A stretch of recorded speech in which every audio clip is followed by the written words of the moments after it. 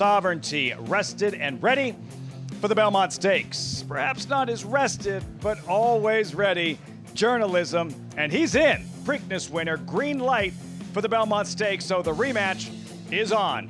223 miles south, Monmouth Park in Oceanport, New Jersey, where the feature race is for New Jersey breds. Aptly named Beach Days runs today, 5-2 favorite in the smart and classy handicap. Standing in her way, aptly named Summer's Coming, seeking a second stakes win at the meet. Live look at the track they call the Shore's greatest stretch, winding down weekend number 4 at Monmouth Park. And above the clubhouse turn, welcome everyone, I'm Lafitte Pinkai. Full slate on tap from Monmouth Park. First race in about 20 minutes. As for the aforementioned feature, the smart and classy handicap, named after the hard-knocking New Jersey-bred mare. She raced 37 times, no less than 21 of them right here at Monmouth. You're looking at the field, featuring a pair of former smart and classy winners. Number 6, Riding Pretty, last year's victorious. Number 8, Beach Days, 5-2 favorite in 2023. Smart and classy handicap winner. Lots of familiarity among these fillies and mares as I welcome in my co-host, handicapper Jonathan Kinchin, back from the city and returns a tournament champion. Congratulations, man. Thank you. Yeah, it was fun yesterday. 326 people in the Pick Your Prize contest, and they do a great job with those contests. Just 325 opponents. Yeah, that's it. That's it. Just another day at the office. Congratulations, my friend. Terrific handicapping. We'll see if that trend continues this afternoon. And as far as the feature today, that smart and classy handicap, you know, we're not talking about a grade 1 here that we're looking at the Ogden Phipsay next week, but deep competitive edition amongst these New Jersey bred fillies and mares today. Absolutely. And anytime you get a stakes race for fillies and mares, it matters a lot to their value moving forward, right? It's one of the main things that people want to know when the breeding operation starts. And as Jersey breds, sorts can go a long way. I think the conversation probably wants to start with the 8 Beach Days, who's drawn toward the outside. Source has been wide in her last 2 starts, but I think she's got the tactical speed to be able to overcome that. Yeah, and this is her last win, 2 starts back. She's based at Parks in Bensalem, PA. This is the cornucopia last fall. JK, watch here, Beach Days. Like, it's not always pretty. Her mechanics, right? But effective. No, absolutely. And this isn't 6.5 furlongs, but she finishes her races like the added distance today shouldn't be a problem. I want horses that are going to be finishing if they're going to be stretching out. I don't think that should be an issue for her. And look, yeah, I mean, she's run well here at Monmouth before. She's run here 7 times, 2 wins, 2 seconds, 2 thirds. So she always shows up and kind of runs her race. I expect her to do the same here today. Now, she won the 23 Smart and Classy, right? Then she was blasted by Riding Party last year in her title defense. Riding Pretty, I should say, is back to defend her title. So how can Beach Days return the favor? Well, I think Beach Days is sitting on a big race because of her comeback race last time, right? You like to think that when they come on off of a layoff, you're hoping they're going to take another step forward. I feel like she will take another step forward here based off of that performance that she had earlier in May. And you should expect her to just tend to take that one more step forward. And it feels like she really appreciates this racetrack. Yeah, just another layer to this smart and classy handicap. The feature today at Monmouth Park. Another layer to the story. We welcome in Maggie Wolfendale standing by. Maggie, Summer's Coming, another contender in here. Why should she be considered a threat in the Sunday feature here at Monmouth? Well, Lafitte, if the aforementioned 2 mares are yesterday's news, maybe Summer's Coming is today's. She is the kind of up-and-coming 4-year-old as she's coming in off the back of a stakes win in the Spruce Fir Stakes, but that was going the 6 furlongs. Now, the majority of her success, though, prior to this victory was on the turf. She's 3 for 10 on that surface, 1 for 9 so far on a fast main track, but she did so in tracking the pace while 3 wide and really truly proved to be much the best here beneath Sunny Leone, who will climb back aboard today for trainer Mike Deeney, who has been doing the Monmouth/Tampa Bay Downs circuit for a decade now, and he is coming back off the best winter he's had, finishing 4th in the trainer standings down in Tampa Bay. But could that momentum swing him forward with another stakes victory here at Monmouth with Summer's Coming? Looking forward to this one, Maggie. The smart and classy handicap, race number 7, post time around 3:48 Eastern. As for the remainder of the program and our broadcast, today's race is brought to you by Claiborne Farm, 100 years doing the usual, unusually well. First 6 races right here, FS2, coverage moves, 3 Eastern, FS1, that's Martin Classy on FS1. Main track is fast, and we do have turf racing, turf course listed as good. So much going on in the racing world. Belmont Stakes week on tap. Sign up today. Get involved at NYRABets.com. And when you do so, use that promo code Belmont25. Sign up today. Join now. $25 free bet and a $200 deposit bonus. There again, the promo code Belmont25 for your free $25 bet and $200 deposit match. Sign up at NYRABets.com. Field for the opener. Grass race. Right off the bat, competitive crew of allowance runners, mile and a 16th. A couple of them at 5-2. Number 3, One Time Willard, and number 5, Fiddleite Coyote. Something like that. I practiced it, JK, and I still screwed it up. It's a tricky one. It's not a real word. I think it's like 5 of the owners' names kind of all mixed into one. So you're allowed to say it however you want. It's upsetting. I'm gonna listen to it one more time, and maybe I'll get it right before we see the running of this first race at Monmouth Park. With horses in the paddock. They'll be in the paddock shortly. We'll have riders up a post parade in the first of 11 races in 14 minutes from Monmouth Park. Just getting started with our Sunday coverage here on Fox Sports 2. And when we come back, guess what? We'll discuss the third and final jewel of the Triple Crown, the Belmont Stakes, where it's time for the Derby hero to go back to work, Sovereignty. And now we know the rematch, round 2, will happen Saturday. Journalism, Preakness winner confirmed for the 157th Belmont Stakes.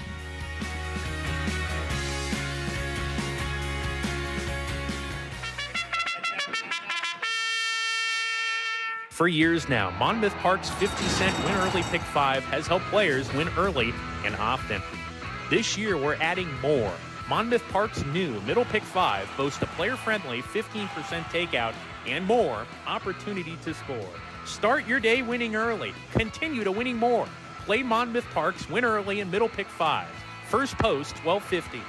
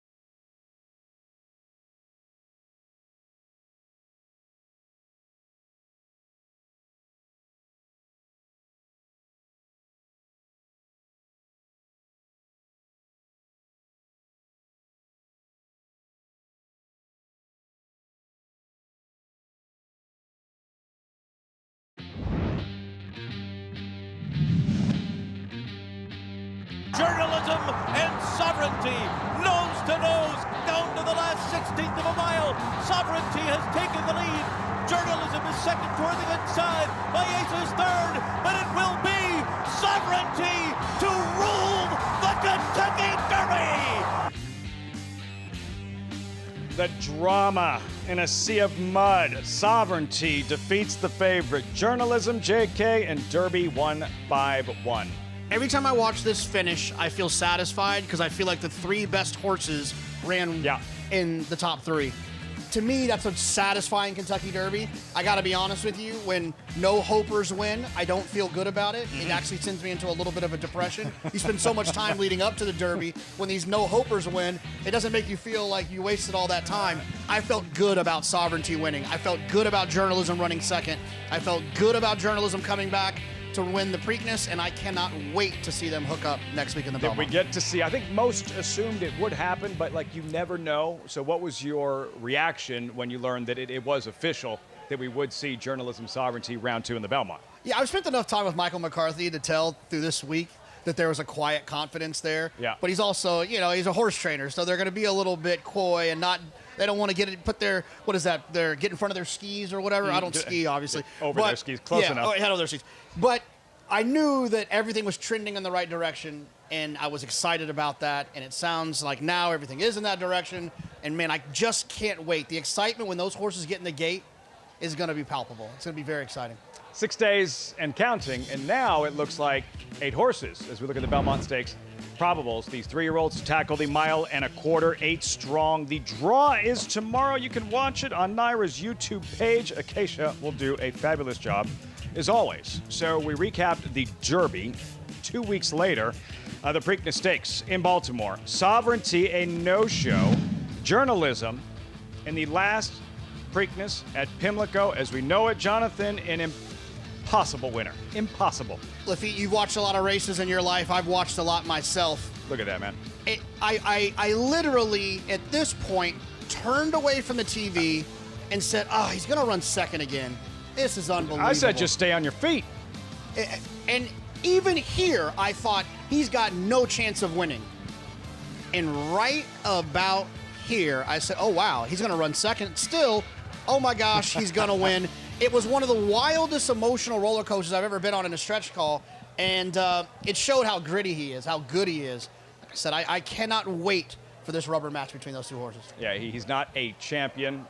That was the heart, though, of a champion. Journalism in the Preakness Stakes. What about the tail of the tape and how they stack up? Journalism, Sovereignty, experience, slight edge Journalism, wins, Journalism, money earned, Sovereignty, both classic winners, both top-class trainers and sires, these two, JK. Now, round 2 in the Belmont, how much of an edge do you feel? Do you feel he has an edge? Sovereignty coming in because of the rest that he has had versus Journalism, who will be the only horse to have competed in all 3 legs of the Triple Crown. I'm a believer in fitness when it comes to these horses, when it comes from the right trainers, the right barns. I believe that Michael McCarthy will only do what's right for Journalism. If he shows up in this race, he's going to run his lifetime best race. If Michael didn't believe he was going to run his lifetime best race, I don't think he'd be in the race. I think it's curious that Sovereignty skipped the Preakness if there was no reason for skipping the Preakness. And I'm not really overly excited about that he's going to be a fresh horse. It doesn't really move me much. Sure, he can win, but I'm definitely in camp Journalism for a fit racehorse. Perfect segue, a fit racehorse, and the preparation for this Belmont Stakes, Maggie. A busy morning this morning at Saratoga, both Sovereignty and Journalism breezing for the Belmont Stakes. You had a chance to watch both of them. What was your biggest takeaway? Well, watching both these workouts in which we saw the 2 winners from the first jewels of the Triple Crown, the Kentucky Derby and Preakness winners, will start with Sovereignty here, is that both of them looking as though they were doing it quite easily, going by themselves. Now, Sovereignty, as you guys were mentioning, lacking a bit of, race experience over his main rival, in that he worked his last breeze with company, last year's Whitney winner, in fact, in Arthur's Ride. Today, though, by himself with Neil Pazanski, assistant and kind of lead exercise rider for trainer Bill Mott. And Neil had to kind of nickel at him a little bit, but still he was able to cover the half mile in 48 and 4, and the Oklahoma training track, known to be a little bit more on the slower side as opposed to the main track. Now, as we turn our attention to your Preakness winner and Derby runner-up, Journalism, he had his first leg stretch, and both of these horses meant to work yesterday, but opting for today over a drier racetrack as it was quite wet up there in Saratoga Springs. But I couldn't get over this workout because, yes, he is on a bit of a loose rein, but Umberto Rispoli, virtually kind of a statue in the irons, he goes 47 and change here, and he did not look like he was going that fast at all. Still, with a strong gallop out, this horse is one of the best movers I have ever seen. He ranks up there, top 10 of at least my generation of just the effortlessness of his stride and how much ground he actually covers, which is evident here. To go this fast without looking like you're going that fast really speaks volumes of true talent. Now, I just hope that Umberto Rispoli gives him a clean trip this time around. It won't be a big field, neither was it for the Preakness, but I really truly feel like, now I have a lot of respect, Lafitte, for Sovereignty, but I feel like Journalism is the best of this generation, but we all can't wait till this coming Saturday to see who bears out and reigns supreme in the Belmont. So exciting, the matchup, the rematch the horse racing world has been waiting for. There's much more to this Belmont Stakes than just Sovereignty and Journalism, but yeah, that is the headline going in, and hopefully just the second time of a few head-to-head matchups between these two. Summer highlight 3-year-old races here at Monmouth and Saratoga, championship implications. Main events, NyraBet's Haskell here, and DraftKings Travers at the Spa. How much fun would it be if we get him in the Belmont Stakes, then we get him again in the Travers and for like the Breeders' third Cup Classic, and we go down like that Sunday Silence easy go or East Coast West Coast thing. As fun as that was in the late 80s, we don't get enough rivalries in thoroughbred racing anymore, just because horses don't run as much as they used to, a la Affirmed and Aladar. But that is when the racing world, where it really comes to life in terms of there's a line in the sand, right? And either you're with one or against the other. Pick a horse who's better. It's a throwback. This is old school, and we're going to find out on Saturday, at least right now, who the leader of the 3-year-old division is. Fingers crossed. It feels like we're going down the path of getting that rivalry, right? These are two sound horses that have been very, very good with very good trainers, and you'd like to think you might see them again after the Belmont in a race like the Travers, and like you said, even the Classic moving forward. So I'm hoping so. 157th Belmont Stakes live on Fox. Belmont's Stakes Festival begins on Wednesday. We'll be on site. Meantime, slam the brakes on the Belmont Stakes coverage and get to the live racing here at Monmouth Park, where we have turf racing listed as good after the sideways. Is that still a downpour if it's going sideways? Man, that was dangerous. I'm just glad Paul was here to save all of us. Post-parade, there's Midnight Award, first of several exiting that same May 11th race. This horse has been a huge price in his last 4 starts. You only get 9-1 here today. I'm on fire, 5-1. Yeah, this is my choice right here. I think this horse is going to end up getting a great trip down on the inside, hopefully that pocket trip. One-time Willard, more on him in a moment. Outside of there's Modica, 1-for-18 lifetime. Yeah, this horse has to find some numbers from back in 2024 when this horse was with George Weaver. Fidelite Coyote, I think. You nailed it that time. I think. Yeah, you nailed it that time. This horse has some tactical speed. I'm hoping this horse will clear and set up for my 2 to sit right in the pocket. Awesome entry, then Ready to Fly. Ready to Fly. This horse ran pretty well last time, trying to close into a pace. Versatile Gelding, number 8, fully authorized. Yeah, another speed horse from the outside, hoping this one will battle with the 5 to set it up nicely for the horse I've selected, the 2, who I think is going to get that pocket trip. The 2 at 5-1. Do you want to expand a little bit on I'm on fire first? We'll let you expand on I'm on fire, but we check in with Maggie trackside. You're going to make it say it again, Maggie. Fidelite Coyote. What does he show in your pre-race?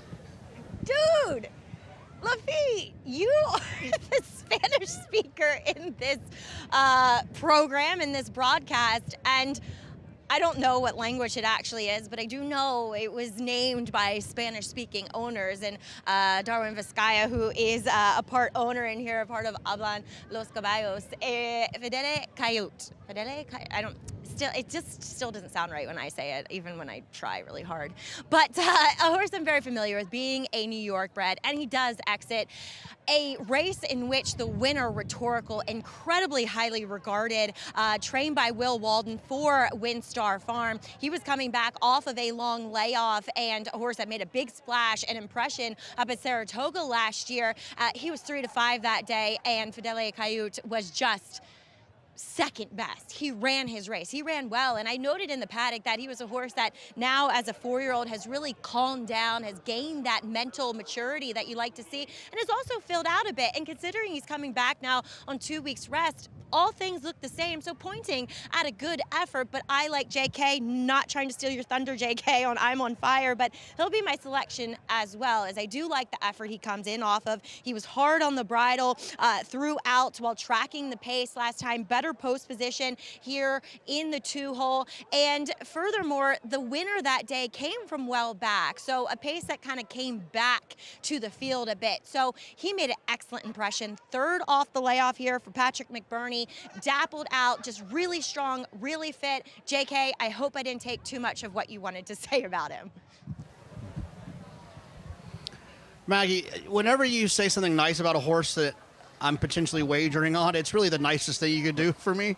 It gives me so much confidence. What she said would suffice. Yeah, Just yeah, what she said. But I will say this: it's more of a trip thing for me. Which, when my ideas from a handicapping standpoint match Maggie's ideas from a physicality standpoint, and also from a handicapping standpoint, it just gives me a little bit of extra confidence, because I can just basically tell if they have 4 legs and a tail. There's not much more looking at them physically.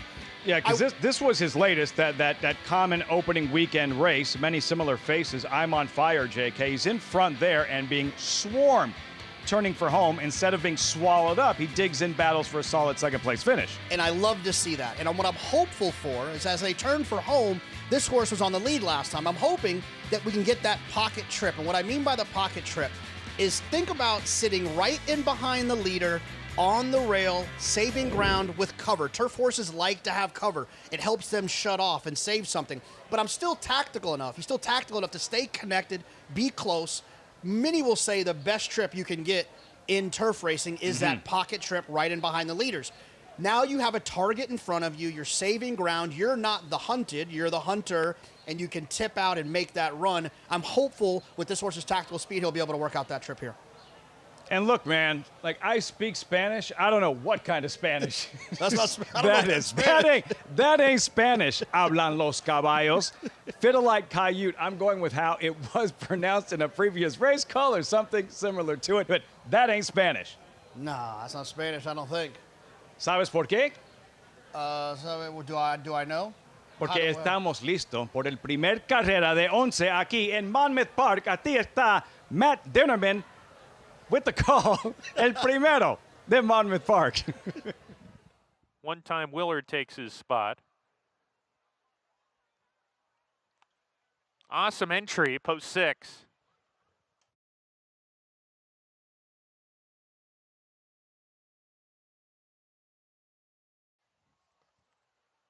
Ready to Fly goes in, 2 back. Monica, post position 4. And to round out the group, Fully Authorized.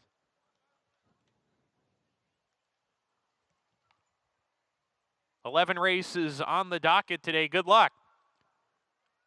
We're ready to go. We're off and running at Monmouth Park. Monica was away slowly. No problems from Fiddle-Eye Cayute, who dashes away to a clear lead coming out of the chute. The gray Fiddle-Eye Cayute setting the pace in the first furlong here. Awesome entry running in second with I'm on Fire, who's a little bit eager, tipping into the 2-path to come and press the front runner early. One time Willard, he's on a snug hold down at the rail, 4th ahead of Ready to Fly. Monica is outside of him. Midnight War inside of that pair as they go into the first turn. Gap of 2 to Fully Authorized at the rear as the 8 runners go into the first turn run. Not a fast pace at all here, set by Fiddle-Eye Cayute, who leads the way 3 parts of length. I'm on Fire, still eager, a half length back. Now on the throat latch of that front runner as they approach the backstretch run. He's still on a hold. Length and a quarter to One Time Willard. Going well down on the inside of Awesome Entry. Then another pair. On the inside, it's Midnight Award, and Ready to Fly's outside of him. Monica now second to last in the clear. 5 off the pace. Another length to Fully Authorized as they're halfway home now. 50 seconds flat for the half-mile time. They're crawling on the lead. Fiddle-Eye Coyote on the lead of Neck. I'm on Fire right there. They're going to turn this into a sprint very shortly here. Into the turn they go. One Time Willard going well down on the inside. Waiting with Paco Lopez. Awesome Entry is fourth sent along, going in the wrong direction. Ready to Fly splitting horses with Midnight Award saving ground. Monica's dropped out of it, and then Fully Authorized. There's a lot of work to do as they come off the turn here. Top two still going at it with One Time Willard on the grandstand side, ready to roll. He gets in the clear and explodes to the lead. One Time Willard and takes command with a 16th to go. One Time Willard opening up. He's gone by the early leaders and he will win. Never looked like a loser, really. One Time Willard by 2 in the end. Fiddle-Eye Coyote out finishing I'm on Fire for the second spot. Ready to Fly was fourth. One Time Willard at 3-2 in the opener at Monmouth Park. Yeah, I mean, look, this horse had a nice tactical profile, sat right in behind. The pace wasn't particularly quick. You'll see the horses that were up close, the 2 and the 5, finished right there. I think they might have got caught no. 5 holds. Yeah, it was one of those races, it was more of kind of a merry-go-round type of race where the horses that were tactical and forward finished 1, 2, 3. One Time Willard trained by Kelly Breen. Willard Thompson trained One Time Willard's dam. Pinot Grigio, a stakes winner, the Open Mind winner, 88 Breeders' Cup Juvenile Filly winner, back in the mud at Churchill Downs. The Open Mind winner years ago. So the synergy, the connection there, it all works out. And for leading rider Paco Lopez, another victory, widening the gap on the rest of the pack in this chase for what would be for Paco a 12th riding title here in Oceanport. Yeah, it's impressive.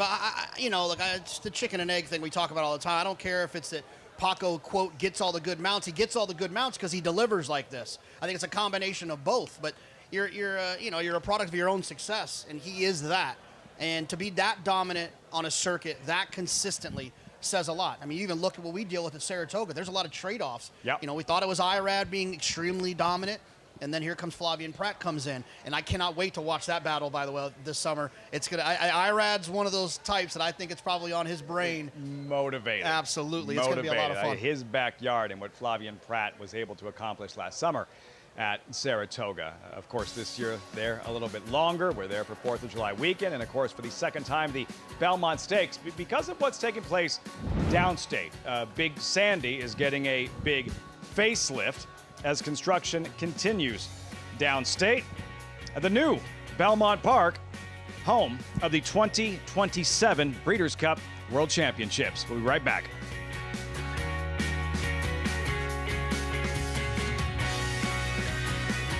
At the Keeneland September yearling sale, the premier thoroughbred auction venue in the world, Mandy Pope of Whisper Hill Farm signed the ticket on the $5 million sale topper by Curlin, bred by Stone Street Thoroughbred Holdings. He was one of $5 million plus yearlings by Curlin to sell.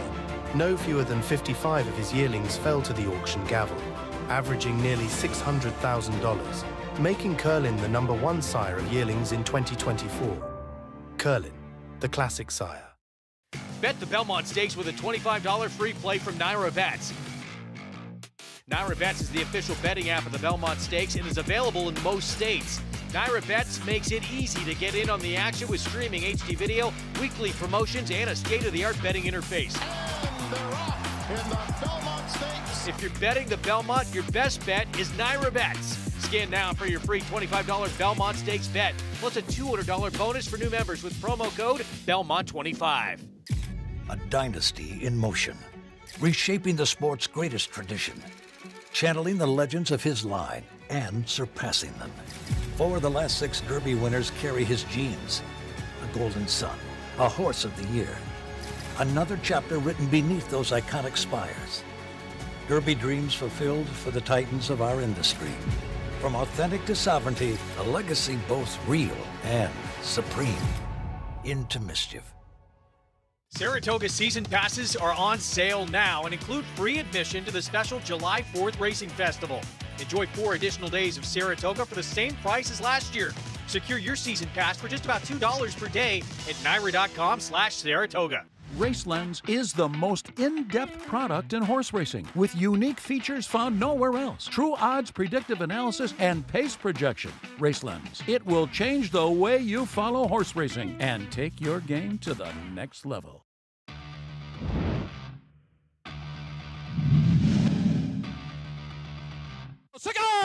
Cigar makes his move, and he sweeps to the lead with a dramatic rush with 3 furlongs to go, and Jerry Bailey turns him loose, and he guides him down to the rail as the field turns for home.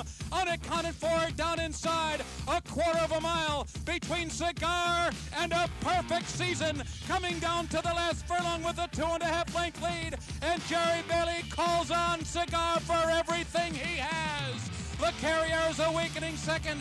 On the inside, unaccounted for. On the outside, Solo the Matter. And here he is, the unconquerable, invincible, unbeatable Cigar.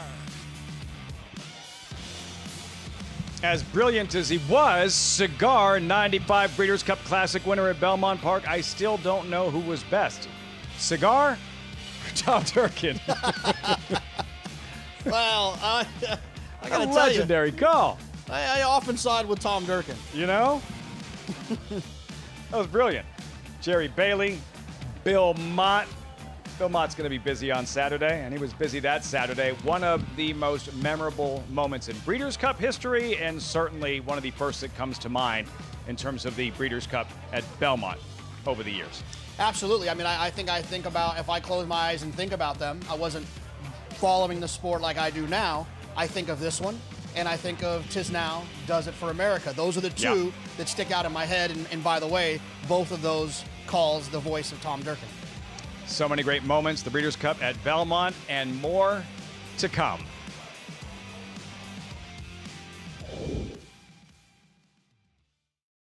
In 2023, we wrote a letter, and we made a promise to NYRA. If you build it, we will come. And today I'm honored to remain true to our word and bring the Breeders' Cup World Championships back to the Big Apple in 2027, where we will welcome fans from around the globe to a new era of New York racing at a beautiful new Belmont Park. Thoroughbred racing and breeding here are an essential part of our sport, and we're proud to support New York today and in the future. I am so proud that for the first time since 2005, the Breeders' Cup will be coming to the Belmont in 2027. We set out to build something compelling and fresh. We wanted to create really a new standard for racing entertainment to appeal to a generation of new fans. We knew if we realized this vision, we would attract events like the Breeders' Cup, so today is truly a welcome affirmation of those efforts. Those efforts that have led to this, the efforts that continue downstate, the construction of the new Belmont Park, the home of the 2027 Breeders' Cup World Championships. So important on so many levels, Jonathan. The Breeders' Cup was designed as the Super Bowl of thoroughbred racing, where championships would be decided. There wasn't supposed to be a home field advantage for any horses geographically, any horsemen geographically. It's supposed to move Belmont Park, first contested there, I believe, in 1990, and now headed back in 2027. Yeah, I mean, I understand why California has been kind of a semi-permanent home, right? The weather's great, the turf is firm, the Europeans love that. But there's something about the state-of-the-art facility that we're about to have at Belmont, being one of the best in the world, in the best city in the world. I don't think too many people will argue about that, except for some people. And some of the best racing in the world, right? I mean, I cannot imagine a better scenario for a great couple of days of racing. It's going to be very exciting. You think we can stay employed here that long? Look, I mean, I'm going to do everything in my power just to get. I've just been trying to get it. I just want to get into Belmont for free. It's kind of a long way off, man. I don't know. 2027, fall of 27, the Breeders' Cup World Championships headed back to Belmont Park. Here at Monmouth, 1 down, 10 to go. And Paco back in the familiar setting, a winner's circle. here at Monmouth. The well-dressed, as always, winning trainer Kelly Breen. One-time Willard. Oh, smiling faces in the winner's circle. The happiest place on earth anywhere. Man, Paco is a tough nut to crack. I try to beat him sometimes. He beats me. I bet on him. He's overbet, and I feel silly for trying to do it. It is a very hard operation to zig and zag with if you're attempting to find value here at Monmouth Park. Especially when he teams up with a trainer this good. Kelly Breen with Maggie moments ago. Here with winning trainer Kelly Breen, one-time Willard, a meaningful name, I suppose, a name for Willard Thompson, I would think, who trained this horse's dam. I would believe so. We claim the horse, so I don't know the whole breeding part of it, but he is a hometown favorite. A lot of people are cheering on one-time Willard, and I believe it has to do with Willard Thompson, who was great, an icon for Jersey racing. You have almost assumed that position as well here, kicking off the meet in great style. Really a lot of success early on here. Yeah, things are good. And this is there's a Jersey bred that ran an open company that we claimed in Florida. Things are all hitting on all cylinders and things are pretty good. Well, let's go back when things were really hitting on all cylinders back in 2011 with Ruler on Ice winning the Belmont Stakes as we are less than a week away from this year's edition. It's about that time. Take us back to that day. It was a rainy day. I recall it was my first year doing the Belmont. Just that upset, just that excitement that you experienced on that particular occasion. Yeah. We always thought he was a special horse, and it was just like the perfect storm where we put blinkers on him. He liked the slop. Everything was doing well. Relaxing at our barn over here, and on the morning of, we were just all chilling, and I kept on telling everybody, we're going to shock the world. And he was doing that well, and I think if it's Tom Durkin's call, it's a shocker in the Belmont. It was like I told everybody it's going to be a shocker, so it all worked out. Great horse, great race, and I hope it's a great time up at Saratoga this next week. I don't think I'll be going, but I'll be rooting. Well, we'll miss you, but thank you for bringing us back to that day. What an exciting moment for you. And congratulations here on the win in the opener. Yeah, it was great. Now I got to wait till the 11th race to run my next horse, so I might have to go watch something on Netflix or something back at the barn. The life of a horse trainer, guys. For Kelly Breen, he wasn't shocked at all and genuinely did not seem, this isn't just something he's kind of fabricating, several years later, or exaggerating, I should say. He generally did not seem surprised after Ruler on Ice won that Belmont. Well, that makes one of us. I was pretty surprised. Ruler on Ice in the slop back at Belmont Park in 2011. Meantime, we've had a chance to look ahead to the field next Saturday for this Belmont Stakes, but the racing, star-studded cast all week is good. Real good, to put it mildly. Fierceness, monster 4-year-old debut, breaking records at Churchill Downs, and White Abarrio, third tour of duty in the Met Mile. They'll meet in that fabled Metropolitan Handicap.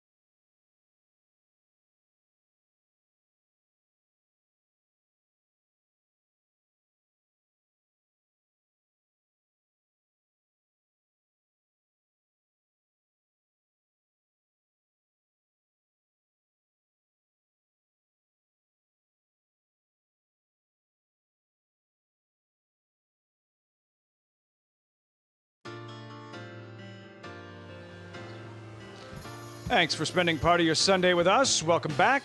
America's Day at the Races on Fox Sports 2. Exciting maiden special weight 2-year-old filly event is next, 9 minutes out. First, look ahead to the Friday program. Belmont Stakes Racing Festival. Enough going on for you, JK, like on the eve of the day before the day? Absolutely. I mean, this is what these 2 days are all about. It's not just the Belmont Stakes. It's all of the other great racing. It's like a mini Breeders' Cup, like we were talking about, right? You get the New York with a Grade 1. You get the DK Horse Acorn Grade 1, the Ogden Phipps Grade 1, the Just the Game. Then you get the Bed of Roses with one of my favorite horses in training and Ways and Means. And then you get the exciting Belmont Gold. I mean, it's just a great Friday, a great primer for what we're going to get on Saturday. Have it all for you. Fox Sports 1, Fox, every Fox Sports platform known to man, and you have a chance to see this filly and see whether or not she can keep her perfect record intact. Kentucky Oaks winner Good Cheer, 7 for 7. Can Bless the Broken make up the couple of lengths that she was defeated by Good Cheer in the Kentucky Oaks? Absolutely. That's the exciting part about these 3-year-old races. These horses are growing up and maturing. Think about Good Cheer, right? She's that good 8th grader, right? That's just better than everyone else. Bless the Broken is going to get a little bit better in 9th grade as they grow up a little bit, kind of grow into herself. Now, Good Cheer could grow up too. She's definitely the horse to beat. But Bless the Broken's definitely got a profile where she's progressing, getting better. Do I think she's going to beat Good Cheer? I don't, but she can. Good Cheer. At this time last year, I felt like we had already put Torpedo Anna on a pedestal. Torpedo Anna had lost at this stage. Good Cheer has not lost. Why does it feel like Good Cheer isn't getting that same red carpet royal treatment yet? We like to be wowed. And when we like to be wowed, it's sometimes based on the final times of these races, and those get converted into speed figures. The higher, the better, like a quarterback rating. Her speed figures haven't been 7-0 wow. Her performances and her record are wow. But I think that's probably one of the things that's holding people back a little bit, because it doesn't seem like the other fillies are that far behind her. But man, she just keeps showing up and always finds a way to win. I think that goes a long way with why people are so fond of her and why she's so supported. Looking for a second Grade 1 victory in the DK Acorn Good Cheer on Saturday. Yeah. For the main course, it is Grade 1 event after Grade 1 event. As Jonathan mentioned, it does feel like a late spring Breeders' Cup with championship implications, with the highlight, of course, of Belmont Stakes presented by Naira Bets, the Hillendale Metropolitan Handicap Maggie, affectionately known as the Met Mile, and some of the best horses in training gearing up for this one. White Abarrio, Fierceness, you've watched them prepare for this upcoming Met Mile. What have you observed in their training? Well, it does feel as though White Abarrio, who's been away from the races maybe a little bit longer than Fierceness, is really turning racketing up the pressure, I should say, as you look at his preparations. But let's check out Fierceness first here for trainer Todd Pletcher, who I was blown away with his return effort in the Alydar Stakes. I thought we saw a much more mentally mature horse who was able to switch off a little bit with Johnny Velasquez aboard, rate comfortably, and deliver a powerful punch. Now, this is his workout, his last workout in 49-3, but well on the bridle. And as you can see, as we'll check out, another Oklahoma training track workout versus a main track workout, that the times are just slower over there. It's how it has historically always been. It's just a slower surface, as we'll check out White Abarrio, the White Flash, as we'll see streaking down the main track here on the inside of a stablemate. Thanks to our friends at First TV as well for this coverage. And he is going to cover the half mile in 47-4, well on the bridle. I mean, this is how you want a horse to be preparing for a Grade 1 try. And I've always thought that while it's not your true 1-turn mile that you get at Belmont Park, it's still that flat mile. And I really think White Abarrio is a horse who has just always been made for that type of configuration. Lafitte, let's hope it's not as windy on Belmont Stakes Day as it is here today. But I can't wait for these two to knock heads, so to speak, in that Grade 1 Met Mile. White Barrio, the 2023 Breeders' Cup Classic winner, the Whitney winner, and a disappointing 2024, and really back on the ascend and looking like that same horse that was so good towards the middle and back end of 2023, JK, and he had better be that good if he's going to run with and compete with the likes of Fierceness, given what Fierceness did in his first start this year. Yeah, I mean, both of those horses kind of have the same story. When the real one shows up, they're very hard to beat. The real Fierceness and the real White Barrio. I will say this, though. Fierceness's profile seems to fit this race perfectly, right? The Met Mile is all about stamina and speed, and the convergence of those two together. That's basically who Fierceness is. You look him up in the dictionary. He's fast, and he can run fast for a long time. I just think if we get the best Fierceness, which we have gotten 3 times in a row now, I think he's going to be hard to beat just because of who he is and how he runs. 3 for 3 at Saratoga, his debut, the Jim Dandy, the Travers, and if that's what he's going to do in his first race in 6 months, what he did at Churchill Downs, shattering a track record of 1 mile and a 16th at Churchill Downs, where they've been running for 150 years, right? What is he going to do in his second start? What heights is he going to achieve in his 4-year-old season? We'll find out. Is he the best horse in training in North America? Fierceness next up, Saratoga, and the Met Mile, all part of the Belmont Stakes Racing Festival. Back to the live racing here. And the 2-year-olds coming up Monmouth Park. And by the way, going to be a packed house. And of course, it's different. It's not the Belmont Stakes at Belmont Park, but that's what I think we learned last year in a great event, a truly great horse racing event. No matter where it's held, it's still going to be special. Yeah, you bring the good horses and they will come, and you happen to put it at one of the most historic racetracks in the entire planet. It's a pretty nice little melding of two great things. There's our set, by the way. In case you're wondering at home. Back here at Monmouth Park with these 2-year-old fillies maiden special weight. Every one of them, first day on the job, all first-time starters. Yeah, and when you have horses like that, there's 2 things I like to look at.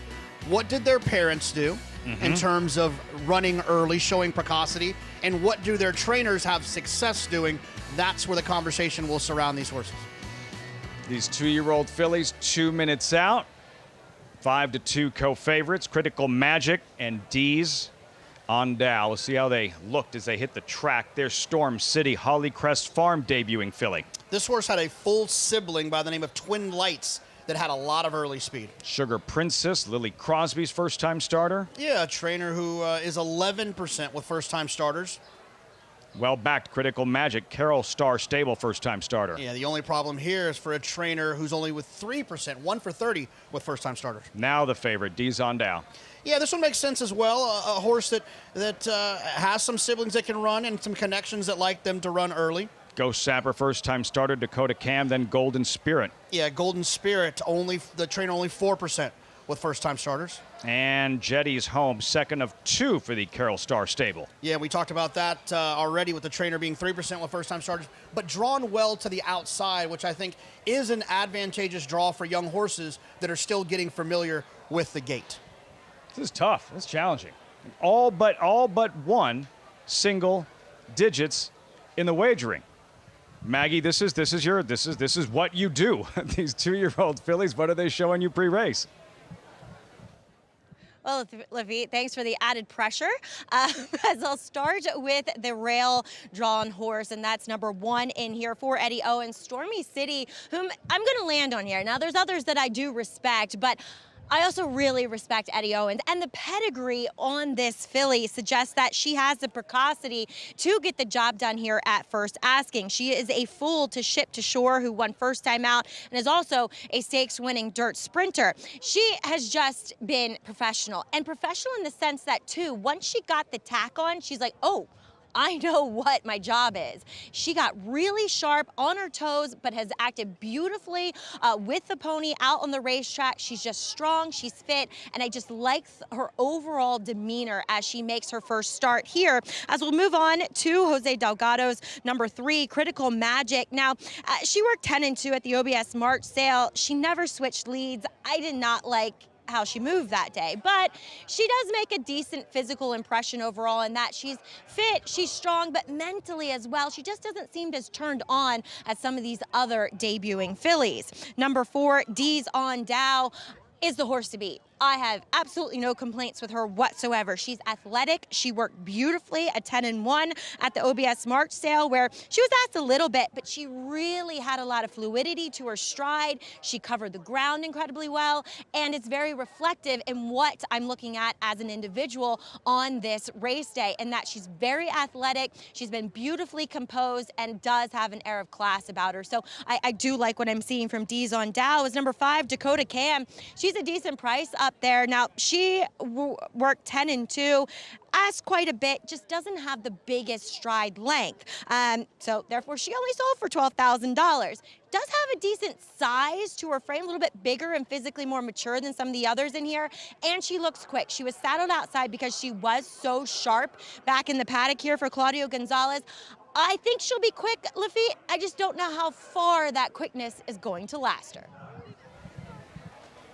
And her family, JK, Dakota Cam. Yeah, sibling mysticism, won first time out for Richard Mandela. Damn, clairvoyance, won first time out for Chad Brown. There's obviously some precocity there. I hope she doesn't have to hold it for very long, Mags. Only 4.5. I'll be crossing my fingers. Crossing our fingers that these 2-year-old fillies mind their manners. First time they all done this in the afternoon. First day on the job for these freshman fillies. Who's ready to graduate in this second race? Monmouth Park. Dees on Dow, hesitant, coaxed forward now. Final check of the tote board reading. Oh, they just cleared the odds. Thanks a lot. Here's Matt Dinnerman, post-time race 2 live from Monmouth Park on Fox Sports 2.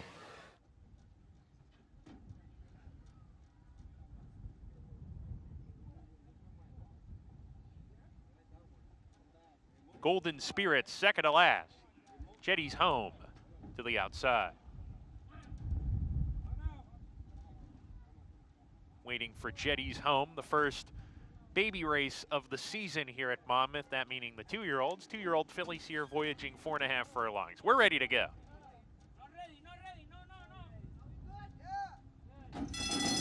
And they're off. Stormy City and Dakota Cam away slowly.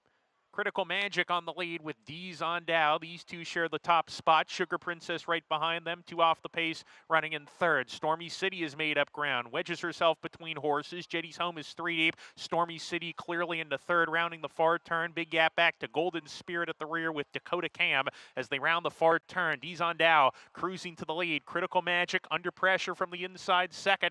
And Stormy City continues a sustained run after breaking slowly from the gate. She's run well on debut. Top of the lane. Dees on Dow off the turn with a 2-length lead. Critical Magic weekend. Stormy City continues to run on here. She has run a massive effort in lifetime start number 1, but at the moment she can't quite catch Dees on Dow, who's got more for the final 16th.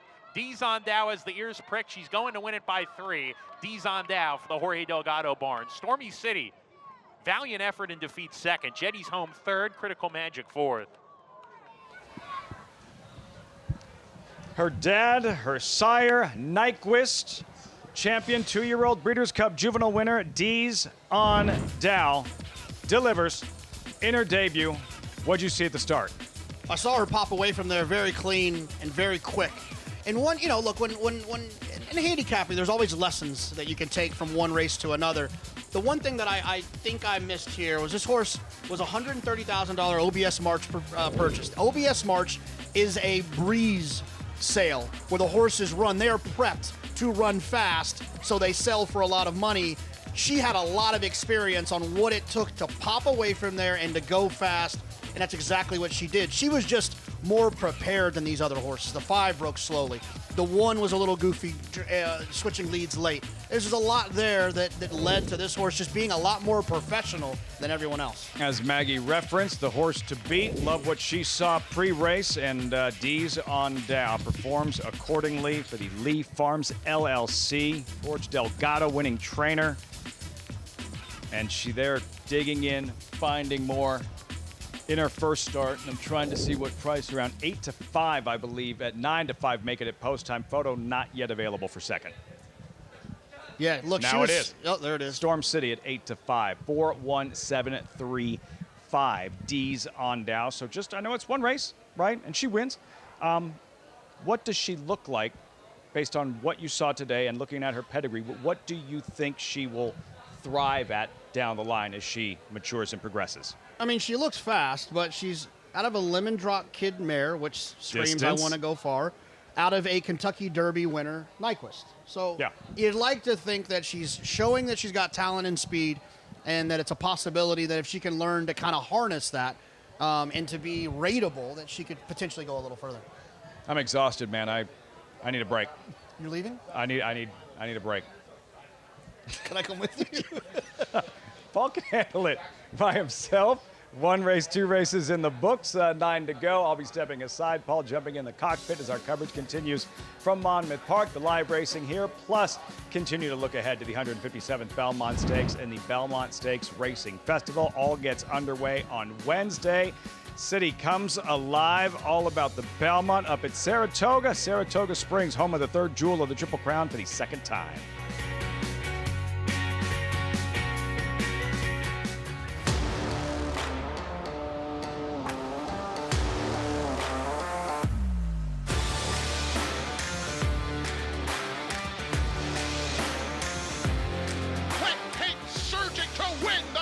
Club American Oaks.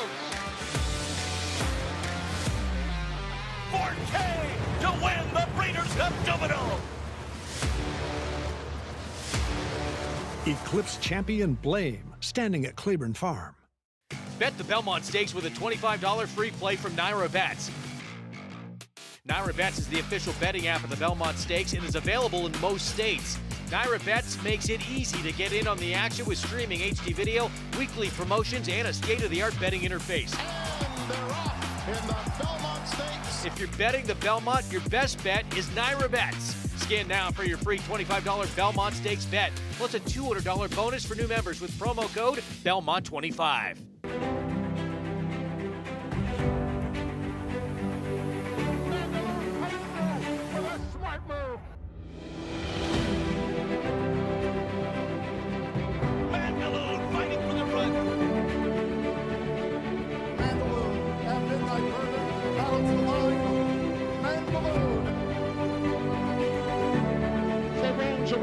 It's Mandaloon, and Mandaloon wins. Watch and wager this summer at Laurel Park. Enjoy the best thoroughbred racing in the state of Maryland through June 29. And don't forget, turf racing is back with full fields and outstanding wagering opportunities. Play the early and late value Pick 5 and enjoy one of the lowest takeouts in the country. Laurel Park is the place to play and win.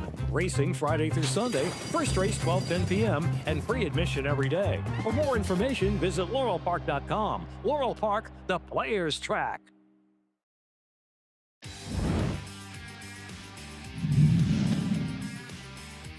As the field turns for home, Mindframe on the outside is coming after Dornoch, and it's Mindframe and Dornoch head in head with a furlong left to go. Sierra Leone is closing ground. It's Dornoch hugging the rail. Mindframe a little erratic, but he's still right there with Dornoch in an absolute thriller. Dornoch and Mindframe, it will be Dornoch and Luis Saez to win the Belmont Stakes at Saratoga.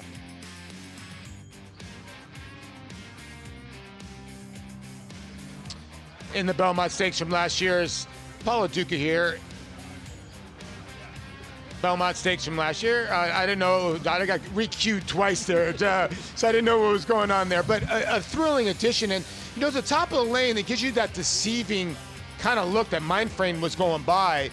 And then Sierra Leone late there. But Dornoch actually just showed a lot of grit like he always has. Yeah, I mean, it was a great rendition of the Belmont Stakes, and Dornoch showed a bunch of determination in the stretch when it looked like a horse like Mindframe, an up-and-coming horse in Mindframe, was going to run by him. Mindframe being a little bit goofy, but I'm not convinced at this point still that Mindframe was ever going to get by Dornoch. When he got himself into a little bit of a dogfight, he was tough to get by.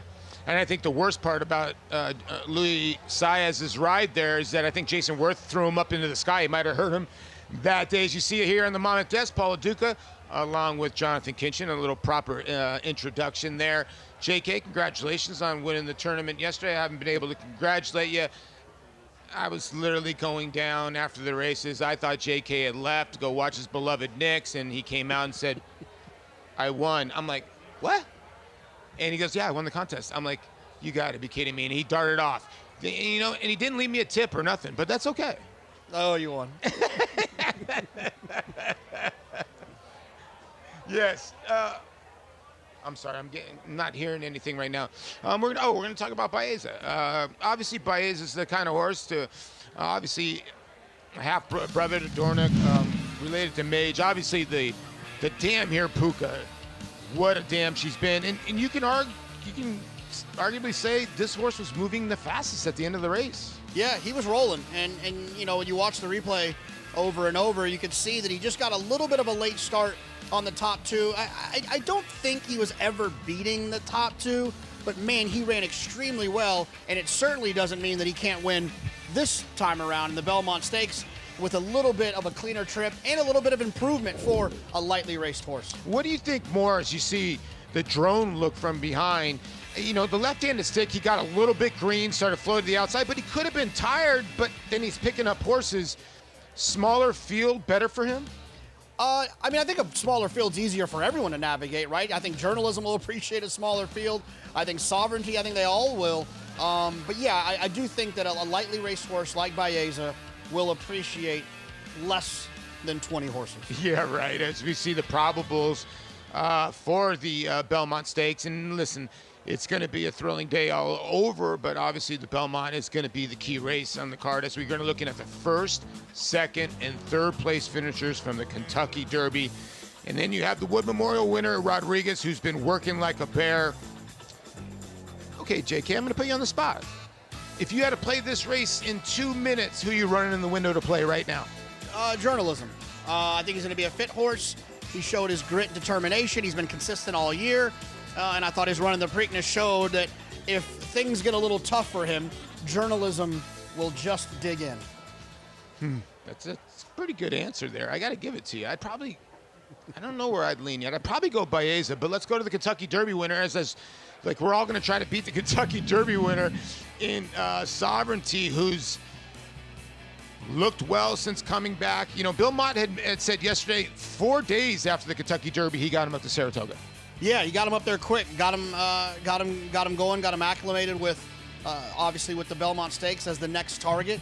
And he's a horse that's gotten better in the mornings. I know earlier in the year when he was a little bit disappointing, he wasn't working great. Now he is working great, which I think goes a long way for what we can expect for him. We'll be caught up with the Hall of Fame trainer, Bill Mott. Win is planned. You know, the warm-up was easy. We turned him around and let him breeze. He was a nice half-mile work, and the clocker said officially, I guess, 48-3 and out in 102. Looked smooth to me, came back good. I mean, he had came back, cooled out easily, and he looked great.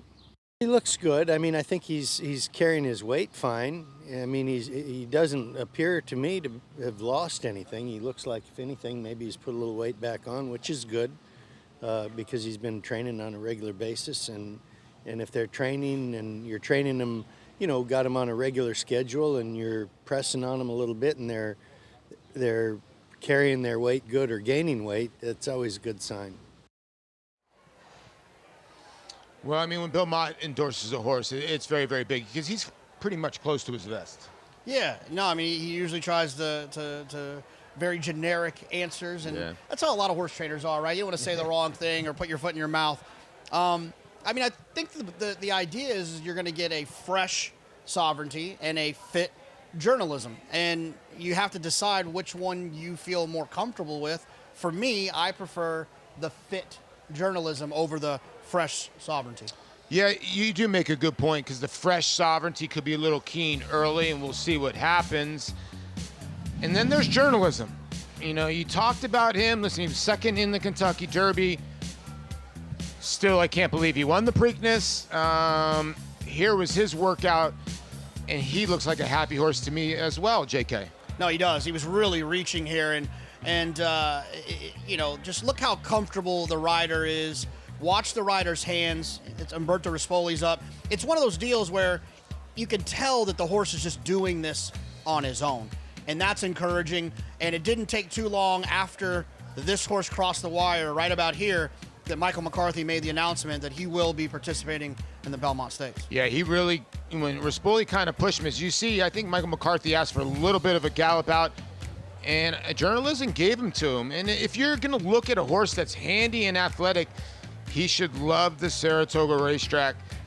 My God, what a race it's going to be. You know, I think the thing about it is not only are all the horses working well, I don't think the trainers are lying. Sometimes, like you said, what are they going to say? My horse is training poorly.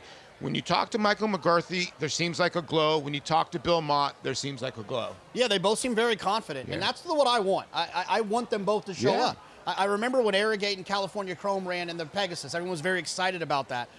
California Chrome didn't really show up. So even though Arrogate did, it didn't feel great when it was all over. I wanted to see them hook up in the stretch. I think we will get that for these two horses, and I'll be very satisfied, regardless of the outcome, if they both hook up in the stretch and both run their race. And then you got Rodriguez, obviously, and Baeza, who could throw a wrench into everything. Both very, very talented 3-year-olds. So big race will be on Big Fox. Sometimes we're on FS1. Right now we're on FS2. We'll be on FS1 a little bit later. We'll get the thoughts from Richard Migliori, as well as Maggie Wolfendale and Acacia Clement. They'll give us a little bit better than myself and JK on the works. But yeah, don't forget to tune in to Fox. It's going to be a tremendous show, led by Lafitte Pincay. We got the winner's circle for race 2. It was a first-time starter because they were all first-time starters in this race, JK, and the 4 got the money here. I think is your slight second choice?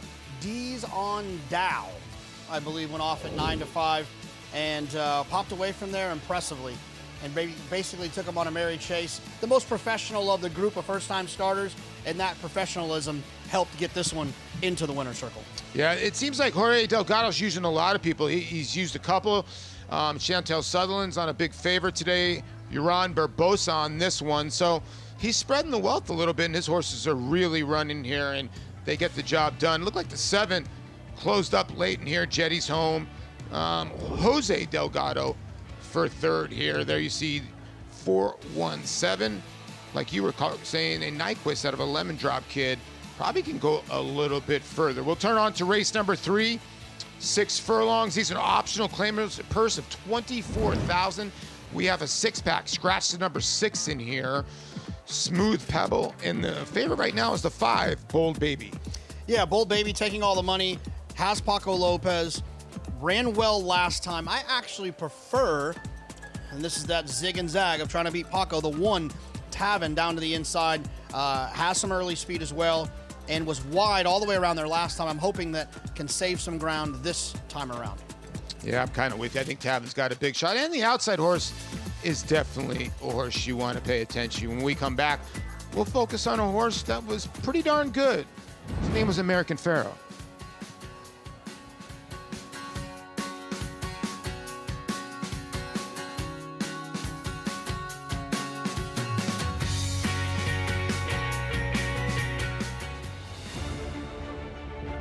Who's the best? Who's top horse? Football gods, the most valuable trophy in American sports. The dream lives within all of us. When fueled by passion, patience, and perseverance, a spark of greatness.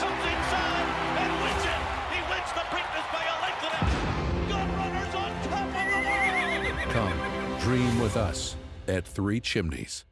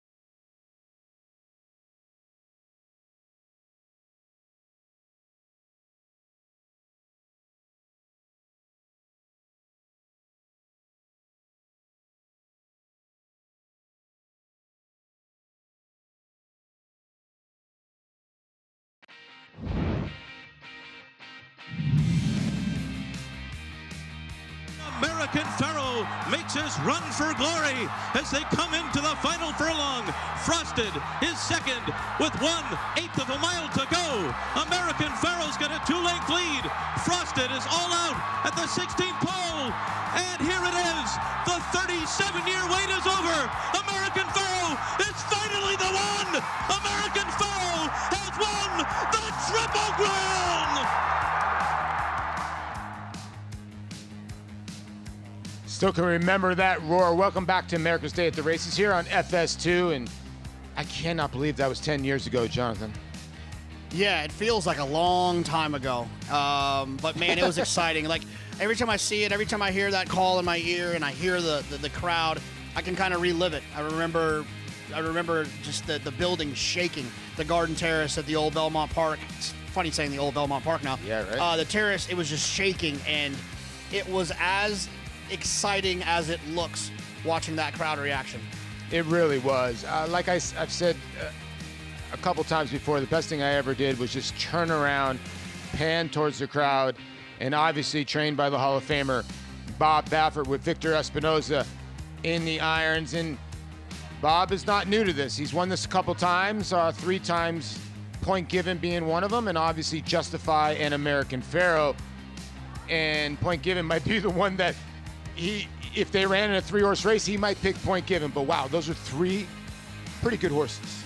Yeah, absolutely. I guess the difference from what we'll see from him this year with Rodriguez is those horses had extreme participation in the other legs of the Triple Crown. This will be Rodriguez's first start in a Triple Crown race. You know, this horse obviously caught everybody's eye in the Wood Memorial when Mike Smith kind of just let him run, JK, and he put up a big number. Now, he was probably going to be, I don't know, maybe your 4th or 5th choice in the Derby, somewhere in there, maybe 3rd choice even going in before the scratch. He had a quarter crack. It seems like everything's okay, but his speed is dangerous. It is dangerous, and I thought that he was on the outside looking in, maybe 5th or 6th, most likely winner of the Derby, but the problem was he was going to have to deal with a bunch of other speed in there. Now he shows up, and he's probably still the 3rd or 4th best horse in my opinion, but he's loose in here if he wants to be, which I think is a huge weapon and the difference between how I felt his chances were in the Kentucky Derby. He's got a weapon, and I believe he'll use it. Yeah, and I think the big part about it is that Richard McLaurin said he worked one of the best works he's ever seen. I think that's kind of scary. A couple local clockers have said whenever Bob Baffert's horses work like this, they run giant. But you make a good point. Is he as good as Journalism, as Sovereignty, and as Baeza? We'll see what happens. He's obviously going to be a fun participant, and if he cuts out the fractions, someone is going to have to chase him. As we go back to the probables for the Belmont Stakes, if you were to foresee who will lay second in this race? Well, I think an interesting addition to the list that hasn't been on this list is Crudo, the horse that won the Sir Barton on Preakness Day, owned by Bobby Flay, and was very impressive that day. And as a horse, it's a little bit more tactical. Like, I don't think Crudo's going to go to the lead if Crudo runs in the race, but I do think Crudo could put a little bit of pressure on Rodriguez. Don't forget, the big race is on Fox, $2 million on the line. We're only about 6 days, or actually 6 days away. We'll get back here to Monmouth. We're 3 will get you to a little bit of a post break here. Like I was saying, I thought this was a tough little race, even though it's only 6 horses in here. As we have fillies and mares going at it here, going 6 furlongs. And the one, Taven will turn around, or Taven, I know you like this horse a little bit. Yeah, I like the rail. I like the intent you'll likely get from the rider here with speed. I'm hoping this one can go wire to wire. Awesome pick. Put it on blinkers 3 starts ago. Yeah, this horse has some speed as well, but just does not finish her races. She's an Arctic Queen to 3 with Fernando Jara. Yeah, she just feels a little bit slower than this group. Talking in cursive. They don't even teach cursive anymore. Have you ever tried to write in cursive recently? It's the most impossible thing to do at this point. Bold baby, Paco Lopez. Yeah, this horse has some speed drawn outside. Paco Lopez definitely has a shot. I just don't like the price. We were talking about Uptown Charlie Brown, who stands in Pennsylvania. PA bred, the mare here, our Uptown girl. Yeah, I think this one's interesting as well. Drawn outside and at 7-2. I like the 1 here, but I think the 7 at 7-2 also offers some value. It's one of those situations with the 5 with Paco Lopez.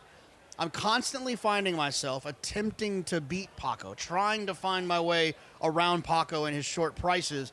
But a lot of times I feel like he's stuffing me in a locker at the end of the day. Yeah, he kind of does that, and he gets extra speed out of most of his horses. You know, the 1 in here is very interesting, like you said. This is the horse that can stick to the rail. And, you know, if Paco wants to go to the front end, you got to hope that the 7 goes a little bit. I even think the 4, the 2's got a little bit of speed. But the 1 does have some speed to put this horse up in the race. Now, last time this horse ran, this filly by Gervin, she didn't break that well, but she was able to put herself in decent position. Yeah, and look, that's the one thing you want to have, is you want to have a horse that can put themselves in position. You want that tactical speed. That's why I prefer horses that are forward more than horses that come from way out of it. And I like a horse like this that can find a way to work out a nice trip, especially from the inside. This horse was extremely wide last time, and I'm just hoping that they can save some ground this time around. Yeah, you know, to be honest with you, you make a really good point. If he would have stayed on the rail, the horse probably would have been giant. Then you could see right at the end of the race, the winner had came out, and it seemed like the 1 was really starting to pick up stride there. So I think with a better break, the 1 gets in better position is definitely the filly to beat. Now the 2 in here, awesome pick for Sonny Leone.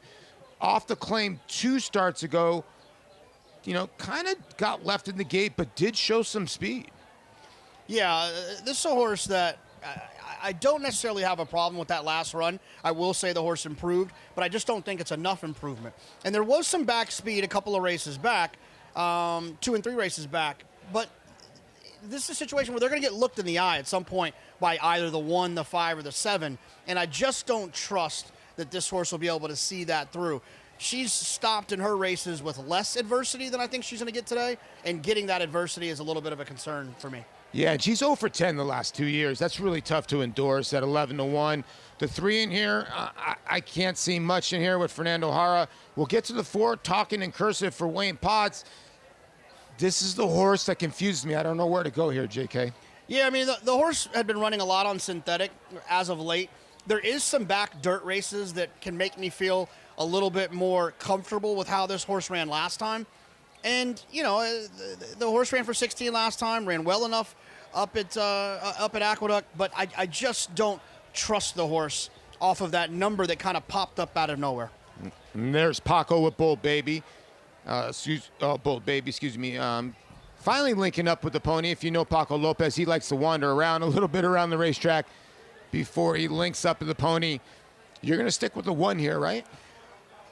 I don't think we posted the picks yet, so I'm going to definitely pivot to the 7. You're going to pivot to the 7? Yeah, I don't like the 8-5 on the 1. The 1 was interesting trying to take on Paco. The 1 is not as interesting at a shorter price than Paco. Give me the 7 drawn outside. I kind of like those odds and where they're leaning. Yeah, when you look at the fixed odds, the 1, the 4, and the 5, and the 7 are not far apart at all. The 1's a tiny bit of a favorite, but on track, they're pounding the 1. Yeah, no, they're betting the 1 for sure. And that happens a lot of times. That's a recency thing that you'll see from time to time. But we'll see. The late flash could potentially come on the 5.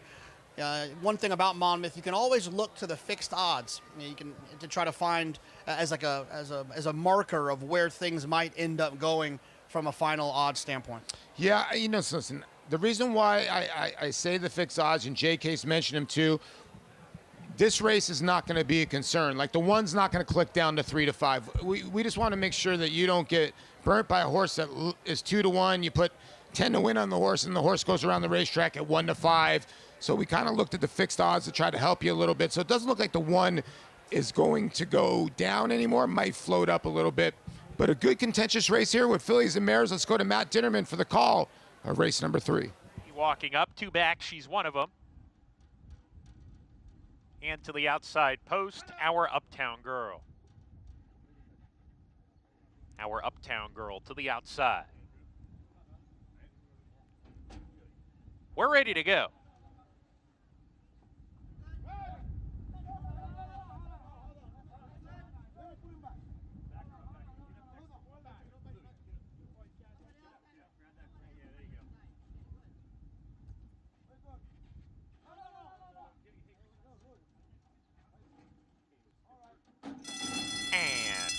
Flare off. Uneventful break.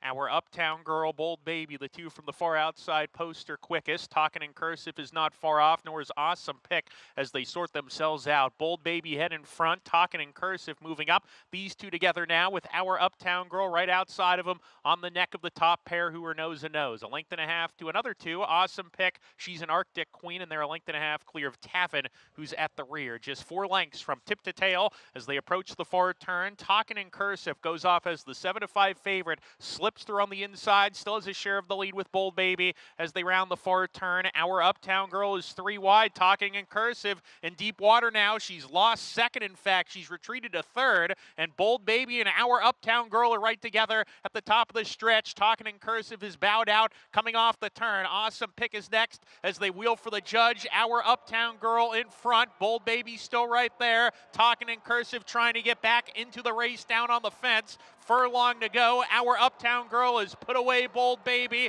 Awesome Pick is charging fast. And Tavin from dead last is surging down the center. Needs to catch Our Uptown Girl, who's going to hold her off. Our Uptown Girl just got it over a surging Tavin. Then Awesome Pick, and she's an Arctic Queen. Good call, JK. 7-1 here is Our Uptown Girl. Got the jump on the one in here. The other horse that you kind of pivoted off. So you kind of hit this exacta here. The one was really striding out late here, but the 7 never really looked like a loser. It's one of those things where you're like, I have the 1, but I'm never going to get there. Yeah, look, I mean, I love outside draws for trips like this. In the clear, no drama, just happened to be the best horse, worked that out. The 1 obviously broke a little bit slow, had to take back, circle around horses, and ran on really well late. But that inside draw of getting shuffled didn't necessarily work in that one's favor. And you got a much better price on the 7 as well. This is a pari-mutuel gambling game, and sometimes it might feel like the 1 or the 5 or the 4 might be the most likely winner, but you have to try to identify which horse offers the most value. And more often than not, you're going to be wrong. This just happens to be a situation where we were right. Yeah, actually a little surprising. The 4 went off as your favorite at 7-5. So you do get 7-2 over 2-1, and Awesome Pick 10-1. So we'll get back to the prices. But when we get back after the break, we're going to look at Chad Brown's runner, Hill Road, right after this.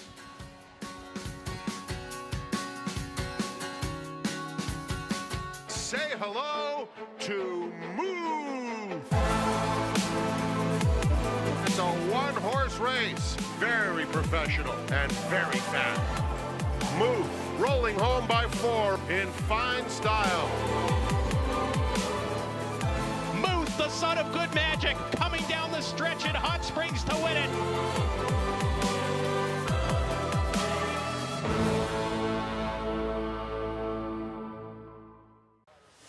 Get into the game with Bond Racing Stable. When you partner with Bond Racing Stable, the Bond team does all the work and you enjoy the experience. As a partner, you can watch morning workouts, come to the paddock for saddling, and cheer your horse down the stretch. Bond Racing Stable offers more than 30 New York-bred weanlings, yearlings, and 2-year-olds in a partnership program that gets you to the winner's circle. Whether on your own or with friends and family, make Bond Racing Stable your racing partners. Go to jamesbondracing.com today. The only colt ever to win 3 one-mile Grade 1s on dirt. Ran the fastest buyer of the year. That's him, 6 wide, streaking clear. Here comes Cody's 2 more Grade 1s at 7/8. Here's his forego, also running a 112 bite. That's 5 Grade 1s all told. No other son of Sires Curlin has so many. They say, be careful what you wish for. We agree. Racetrack Television Network brings you every race, from every track, on every screen, every day. With monthly packages starting as low as $5, RTN gives you great value and access to more live HD streaming and race replays than anyone. Visit RTN.tv today to sign up and watch on almost any device, including Roku and Amazon Fire. RTN has packages that start at $5 per month.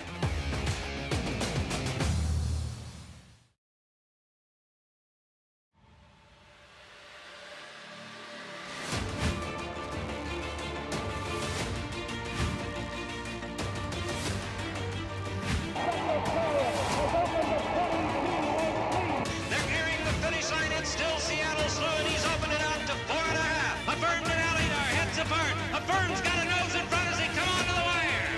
It's New York. Easy goer in front. Rags to riches and column, and it's going to be a filly in the Belmont. And here it is. The 37-year wait is over. American Barrel is finally the one. Justified from Gronkowski. He's just perfect. And now he's just phenomenal. Dornoch and Monfrey, it will be Dornoch and Luis Saez to win the Belmont Stakes. I feel like Dolph Lundgren's going to come down. I want to start doing some push-ups after that hype videos. You see downtown Saratoga, your favorite spot besides, obviously, Solivo, my friend? Yeah, you like a little Broadway. Let's see, Uncommon Grounds. The line's long there a lot, but I still enjoy it. Druthers Patio. There's been some epic days and nights combined at Druthers Patio. A lot of fun. It is a lot of fun. Any place that you enter into, they'll always have the races on as the winner's circle here at Monmouth Park. Our Uptown Girl, nice pick by Jonathan Kinchin here. The mare by Uptown Charlie Brown. Yeah, drawn outside, and a horse that just kind of stayed in the clear. Stalked Paco Lopez in the 5. The 4 retreated about the 3/8 pole, and then it was just a matter of holding off the 1 in the burgundy and gold silks on the far outside. Yeah, and you made such a good point. Like, you look at the race and you say to yourself, okay, the 1 probably is the most likeliest winner, but gets the worst draw, and that's exactly what happened. Did not break. 7 gets the jump, and you know, I get it. It's close at the end, and you say to yourself, well, the 1 probably should have won that race. You know how many times I've said that? Way too many times, and our Uptown Girl pays $9.60, and if I'm not mistaken, oh no, they don't have the 50-cent pick 5. They usually do in race 3, but they don't. But if you add that horse, that's a good start to your the Jersey 6, which paid $36,000 yesterday. We have another pick 5 that will start in race number 4, and in that race will be the number 8 single-minded for Chad Brown. A horse that first time out ran on the turf. You know, Chad's about 16% on this move from turf to dirt.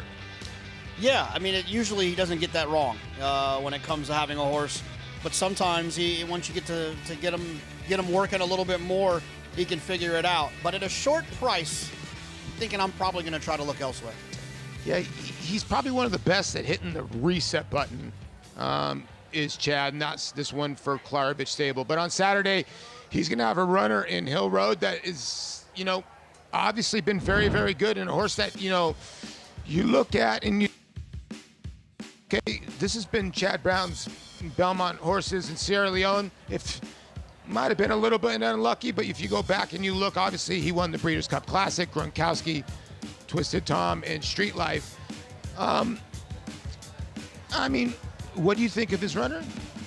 I mean, I think Hill Road was impressive in the juvenile when Baffert kind of was walked the dog on the front end with Citizen Bull. I think Hill Road came running late. He switched to Chad Brown's barn. He was meant to run in the Wood Memorial. He ended up scratching out of there and shows up here in the Peter Pan, and he just shows that determination.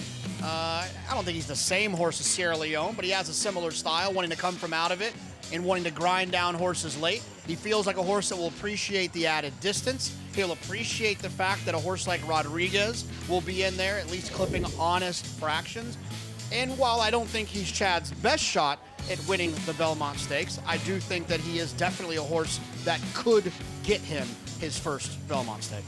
Yeah, it just seems like a horse that is still a little green and actually straightened out there towards the end, and I think wants the extra distance. But the question is, with all the other horses, are they as good as, you know, the top 3 finishers from the Kentucky Derby? And here are the probables. Will be drawn on Monday, and I don't think post positions are really going to matter here with the 7-horse, 8-horse field lined up. So I don't think you really care. Maybe if you're Rodriguez, you want to draw the rail, that'd probably be the best thing, but everybody else should be okay with their positions. Yeah, I mean, I think this race doesn't have an abundance of speed, so I think that's when the draw becomes really important for most horses, especially with this size of field, with that long run to the first turn. I think the draw is a little bit less important than sometimes it can be.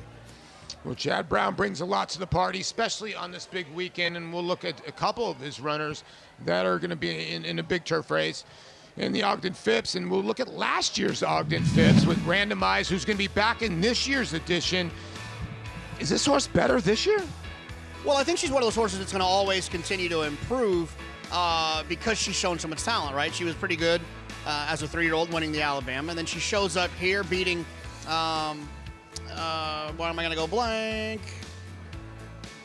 The Florent Giroux filly and the Juddmonte Silks. If I think about it long enough, I'll get it. But Idiomatic?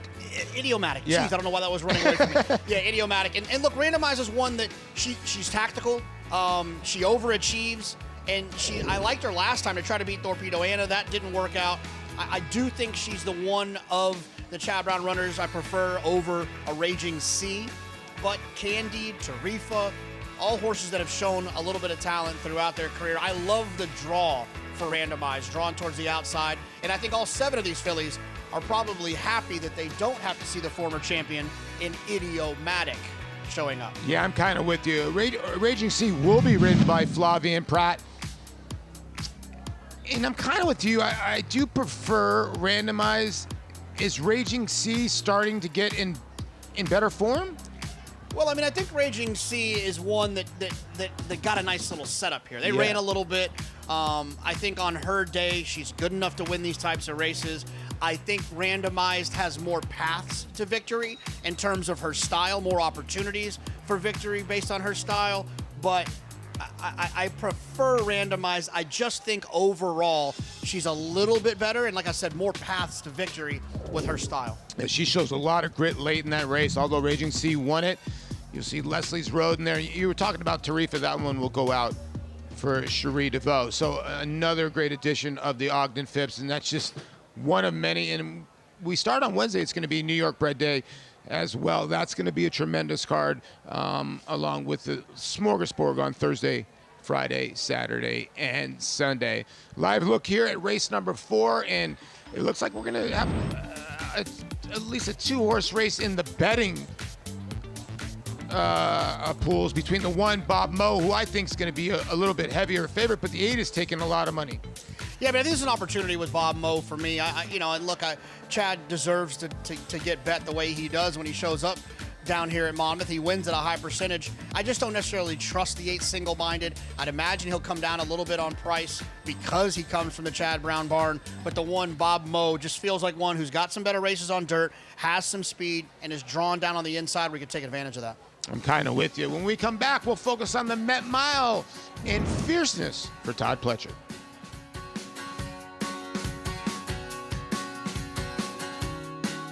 And clear off at the Naira Betts Haskell. In the Belmont Stakes at Saratoga. Dornock setting up moderate pace, 3/4 of a length ahead. As the field turns for home.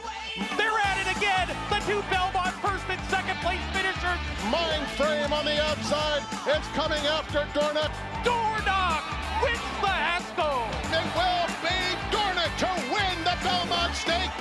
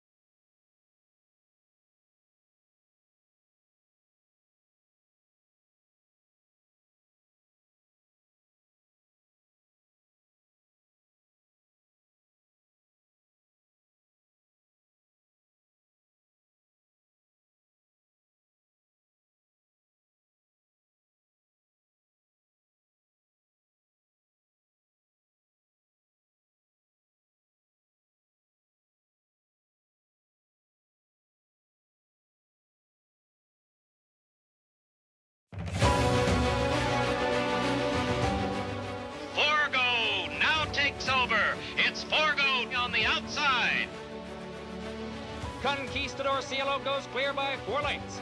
But Conquistador Cielo is in front. Gulch on the outside, and Gulch gets the lead. They race to the wire. Gulch, the 3-year-old, has the lead. Criminal Type on the outside gets the lead. Housebuster on the rail, coming on again. Those 2 to the wire. But it's Holy Bull, hand ridden by Mike Smith, and he'll go on to a magnificent Met Mile. Ghost Zapper has just run 3/4 in 108 and 2, and they're pulling away. They're pulling away to a 5-length lead. Frosted has gone on by, and he has exploded.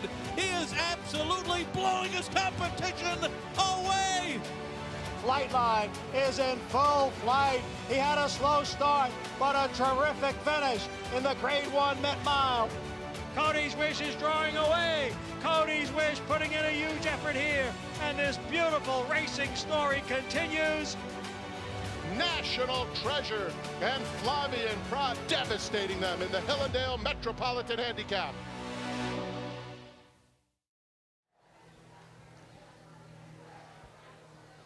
In just thrilling renditions of the Hillendale Metropolitan Mile, and I wanted to make sure that we got in the Ford Ogden Phipps. I apologize for that, but this year's edition of the Met Mile, I mean, it's going to include Fierceness and a horse named White Abario as well. And we're also going to have Raging Torrent. It's a very good field. It's always a really good field, and this is the kind of stallion maker, and this was his last race. Wow, he looked good. Fierceness has been very good since his Jim Dandy, his Travers, his Breeders' Cup Classic, where he was second when he ran an outstanding race, and then his comeback race here in the Ali Sheba, where he was sensational. There were good horses behind him, and he ran a very, very fast number in his comeback race. He's built for this type of race. The Met Mile is a stallion creator. It is a race in which speed and stamina are what make this thing go, and he's got all of those things. He broke the track record that day. Now, White Abario in the Ghost Zapper kind of got back into form, and he's going to be the main competition. Yeah, White Abario is another one. When he shows up and runs his A race, he's tough to beat. You saw it in the Pegasus. You saw it in the Breeders' Cup Classic a few years ago. He can sometimes be a little in and out, but he seems like he's in one of those in phases, and that's why this is one of the races I'm the most excited about seeing, with Fierceness and White Abario hooking up. Yeah, and I think a lot of people are forgetting about another horse in there, Raging Torrent, who won the Godolphin Mile, Maggie, and a horse for Doug O'Neill that's been really, really good. Has run some big races for Doug, and I know when they went out to the Godolphin Mile, they weren't expecting that kind of performance, but he got the job done. He did, and a horse that looked as though, going back to last year, Paul, was more of a sprinter, but he has said, no, I want a little bit more ground to work with, and his speed has proven to be deadly. Already a Grade 1 winner at the 7 furlong distance, taking down the Malibu in his last start as a 3-year-old. The son of Maximus Mischief really showing and strutting his stuff here over in Maidan to get the win. Hard-fought victory, but just a really gutsy performance. And he's a kind of a horse that just throws it all on the line and runs fast and hard the entire way. I love these types, as he is part of what is a short type of field. Now, yes, the matchup, the headlining matchup, is White Abario versus Fierceness, but let's not forget these up-and-comers like Raging Torrent or Just a Touch, as you were mentioning, Paul. I think, you know, there's really kind of match races within the race between some of these horses, and Raging Torrent, he's looking to possibly take them the whole way. Yeah, he's a dangerous horse, a West Coast horse that is very dangerous. And Maggie makes a good point. Just a Touch is in, no pun intended, raging form.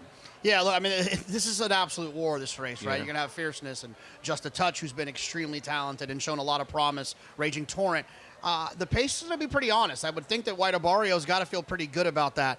I am just a card-carrying member of the Fierceness fan club, and it's very hard for me to get past him. I think he's brilliant when he shows up, and he has shown up in 4 races in a row.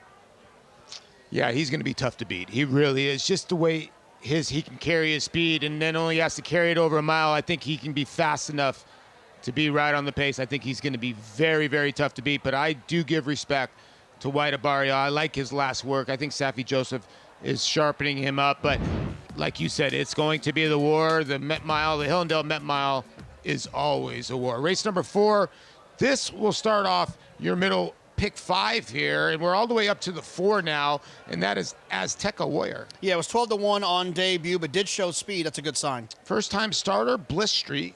Yeah, connection's only 4% with first-time starters, 5 for 114. Colts Next Stable sends out a pricey little $250,000 purchase here, booted up. Yeah, it's a little sneaky with the always prominent Candy Ride sire. Yeah, right. And then single-minded, this one for Chad Brown, off the, going from turf to dirt, putting on blinkers. This just feels like slow, right? No pace early, debuted at 5-1, long on the grass, now puts blinkers on and cutting back. Feels like Chad's still trying to work this one out a little bit, and that horse can win, but at 8-5, I'll look elsewhere. Yeah, I'm kind of with you. I think the one, Bob Moe, is going to be really tough in here. The one in here at 7-5 with Chantal Southern, I think if she's aggressive, horse is going to be very tough. And if I look at the fixed odds, it looks like the one's going to be a slight favorite here over the 8. 8 is taking a lot of action here with single-minded. And we'll take a look at Bob Moe. Is raced in December at Gulfstream, and this race would win this race by many. Oh, absolutely, yeah. I mean, this horse, this is at 7 furlongs as well. Cutting back to the 6 furlongs, you think he'd be even more dominant.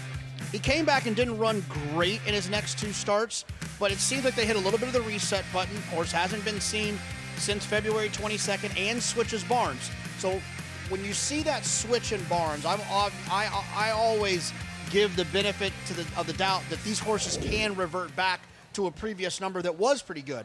And so a lot of times you'll see a back number and a horse go the wrong direction, but nothing's changed. There's been no difference. There's been no time off. There's been no change in trainer. It's hard for me to get creative for them to find that previous performance. This horse doesn't give me that issue because of the trainer change. Yeah, I'm with you. I think the 2 nice little works coming in. Here's the 8, the Kolarovich Charge here, single-minded. Now, Bullet works at pace, and those obviously are with the blinkers on. Now the horse did have a couple works at Monmouth Park. The sire win has actually been pretty good. He's 17% dirt sire, so I don't know what that equates to. Is this Chad Brown money? Because I'm kind of like you. I thought the 1 would be about 4-5, 3-5 in here. Yeah, I mean, Chad Brown is Chad Brown because he doesn't often make this mistake of which surface a horse wants to be on. And I think that the fact that he debuted this horse going a mile at 5-1, which is chilly for a Chad Brown first-time starter, the horse showed no early speed and then shows up back here, adding blinkers, switching to the dirt, and cutting back. To me seems like Chad's just trying to figure this one out. Maybe this one's just been a little bit tricky to figure out, and I don't it's not that I don't think the horse can win, but at a short price I would just prefer elsewhere, considering the fact that there is so many unknowns. Maggie, we need a little help. How's the 1 Bob Moe look? Yeah, I think, like you guys, Bob Moe is the horse to beat in here, as he'll make his first start for trainer Jorge Delgado, and he'll turn back in distance, which I think is essential for this son of Uncle Mo, who is actually more shorter coupled, has that shorter back, just much more indicative of a sprinting type, as he is your 6-5 current favorite. He's dappled head to toe. He's really focused, laser kind of sharp, not sharp in a fizzy type of way, but just let's get out there and do this thing, as he is one that has had speed when going the 7 furlongs. We'll see if he's quick enough to be forwardly placed here going the 6, but honestly, he looks like much the horse to beat. Moving on to the other Jorge Delgado horse, that is coming from Will Rogers Downs, and he did. He ran well on debut, though it came back a slow figure and slow race, as one would expect. He just acted still very green, screaming, not tuned in, and he was green in his debut because he blew the brake from the inside and then he rushed up. He showed some grittiness, showed some gameness to still hang on for second after expending that energy trying to get to the lead, and the winner ultimately coming from last. He's one I'm going to watch with curiosity. I like his physical, but again, mentally, he just didn't strike me as one that was ready to really put forth his best effort. And then taking a lot of money is the horse going from turf to dirt, single-minded. they'll put blinkers on this son of Win Win Win, whose progeny is best sprinting on the dirt. And physically, yes, I do like the cutback in distance. He does have a bit of a turf hoof on him.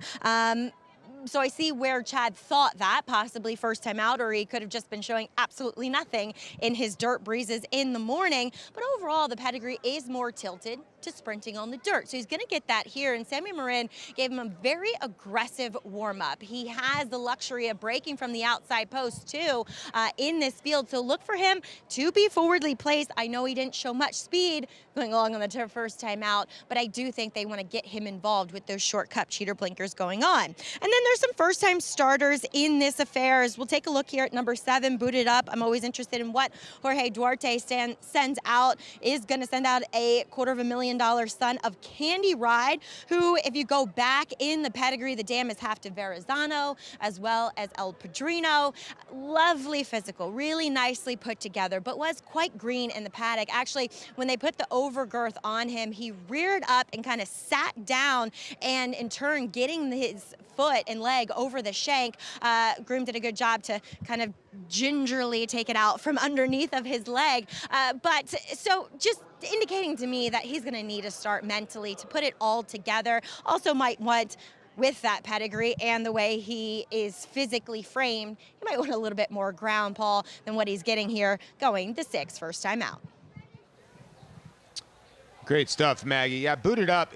If you're not familiar, Colts Net Stable is about 15 miles from here. They have their own training track, so that's where this horse has been training. So really tough to gauge at 7, so that's great information there by Maggie as they load up in the gate. It looks like the one, or getting to load, it looks like the one's going to end up being your favorite here, slightly over the 8 here, Bob Moe.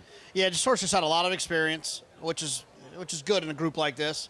It's drawn well for the intent of what I would like to see happen with Bob Moe, is to send away from there and make the other horses chase you. You have that experience, you have that foundation, you have that speed. Go ahead and use it as a weapon in here. Very similar to what I hope we see with Rodriguez next Saturday in the Belmont Stakes. You see the favorite's going to load here, and I'm with Jonathan. I think you push the button early and try to outfoot the 4. You know, Maggie made a good point with the 4. Did show speed, but at a lower racetrack in Will Rogers. But Jorge Delgado does take over the training as the 2's going to load here. We got a couple more left to load. Good luck to start your pick 5s here. Good luck if you're alive in some pick 3s or the early pick 5. Let's go to Matt Dinnerman for the call and the rest of the load of race number 4 here from the Jersey Shore. Bliss Street, post 5.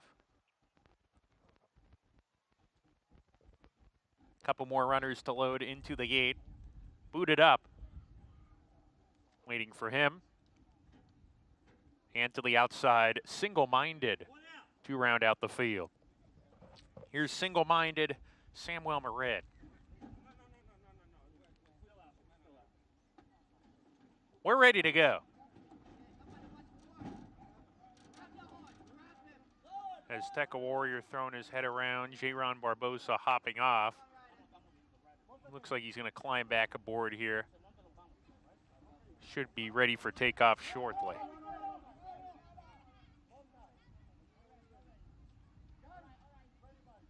Looks like we're already down. And they're off.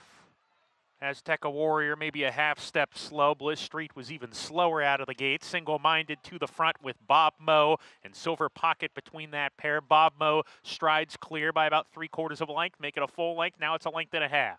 Silver Pocket second, Single-minded to the outside of him. A length and a half back to Azteca Warrior. Another 4 lengths more to Bliss Street. And Booted Up has been out sprinted in the early stages. Approaching the far turn, the favorite, Bob Moe, says, come and catch me if you can. Into the turn, he's 2 lengths clear of Single-minded, who's making up ground without being asked. On the tail of that leader as they round the far turn. Azteca Warrior sent along now. He's third, just 2 off the lead, trying to advance position in the 3 path. Silver Pocket is given way. He's done. His stablemate Bliss Street is 7 lengths behind with him. Gap of 4 to Booted Up as they come to the top of the lane, and Bob Moe lost the lead to Single-minded, who just went right by him.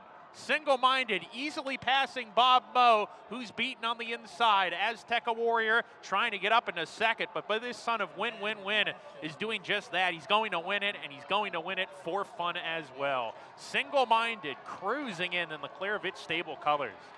Booted Up was so far behind early. Didn't get up for second, but he came on late. Bobo held second. Booted Up was third. Azteca Warrior fourth. Play against Chad Brown at your own peril. I mean, when the horse broke almost on top and the one had to rush to the lead, kind of knew the one was a little bit in the trouble. Look at the 7 on the gallop out. Horse that Maggie said you need to watch out for maybe a little bit later on in his couple races, but no doubt about the winner here. Yeah, I mean, Chad obviously learned something about him when he tried him on the turf, found out that's not where he wanted to be, put the blinkers on him, learned something about him there, and realized that going a little bit shorter was going to be better. I think in the long run, playing against short-price horses that have that profile, you'll probably be better off. But like you said, playing against Chad, playing Chad anywhere, playing against Paco here, it's a tough game. It's a tough game to play. Yeah, it ends up being your second choice here at 6-5 as your favorite. The 1 went off at 4-5 and then Booted Up to 7, who really ran on well late for Colts Next Stable's got to be happy with that run. But here's a little ISO look of the Klarovich Silks as a hand ride by Sammy Morin all the way to the wire.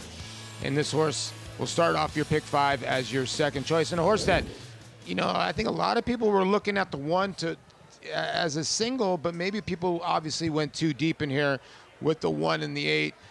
They just look like the 2 best horses in here. And a colt now that, with that race, I would think bigger and better things on the dirt. Yeah, I mean, the one didn't have an excuse either. I thought the horse got everything that you wanted if you liked the 1. I was very satisfied with where he was early. But, yeah, you're right. The 8, it seems like has found out where and what he wants to do, which is be around 1 turn with those blinkers on. You got a pretty nice performance out of him here today. And the race is already official. $4.40 on your winner. And you might see those Silks in the winner's circle in the Belmont Festival.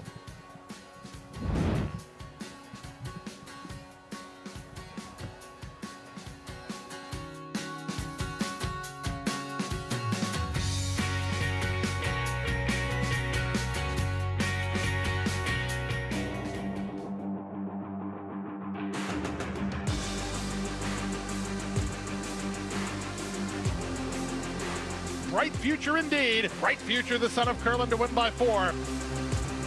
Bright future, Proxy, here's the line. Photo finish, Bright future. Bright future, look at that. Bright future, the clash prevails. Bright future, standing at Claiborne Farm.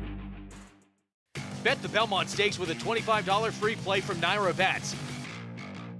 Naira Bets is the official betting app of the Belmont Stakes and is available in most states. Naira Bets makes it easy to get in on the action with streaming HD video, weekly promotions, and a state-of-the-art betting interface. And they're off in the Belmont Stakes. If you're betting the Belmont, your best bet is Naira Bets. Scan now for your free $25 Belmont Stakes bet, plus a $200 bonus for new members with promo code Belmont25.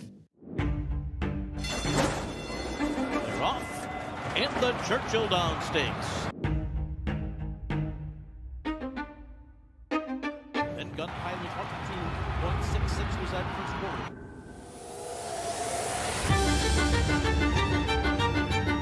But it's Gun Pilot and Christian Torres are going to win the Churchill Downs. Gun Pilot by 2.5 over the wire. Enhance your handicapping with AI Fast Facts, exclusively on Naira Bets. Open your Naira Bets app, click View Runner Details, and a stat-driven fact will appear for all U.S. thoroughbred racehorses. Download the Naira Bets app to start using Fast Facts today. Single-day reserved seats in the Clubhouse Grandstand and Michelob Ultra Stretch are on sale now. Plus, book your single-day tables in the Miller Time 4-Star Dave, Pick 6 Vodka Picnic Paddock, and Surfside Tailgate. Secure your seats at Naira.com/Saratoga.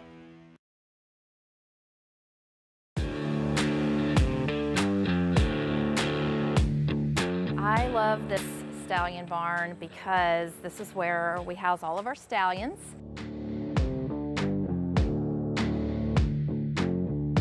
And it's a favorite amongst everyone that comes on tour because they get to meet and greet some of their favorite horses that they saw race or are fans of their progeny. So this is Midnight Lou.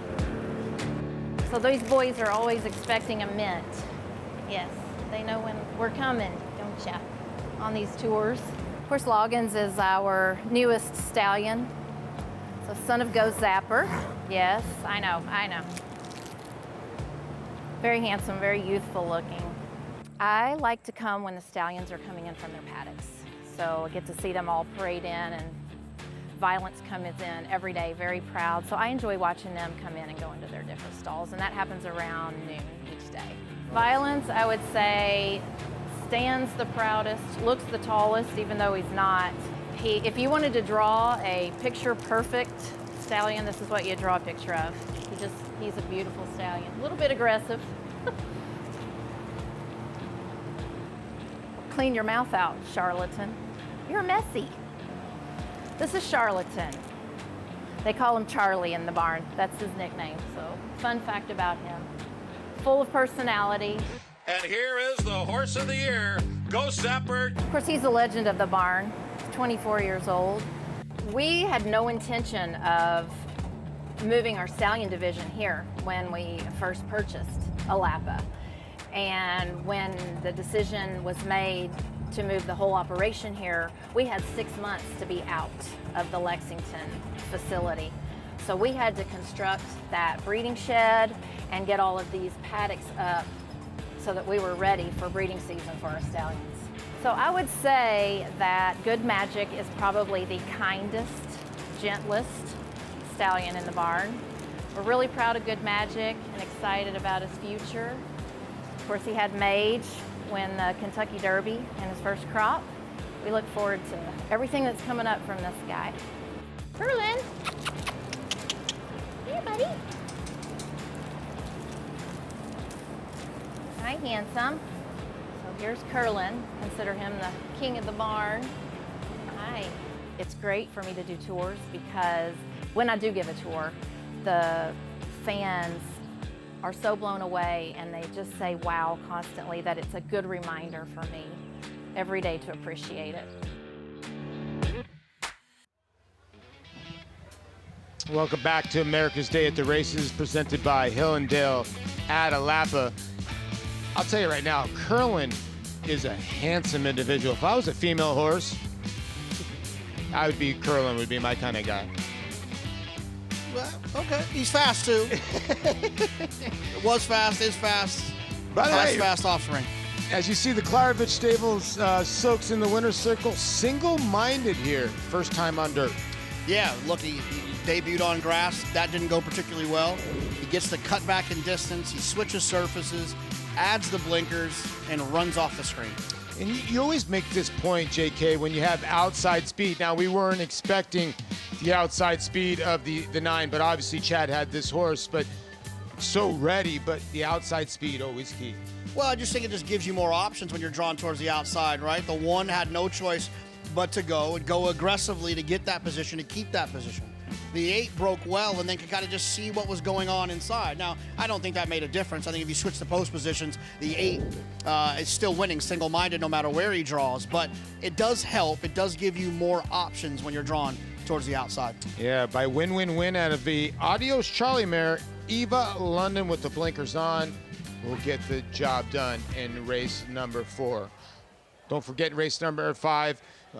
It starts, if I'm not mistaken, a 50-cent pick 4. So there's so many different wagering opportunities here at Monmouth Park. Scratch the 1, scratch the 5, scratch the 7. The also eligibles were the 10 and 11. This race is on the turf for 12-5 claimers. I thought a wide open race. Yeah, wide open. You get the 2-horse Fatima's Blessing with Paco Lopez again, drawn towards the inside.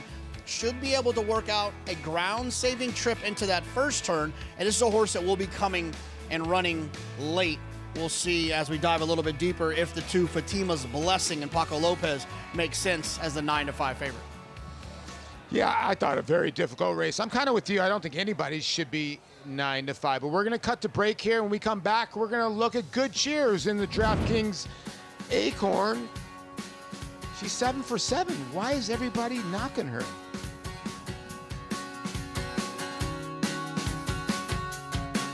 McMahon of Saratoga Thoroughbreds, proudly standing 4-time champion New York sire Central Banker, sire of multiple stakes winner Bank Frenzy. Now Bank Frenzy means business and he'll win the Haynesfield. Also standing Salamini, sire of Grade 2 winner Winstock, and 7-time stake horse Doc Sullivan. Doc Sullivan dominates to Mike Lee. And Provocateur, the only Grade 1 son of Into Mischief standing in New York, half-brother to Wood Memorial winner Rodriguez. At McMahon of Saratoga Thoroughbreds, New York stallions that deliver.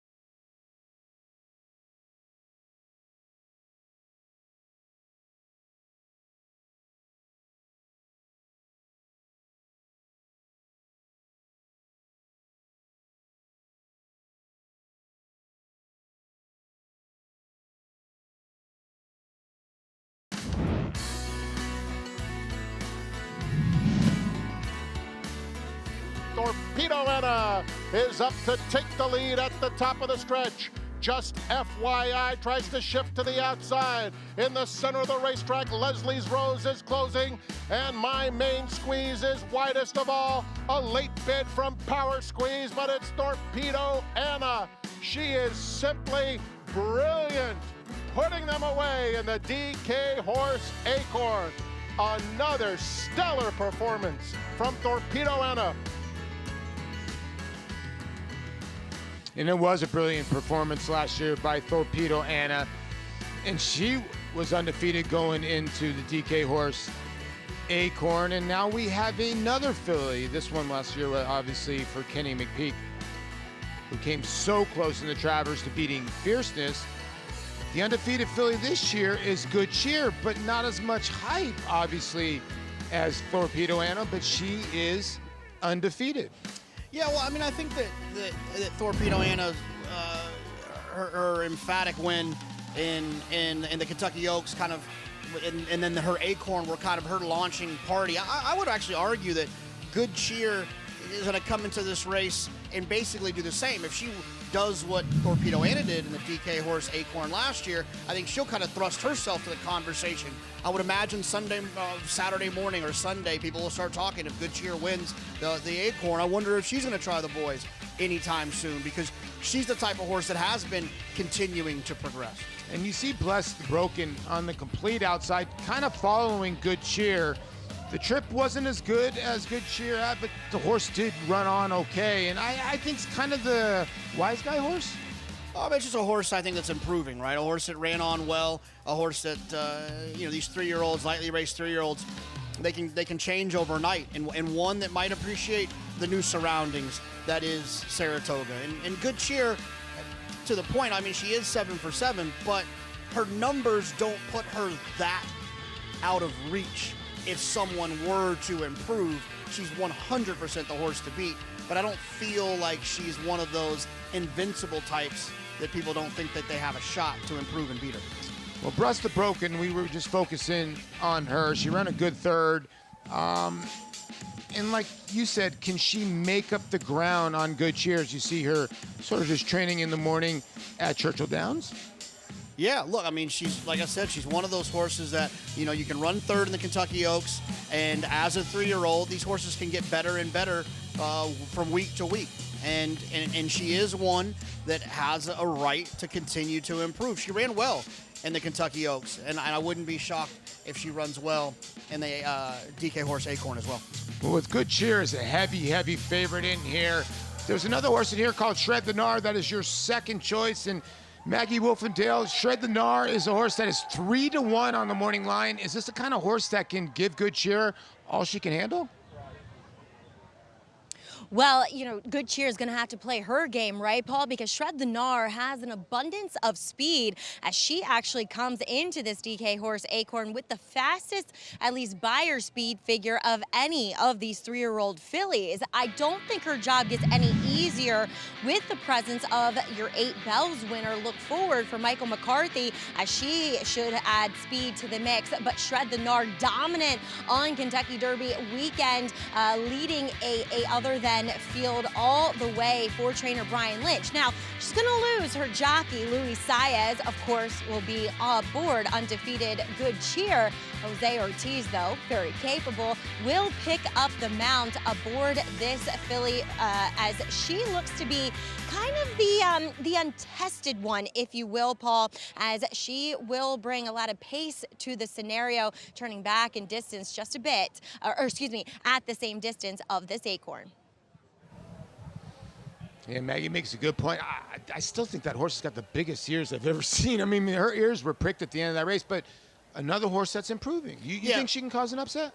She's got some tactical speed, and that's always a weapon that can be dangerous in these types of races. But I think she's going to have to take a significant step forward to beat a horse like Good Cheer. Although Good Cheer, like I said, is not one of those overly dominant 3-year-old fillies in terms of her numbers and how far she separates from the others. She has continued to progress, and there's something about always finding a way to win in 7 career starts. Yeah, that is true. When you're 7 for 7, you're obviously doing something right. But we got to get back to the main event, the Belmont Stakes.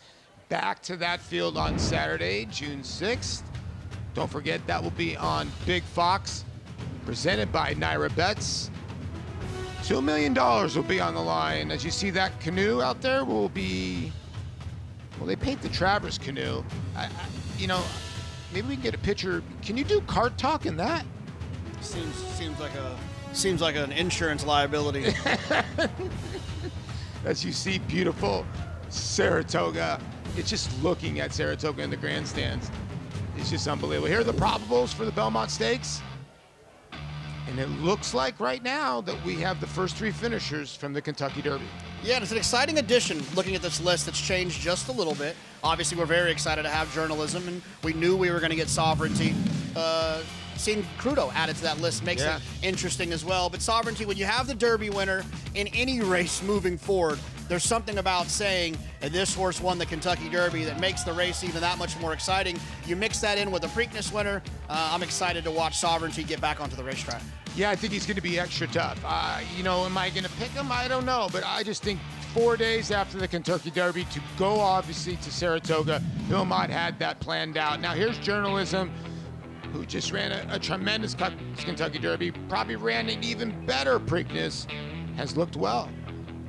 He has looked well, and he looked well this morning, and Michael McCarthy's had this quiet, subtle confidence about him throughout this entire Triple Crown run, leading up to the Kentucky Derby and the weeks leading up to the Preakness, and even since. He just kept it close to his vest, wanted to see the work today before he made his final announcement, but very quickly after that work, which to my eye was pretty impressive, they made the announcement that he will be running in his 3rd Triple Crown race of the season, the Belmont Stakes.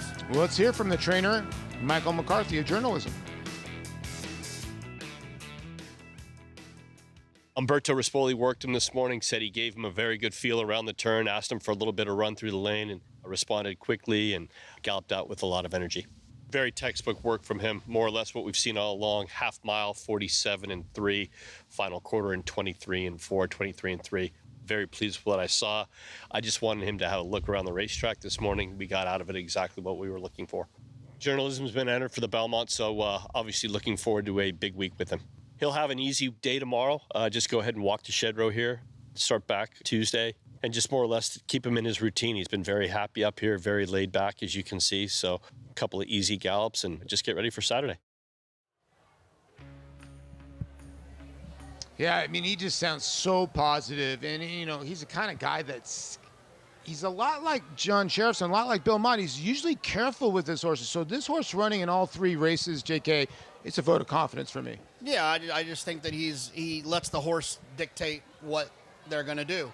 And if he's got a fit, happy, fast horse that wants to participate and is willing to participate in all 3 legs of the Triple Crown, then Michael McCarthy's going to pop him in there, and that's exactly what he's doing. Yeah, and you know what, Maggie? When you talk about Bob Baffert, he's always in the mix, and he might have the fastest horse in the race, at least early, and that's Rodriguez. Yeah, that's right. We'll see when they ultimately put the PPs out. As you were mentioning earlier, Paul, where Rodriguez draws, I think is crucial to how this race could play out. Now, just yesterday, we felt as though he was the clear-cut lone speed, but it sounds like Todd Pletcher putting Crudo in this race too, which could add a little bit more speed to the party. But Rodriguez, meant to run in the Kentucky Derby, had to scratch because of the foot issue. Same case again for the Preakness, but those 2 legs laden with speed horses. Now he's in a race where it doesn't contain that many speed. At least the most talented horses in there have the same running style as deep closers. Taking a look here at Rodriguez with Mike Smith aboard, the Hall of Famer, he said after this race, I just did not get in this horse's way. He does not want to be taken hold of. He does not want anybody to interfere with him, and that's allowed him to get into this nice rhythm, to control his breathing well. If you watch his workouts, Bob Baffert never puts him in company because he feels as though it turns this horse on too much, and naturally he is a good workhorse, as we've seen him tuning up at Santa Anita with aplomb, really, really working well.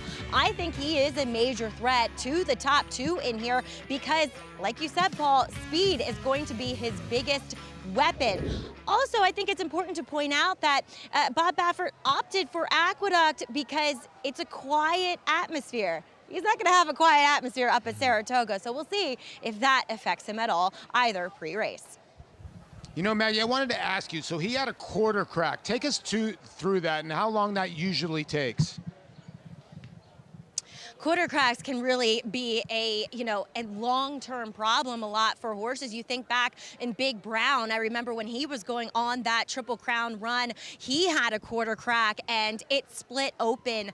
So a quarter crack is around a horse's basically cornet band, where in layman's terms, it's where their hair kind of meets their hoof. And it's a very delicate part of a horse's foot that does take a long time to heal, because you think about it, horses are on their feet for most of their lives. They very rarely lay down to sleep. So that's a lot of pressure on that part. And you can't really, suture it. You can't really do much to it other than just allow time for it to heal. So they've done that, and hopefully Rodriguez is over it. Paul.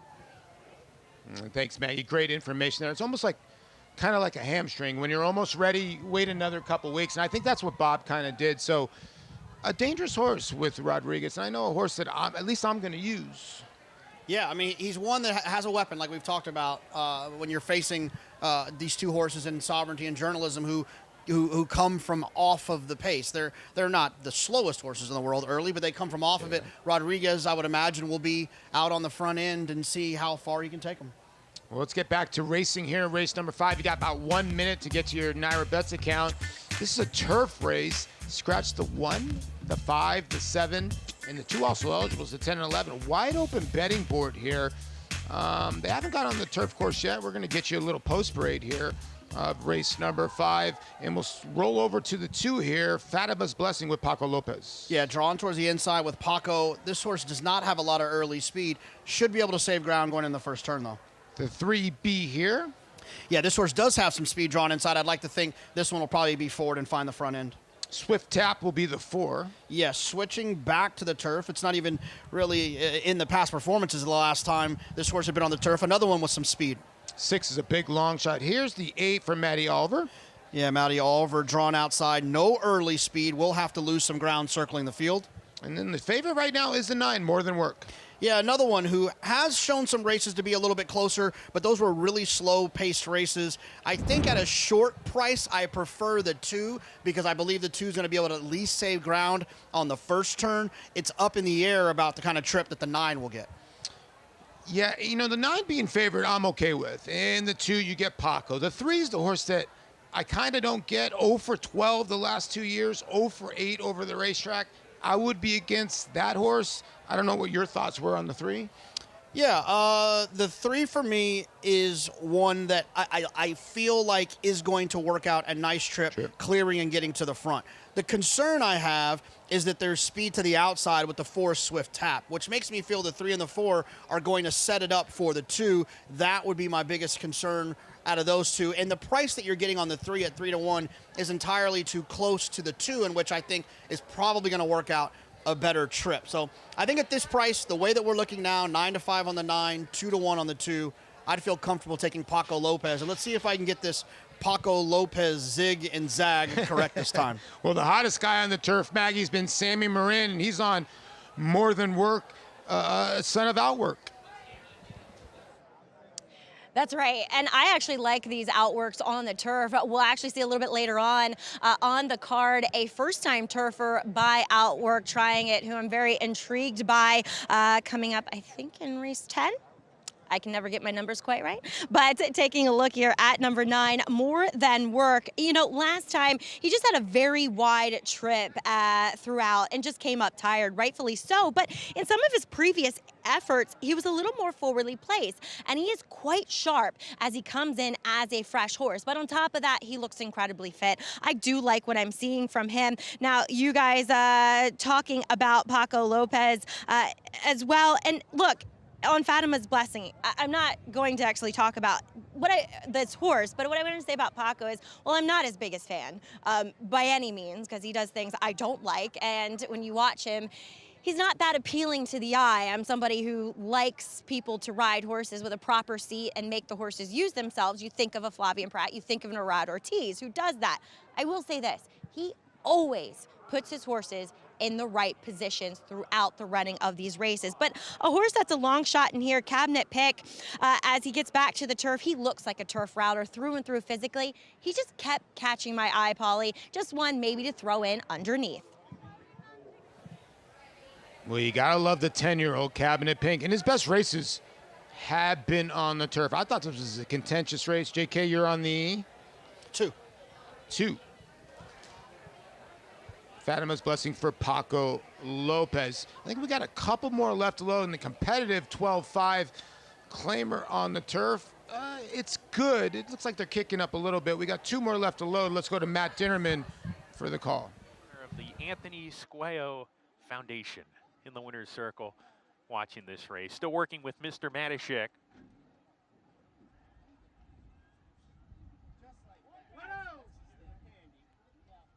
And to the outside, More Than Work.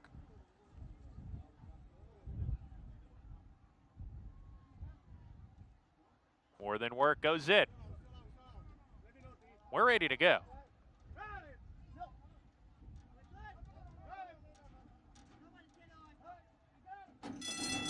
And Laroff. Be Here got squeezed pretty badly at the break and drops to the rear after that. He usually likes to be close to the pace, so not a good go for him based on his running style, especially. On the lead from the far outside, it's More Than Work, and he clears off with the ears pricked. Appears to be doing it nicely in the first furlong here. Swift Tap taking second. Fatima's Blessing is third as they corner into the turn. Cabinet Pick parked deep as they corner. Be Here passing Mr. Matashek, who's at the back of the field, 6 lengths off the pace being held by More Than Work, who leads the way under Samuel Marin. A length and a half in front of Swift Tap, who's running in the second spot. Cabinet Pick 3 wide on the course, a little bit eager, tugging a bit, taking third with Fatima's Blessing. Then Be Here the gray, he's 4 lengths off the pace, 2 clear of Mr. Matashek, who's still 6th and last. Down the backstretch they go. More Than Work had an easy time of it for the first quarter mile. Now he's got company. They're turning up the pressure here. Swift Tap, he's between horses. Cabinet Pick stays in the 3-wide path. And these three are within a half length of one another. Going into the turn, it's still More Than Work who's got the lead and starts to open up a length once again. So he's clear with 3 furlongs to go and goes for home while doing it well here. Fatima's Blessing finds daylight on the inside, comes charging and takes the second position away from Swift Tap, who weakens. Cabinet Pick not going to get it done. Mr. Matashek riding the rail, trying to get to the front runner from last. B here got caught deep in the swing off the corner. More Than Work in front, but Fatima's Blessing, he's on the wrong lead. He's bearing down, trying to get past this front runner. More Than Work. Fatima's Blessing on the outside, a neck behind. Now he's a nose behind. Fatima's Blessing now takes the lead. Fatima's Blessing wins it. More Than Work, second best. Third home was B here. Mr. Matashek was next. 2-9-3, Jonathan, another winner here. Paco Lopez and Mike Deeney get the job done. Yeah, it's a great ride by Paco. He was able to save ground on both turns, which was the difference he needed. If he goes around one other horse, if he ends up in the 2-path on the first turn or the second turn, he doesn't have what he needs to get this last little half a length jump. When he found himself in front of the 3 early, you had known that he had broke well and he had got himself into a great position for a horse that wants to come from off of it. That was a textbook turf ride, sitting inside, saving ground, going around one horse and getting the victory. Yeah, the 9 ran valiantly, had it his own way on the front end. The 3 got left in the gate B here. I thought ran a courageous race to be third, but Fatima's Blessing will get the job done at 5-2 as your even money choice will run second. And your third choice will run third. So the public had it right here, the 8 at 11-1 with Matty Oliver. They actually finished up pretty good in 136-2. So, by the way, at 3 o'clock Eastern time, we're going to switch over to FS1. So my question to you, Jonathan, is who are you most excited to see? Yeah, I mean, now that it's official, I think that I'm excited to see Journalism and Sovereignty get in the gate. I think that's the ultimate idea here. Yeah, the Met Mile is going to be great. Yes, I love She Feels Pretty. The Woody Stevens is going to be exciting. They're all going to be great. But there's something about a Derby winner and a Preakness winner getting in the gate at the Belmont Stakes. I'm with you. I don't think I've ever seen a Derby winner and a Preakness winner. To me, they're not locks. I think Baeza and Rodriguez are 2 horses that could beat both of them, which is kind of crazy. If Baeza can win this race, and you have 3 different winners of the Triple Crown, of the Jewels, and they all ran 1, 2, 3, I mean, it'd be unbelievable. I do think it's going to be tough to beat Journalism or Sovereignty, but there is ability with those other 2 horses. I think it's an absolutely loaded field. We've talked about the Met Mile, but you're right. The rest of the races are just phenomenal. We'll get to the Monmouth Winner's Circle here as Fatima's Blessing gets the job done here. Gelding by Marshside out of a Mingan bred, the New York bred here gets the job done. Yeah, it was a great ride by Paco. I mean, he saved ground on both turns, tipped out, went around one horse. When you look up turf rides in the dictionary, it looks exactly like what Paco just turned in. And I fibbed a little bit. FS1's going to join us in about 10 minutes. As you see, the pick 4, $139. If you had that exacta, about 9-1, not too bad. That's Fatima's Blessing. And I'll tell you right now, the guy to my left is on fire. His name is Jonathan Kinchin. And if you had that pick 5, $467.50. We still got plenty of action to come to from Oceanport, New Jersey here, but we're going to say goodbye to you as of right now. Like I said, we'll be back on FS1 in just a little bit to bring you some more racing. And a way better host, Lafitte Pincaya, will be right here.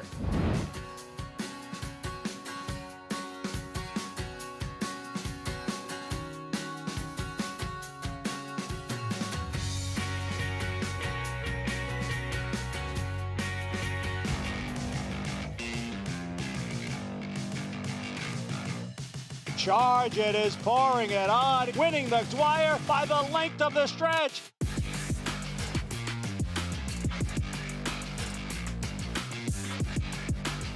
Charge It wins it convincingly in this Grade 2 Suburban.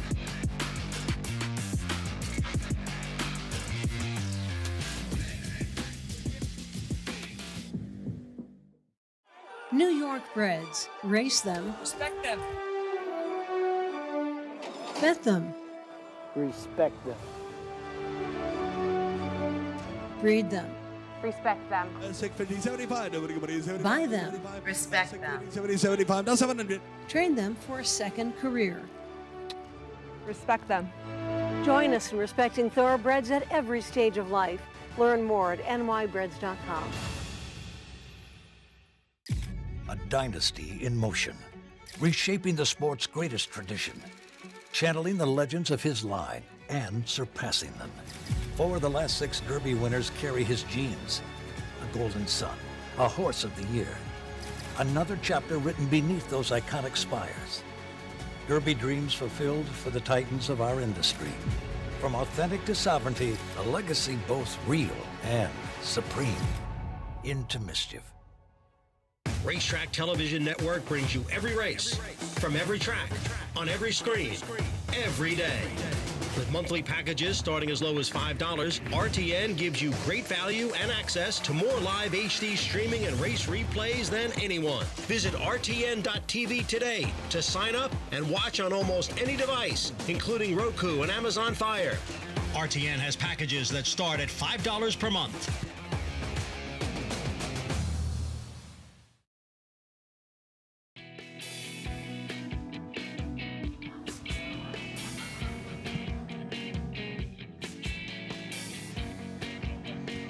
Changing on the fly, still with our viewers on Fox Sports 2.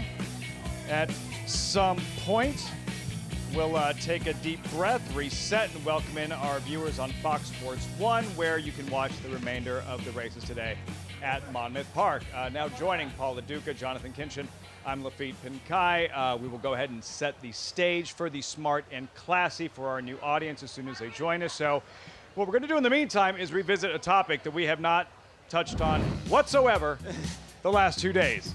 The 157th running of the Belmont Stakes. The probables, Acacia will handle draw duty tomorrow and figuring out where everybody will be breaking from in this 1.25-mile Belmont Stakes at Saratoga. If the post mattered, Jonathan, for one horse that the post mattered for, who might that be? I mean, I guess Rodriguez, but I don't think Bob wants to draw the rail. I think he'd want to just draw somewhere where he can pop out of there and conveniently and comfortably find the front. Probably not the far outside because there's not really any other speed. So I guess that probably matters the most for Rodriguez. Would you rather be inside or outside of Crudo if you're Rodriguez? Outside, I would think. Crudo, it sounds like his presence to make the task of Rodriguez trying to wire very front from Jump Street a little bit more difficult with the speed he does bring to the party. So again, we'll be joined by our FS1 audience in just a moment, but also we have on-site coverage naturally at Saratoga with Acacia Clement and Richie Migliori. Guys, at this time tomorrow evening, I imagine, or somewhere about this time, we'll know how it's all going to look and how the field is going to look with the post positions for this 157th Belmont Stakes. Yeah, Lafitte, it's exciting. Horses enter today, so we'll know kind of how the races will be shaping up. We'll do the post position draw for the Belmont Stakes itself tomorrow, 5 p.m. Looking forward to that as well. But, you know, I think Lafitte, Richie brought up a really intriguing question with the presence of Crudo, kind of a later developing late entrant. How does that change the potential pace scenario, especially given where Rodriguez might draw? He drew the rail in the Wood Memorial. Well, I think it changes the complexion of the race completely because it truly looked like Rodriguez was lone and controlling speed. So now suddenly post positions are becoming more important, right? Where Crudo draws in comparison to where Rodriguez draws. And usually when I was drawn inside another speed, it kind of simplified things. I'm going to go forward and I'm going to, try for the lead and try to make you adjust around my game plan. But going 1.25 miles, a horse like Crudo who has sprint type speed, it really changes the complexion of the pace dynamic in this race. Where do you think the ideal draw for Rodriguez would be? Would it be inside or outside of Crudo? Well, you know, if Rodriguez can sit off a horse, and he has when they forced him to, I would say outside of him, because that gives him the opportunity to just, okay, we've got a long run from the 8th pole to the first turn. Let me see how it plays out. It gives Mike an opportunity to break, look over, and see how he broke. But if you have the rail too, now you're basically saying, this is what I'm doing, and I'm going forward. So personally, if I was on Rodriguez, I'd prefer to be outside of him. See how the draw does shake out. As mentioned, intriguing speed conversation with the presence of Crudo. But of course, a lot of eyes will be on the Kentucky Derby winner. Sovereignty had his final work this morning over on the Oklahoma training track. Richie, I was there to watch it. Belmont ponied him out. And the way this horse has been training since the Kentucky Derby, we saw a change before the Derby, as he'd never really been a flashy workhorse. He was on his toes. He was touting himself this morning. I was so impressed by how he's come along and how he's changed into the horse he is now. It's really amazing to watch these young horses develop, and they do change in short periods of time. You know, you think about the life of a horse and how accelerated it is compared to humans. So I always compare them to high school athletes when they're 2 turning 3, and then they're college athletes. Well, he's blossomed into a full-blown star quarterback at this point. Yeah, he certainly has. Like I said, just really, really impressed with seeing him on the track this morning. The way that he did it, how professional he was out there too. And he is one with his big closing kick that will be happy to have a little bit more pace in the race. Well, Crudo showing up in there has got to make his camp feel, really good about it, because he is a horse that has a confirmed style. He is a closer, and he was the one that was the hunter in the Kentucky Derby, meaning he was the one tracking journalism, excuse me. And I'm sure they're going to be in close proximity again. I got to tell you, though, obviously he's had 5 weeks from the Derby to the Belmont, and he looks amazing. And his eye, you could tell so much about a horse looking at their eye. There's a clarity and an intelligence that you don't see in everyday horses. And horses, to me, are like people. They have a work ethic, they're lazy, or they're generous. Well, he seems to me like a horse that's just super intelligent, kind of surveys the kingdom around him. But journalism, coming off of, 2 hard races in a row, and the Preakness was a hard race, having to bull his way between horses, looks sensational as well, and has carried his weight. His coat is great, and another very intelligent individual. You also look tremendous working on the main track here at Saratoga this morning as well. Lafitte, it was fun getting a chance to see these big names in their final preparations, and now I'm sure the trainers are going to say it's the old bubble wrap for the next few days until the race. As we get closer and closer, of course, this year the Triple Crown will remain vacant. One of the most difficult achievements in all of sports, only done by 13 horses. Guys, and as exciting as it is to watch a horse win the Derby, win the Preakness, and bid for a Triple Crown, that story's always about one horse. This is a little bit different in the intrigue of a rematch when you have that Triple Crown grudge match at the Belmont Stakes. Yeah, look, I think that we would all kind of prefer the excitement of that opportunity for the 14th Triple Crown winner and having a horse who's done both. But I think the second best thing is having a winner of each leg, then meeting again for that rubber match, as it were, in the Belmont Stakes. So, yeah, we all probably wanted a Triple Crown try, but I'll take what we got. No, it's going to be very interesting. You have the top 3 finishers going to the Belmont Stakes. That's very, very difficult. Very rarely happens. And you have 2 other horses in there, or another horse in there, that can beat them in Rodriguez. So, to me, it's very, very intriguing. But the way Sovereignty and Journalism are training up, Baeza and Rodriguez are both going to have to run, but they both have trainers that know what they're doing. Third and final jewel of the 2025 Triple Crown in 6 days at Saratoga for the 2nd consecutive year on Fox. When we return, there's the scene right there with the canoe. Belmont Stakes, in case we hadn't mentioned, back at the spa with $2 million on the line. The Belmont Stakes only on Fox.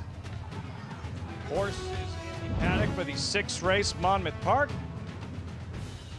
We'll have riders up in a moment. They'll make their way front side post parade, and the 6th of 11 next from the Shore's greatest stretch. Connect, a Grade 1 winning millionaire, making his mark as a sire. with Rattle and Roll. A Grade 1 winning 2-year-old. Graded Stakes winners, Whitwater's Rand. Implicated. And Apple Picker. Connect, a proven sire in the making, standing at Lane's End Farm.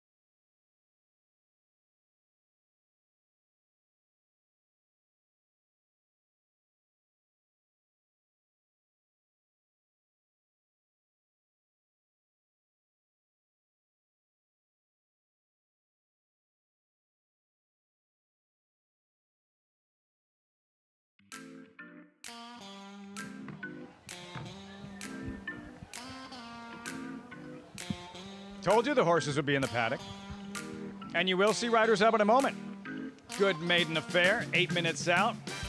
Mile and 70 yards of the main track here at Monmouth Park in Sansone. Odds on 4-5, Jake. Hey, is that a reflection of him and what he's accomplished to this point? Or is that because of who Big Sister was?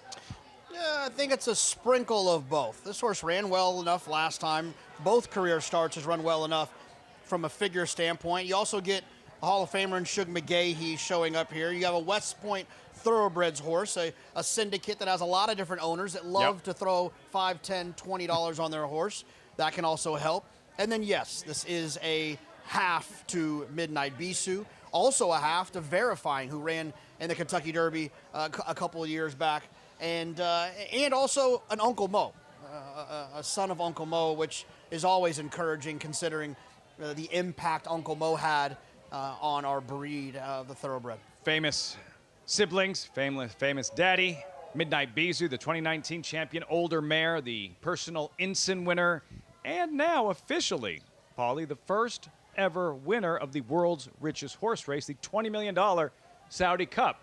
Took a while, but there she is. Yeah, I know, right? Pretty amazing as you see the call to the post. And listen, they paid $1.35 million for the horse. So obviously, you know, because of the siblings, but there has to be some substance here. Now, the last race, he probably should have won. He got shuffled back about 5 or 6 spots. So he probably should have broke his maiden last time. But does that make him break his maiden this time? I thought this was, the 5 is not a slouch in here at all. $1 million call to post. And a standing ovation here as these maidens non-winners, maiden special weight though, 3-year-olds and older. We'll see what Midnight Bisou's little brother looks like on track. Sansone at 4-5, couple of defections, 5 strong in this mile and 70-yard affair. How much of a threat, JK, do you think the colt that gelding Paul just referenced 3% is to Sansone? Yeah, I mean, he's going to have to get a touch faster, but just a touch faster. And then anytime that guy, Paco Lopez, shows up at Monmouth, he's always one that can sometimes overachieve to a certain extent.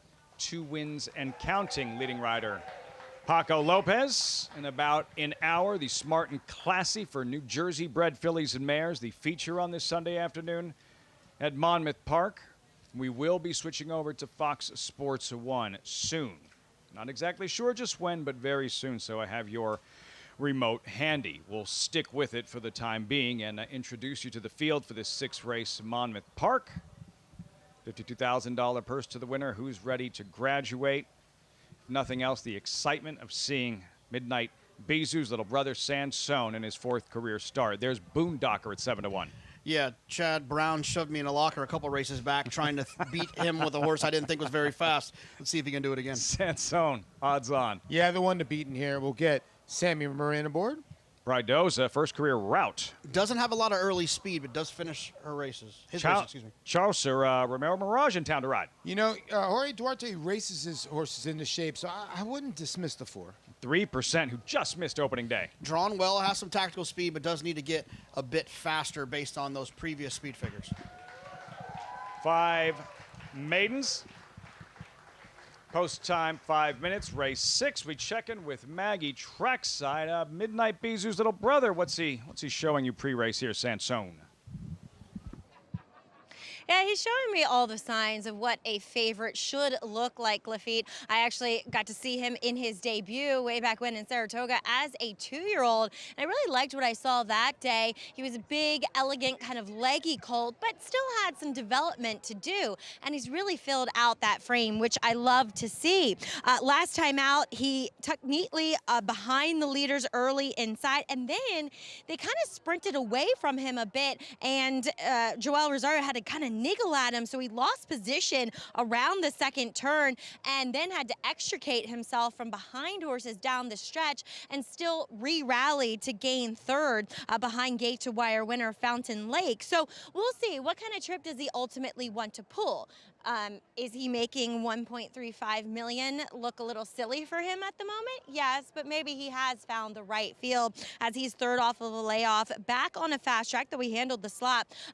Hoping that Sammy Moran can kind of keep him engaged throughout. You know, it seems like he loses some focus in the middle of his races, but does seem to be focused, at least on the racetrack, little sassiness out on the track at the moment, but still getting a good warm-up as we'll check in with the horse coming back off of a layoff. The Boondockers, Chad Brown entered him as an MTO first time out at Saratoga, and I wrote in my notes, weirdly has a turf hoof, so Chad says no, he's definitely a dirt horse, Maggie, though he ran deplorably in his first start. But he comes back with a full makeover, first-time Lasix, gets those short cup cheater blinkers on, and returns as a gelding. As he was running with his head up in the air, he was reluctant to load that day as well, so just doing things wrong out on the racetrack, at least prior to that start and during the running of the race. Well, he's doing everything right today, from the paddock out to the warm-up here with Frankie Pennington aboard.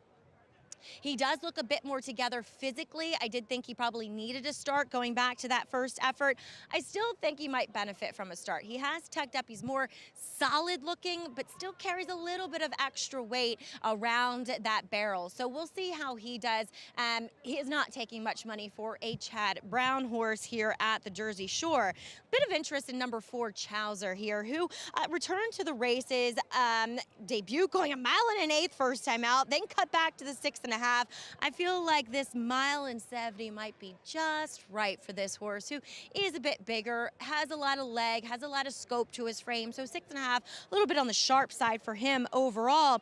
And 2, he still acted like a green horse in the Aqueduct paddock back on April 25th on a day in particular you wanted to be forwardly placed, and the winner protected a Jersey bred, ironically, was. He would come back and win in a Jersey restricted race, bred restricted race, but with only a 62 buyer, so not necessarily flattering the affair, but I do think that it might be an outlier, an apples to oranges type of thing with Chaucer, who just seems much more together mentally, physically, and is now at the right distance, Lafitte.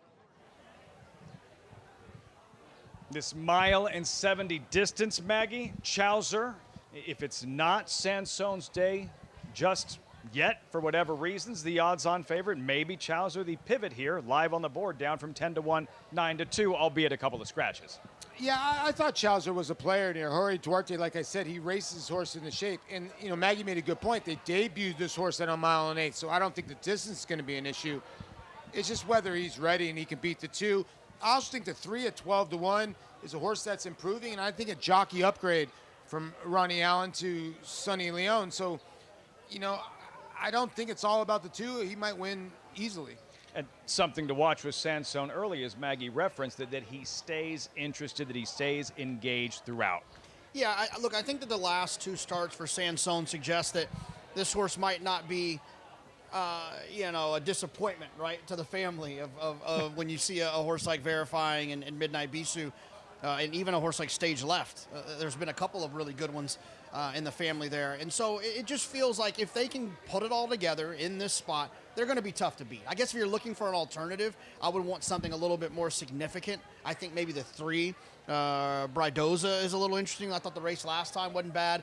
This horse was finishing the race going 7 furlongs, so you'd like to think that a 1.70 miles is within reach, and you're going to get a much bigger price. But I think the 2 is going to be tough in here with those very famous Lanes End Silks. And what about 3% pictured in the black colors, green saddle towel?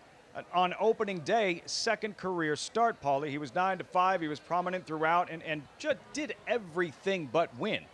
Yeah, he was kind of caught deep. Now, I know it was only a 5-horse field. That worries me a little bit. But the rail was good on that day. But it was on and off the turf. And if you watch, he kind of like spun his wheels in the middle of the racetrack. It always looked like he was going to win the race. He had already gone by the 2 pace setters, but it seemed like the horses in the middle of the racetrack, at least the first couple weekends, were spinning their wheels, and that's what ends up happening here.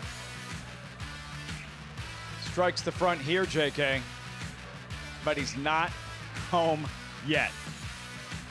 Yeah, I mean, look, you know, you can make the argument that he moved too soon and set it up for the other horse, but I thought he ran really well in here. Just ambush, he ran great. The problem is that he's going to have to get a little bit faster to beat these horses, or something similar could happen to him again. You make that same move, and you get snapped at the wire. 3% Paco Lopez looking for a 3rd win this afternoon. Sansone odds on. Again, waiting to see when we'll be switching over to Fox Sports 1. You will see this 6th race here on Fox Sports 2. So fear not, we're not going to split now. We're not going to split in the middle of the race. You'll see this 6th race at Monmouth Park right here, right now. As they have reached the starting gate, we turn things over to Matt Dinnerman with the load and call race 6, Monmouth, live on Fox Sports 2. And the runners are now loading into the gate. The Boondocker to the inside post goes in. Sansone, post position at number 2. Bridoza, post number 3. 2 back, Chowser, and 3%.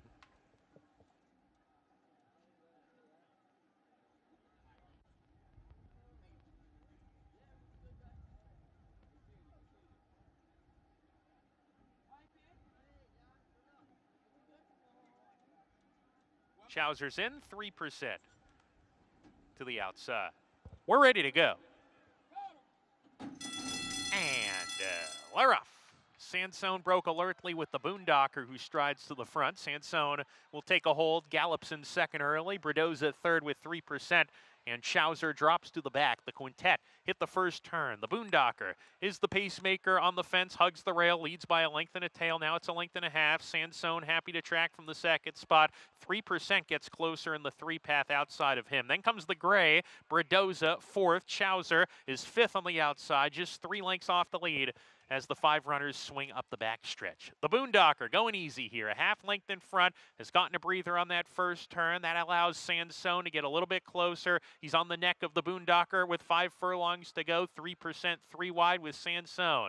Gap of 2, Bridoza and Chowser parked outside of him now, 3 by 2 as they hit the half-mile pole. The Boondocker, 2nd time out for Chad Brown. Frankie Pennington aboard, leads a half length from Sansone. Between horses, nickeled along a little bit. bit by Samuel Marin, and a 3-deep 3% with Paco Lopez sent hard outside of the top 2. Gap of 2.5 to Chowser and Bredoza, who's all in as they round the far turn. The Boondockers sneaking away. The Boondocker putting 2 lengths on the big favorite Sansone, who's under the left-handed stick with 3%. Bredoza next, Chowser at the rear. Top of the lane, the Boondockers trying to steal it. The Boondocker by 3 with 3/16 to go. 3% second, Sansone on the inside third, trying to reclaim second. The Boondocker, furlong to go. He's got a 3-length lead. Here comes Sansone. Now he's finding a second lease of life. The Boondocker still in front though, and the Boondocker goes all the way. Sansone was second. Photo for the Shodo.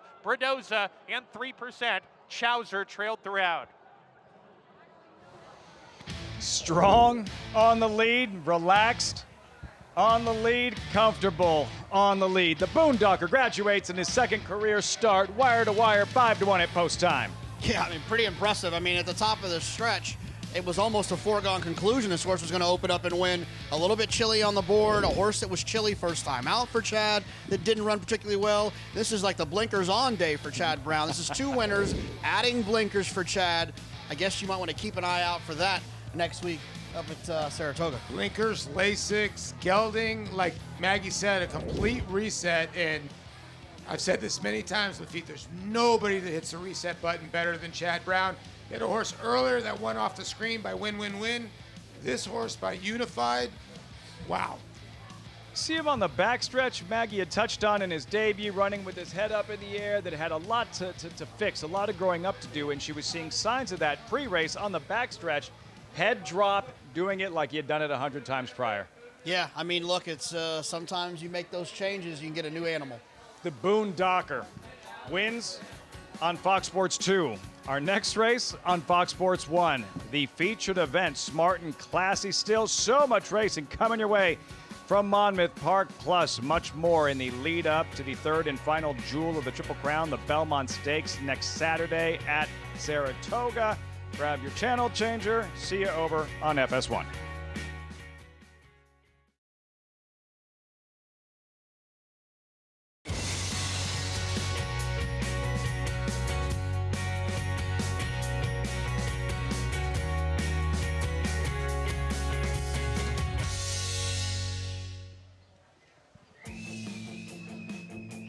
Known as the shore's greatest stretch, Monmouth Park in Oceanport, New Jersey, getting to the teeth of the Sunday program with the main event still ahead.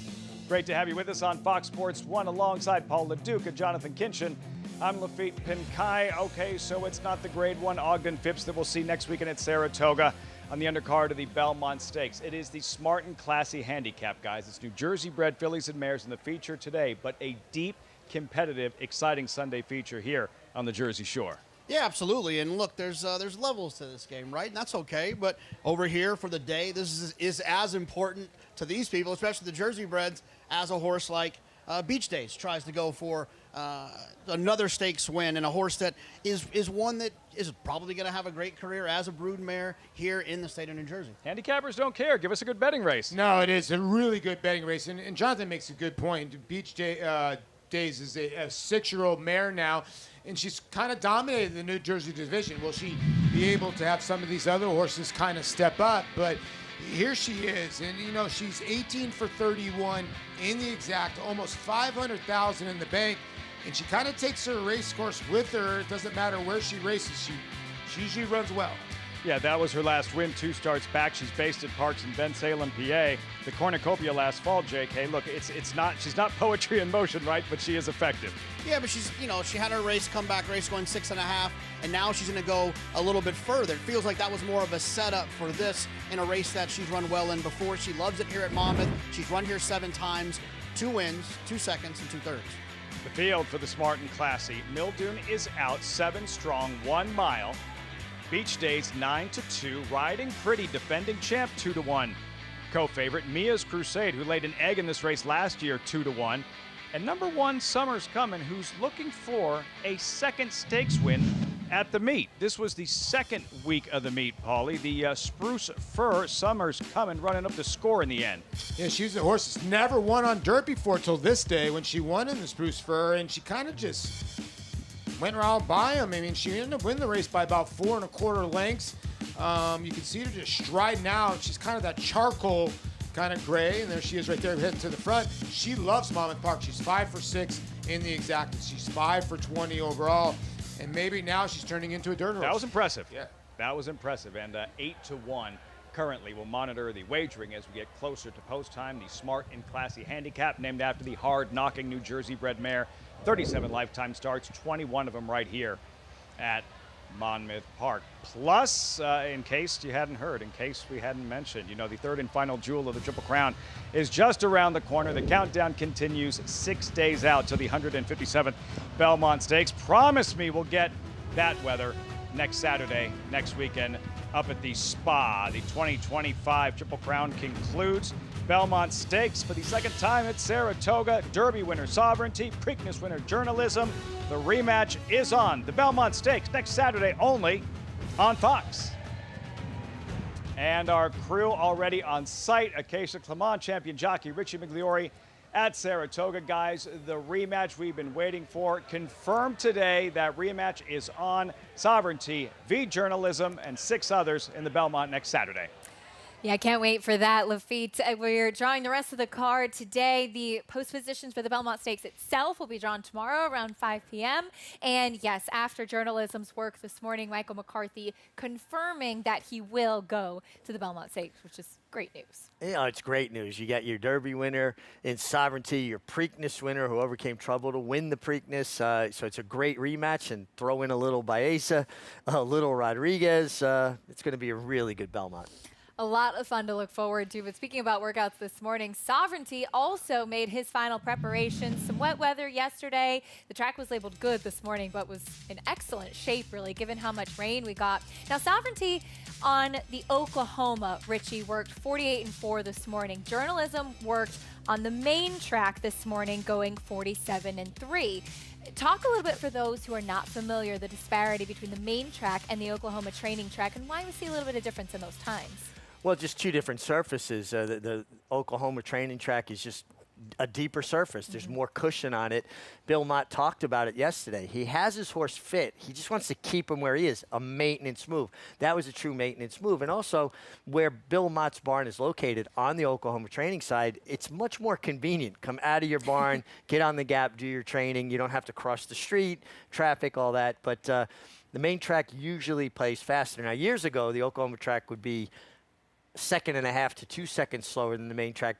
It's not as deep as it once was, but it's still slower time. It's going to yield slower times, I should say, than the main track. Really, really good track to train over and to get horses fit as well. As trainer Bill Mott, he certainly knows how to win the Belmont Stakes and do well in this race. But it's actually been a while since he's hit the board, which is a little bit surprising, looking for his second win in the Belmont Stakes, and this year bringing in the Kentucky Derby winner to try and do just that. Well, he's got a horse that you know is very capable at the 1.25 miles, which is the Belmont Stakes distance, while we're running it here in Saratoga, while Belmont goes over its renovation. I can't wait to see the finished product. It's exciting being over at Belmont and seeing the progress. Listen, Bill Mott, youngest trainer ever inducted into Racing's Hall of Fame. That's all you need to know right there. He was on the pony, leading Sovereignty, to the track to work this morning. I thought he looked sensational, but also great things to say about Journalism, who worked on the main track, as we mentioned. Following this work, Michael McCarthy confirming he will go to the Belmont Stakes. And I think the biggest thing at this stage, Richie, you want to see a horse that continues to carry good condition and good energy. You're really seeing that from this guy. I tell you, Journalism is checking all the boxes. He's got an impeccable stride. The mechanics of his stride are perfect. Gets that little extra extension. It was like a little bounce to his step. Big gallop out, really continued on out. And he's coming off of 2 hard races, the Kentucky Derby and the Preakness, and his weight is terrific, his coat is terrific, and he's training with that energy, that enthusiasm. I love to see a horse that's that hardy, that game, that can compete. You know, the Triple Crown's tough because it's 3 races in 5 weeks. And it feels like Mike McCarthy prepared this horse all along to go through all three. Feels like they thought they had a horse that could actually win all three.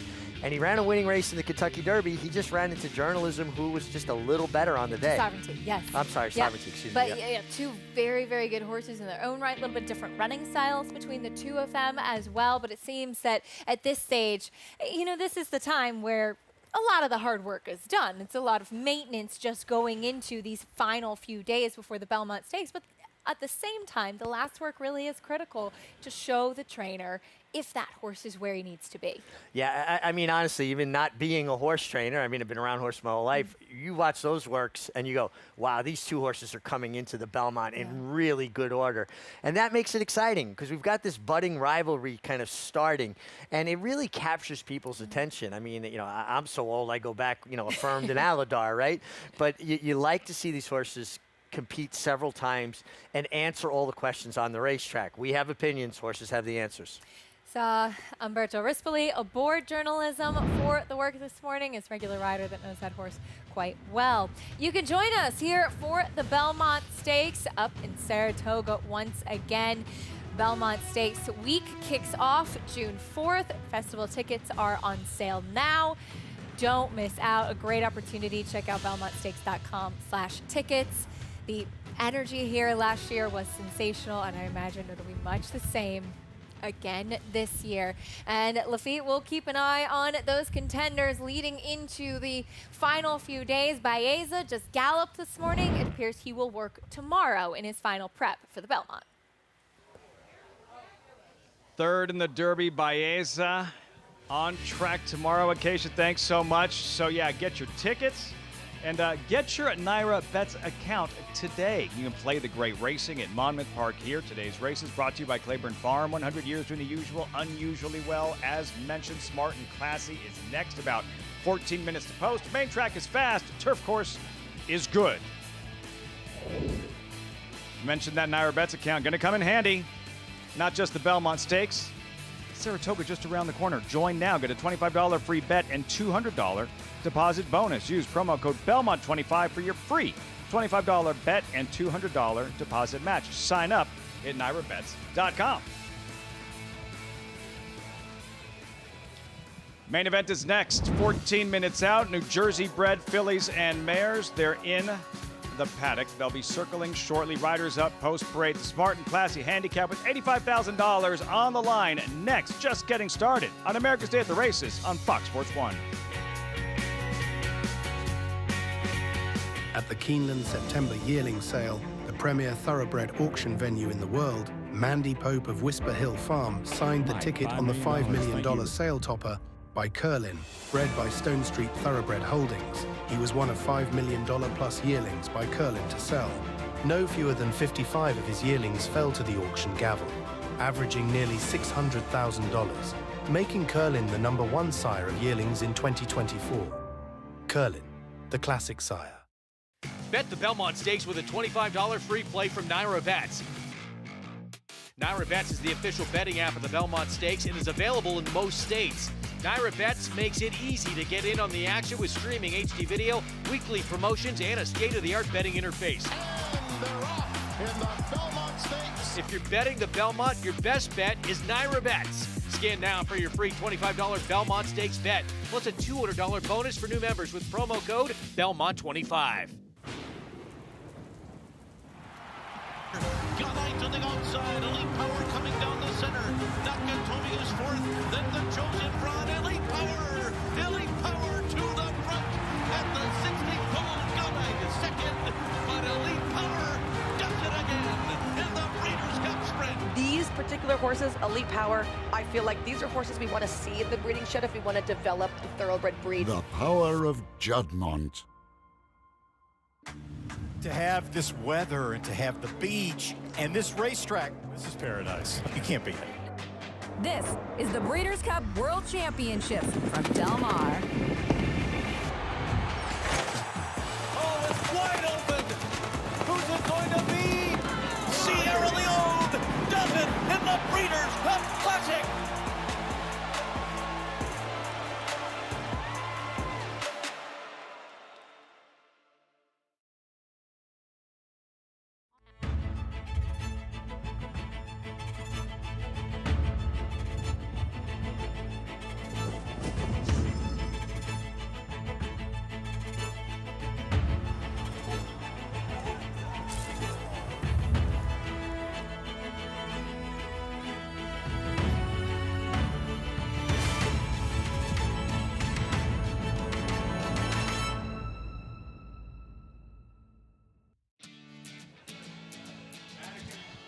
Welcome back.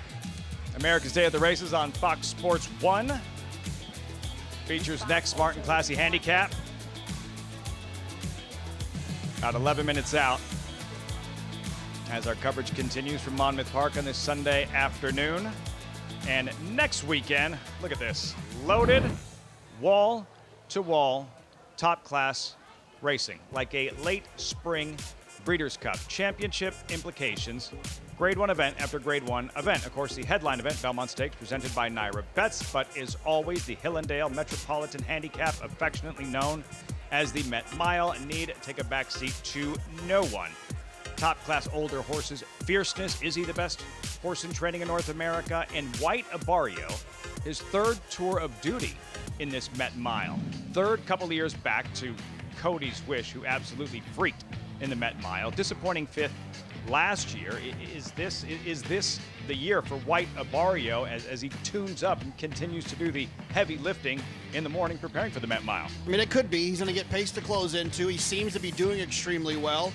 But I would say this is probably going to be one of the hardest races that he's been in with the competition that he has with horses like Fierceness and Raging Torrent and whoever else happens to show up. But I do think he'll get some pace to close into for a horse that can stay close but wants to be coming from off of it. Yeah, I think he's his best version now, or back to where he was. But I think JK makes a good point. Is the mile going to be his right distance?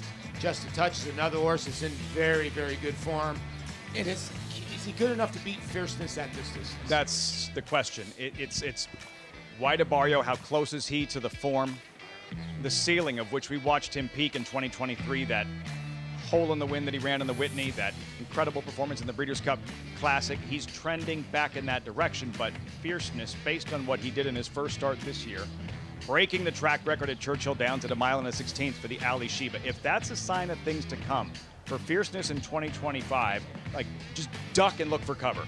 If Fierceness did what he did in the Ali Sheba, he's a likely winner of this race. If he did what he did in his second place finish of the Breeders' Cup Classic, he's winning this race. If he runs his Travers again, he's probably winning. He's got a lot of races that can win this race. And yes, it feels like the Met Mile is absolutely built for him. Stamina, speed, great combination of both. For viewers that don't necessarily follow on a day-to-day basis, Paul, the Met Mile, not just the race itself, but known as a stallion maker. What's that all about? It really is a stallion maker. If you look at through the years who have won the Met Mile, like JK said, it's stamina, it's speed. It's those horses we talk about. A lot of people don't really like mention it, that high cruising speed. And I also want to say Fierceness. A lot of people are like worried about the post position. They're worried about some other horses in there. At a mile, I don't think he needs the lead. You know, Johnny V always gets him in the center of the racetrack anyway, away from the horses. I don't really think he needs the lead, and that's why he's going to be ultra tough. As long as he gets out of that chute okay and gets out of that turn, he's going to be tough. Yeah, a little different than Belmont Park, Saratoga, out of that Wilson chute. The Hillendale Met Mile, another stellar event, all part of this Belmont Stakes program. That's next Saturday here and now at Monmouth Park. 7 minutes out to the featured Smart and Classy. We check in with Maggie. And here, please be joined in the paddock here by Greg Sacco, who does send out number 2, My Two Sophias. But Greg, as we continue on our Belmont Stakes Racing Festival coverage, I want to ask you about a star sprinter in your stable, Crazy Mason, coming off the back of that Carter victory. He just got so good over the last 6 months. Yeah, he really matured over the winter, and my son, he did a great job with him for us. He just keeps improving. Hope we take another step forward in the True North. They can't be doing any better coming to the race, so we're really excited about the race Saturday. I felt like he beat track biases left, right, and center all winter long. You know, he comes from way out of the clouds. Is that just his true running style? It feels like he's ferocious down the lane. He kind of adapted that this year. You know, it's not by plan. I hope that we have a fair track at Saratoga on Saturday, so he has some pace to run at. He's going to give his honest effort, and I hope we get there. Let's talk about the feature here today, though, at Monmouth, is Smart and Classy. Now, My Two Sophias coming out of a fairly tough race up at Aqueduct. What are you hoping from her as you put blinkers on today? You know, I hope she takes a step forward. Last year, after she won, she popped a quarter crack, given the nagging injuries all summer, really didn't get back to herself. We gave her 6 months off. The race in New York was a tightener. We added the blinkers. We expect to be forwardly placed today. I gave Isaac instructions to go to the lead. Last year we told him the rate going long, kind of got a little bit of trouble. She's a leggy filly and kind of one-paced. So it's a tough field. She has to step up to the plate, but we hope the addition of blinkers and a little different tactics can get her home today. Oh, Greg, thank you so much for that insight, your time, and best of luck Thanks, here Maggie. and with Gracie Mason. Yeah, that's exciting. Thank you. It's so exciting. He really wowed us over the winter. Lafitte, Crazy Mason heading to that True North. Does Greg know that Bookham Dano's going to the True North? Wow, this is, and we just got the field of the Woody Stevens. I mean, those sprint races and these horses cutting back in distance are going to be thrilling. Appreciate the insight. Great stuff from Sacco and Maggie there on My Two Sophias, who you'll see shortly. Post-parade smart and classy handicap. Summers coming. Big win in the Spruce Fur. Week 2 of the meet. Aforementioned My Two Sophias with those blinkers on. Still tinkering with this filly. Yeah, blinkers go on, but good work last time out, maybe indicating that the blinkers did a good job. A cozy thing. Solid 3-year-old debut. Yeah, another horse to push the pace a little bit. Ran well last time, first start of the year. Autumn's turned the maiden. She's never won a race, 0 for 17. Yeah, I think she might be 0 for 18 in about 5 minutes. Can't go good magic.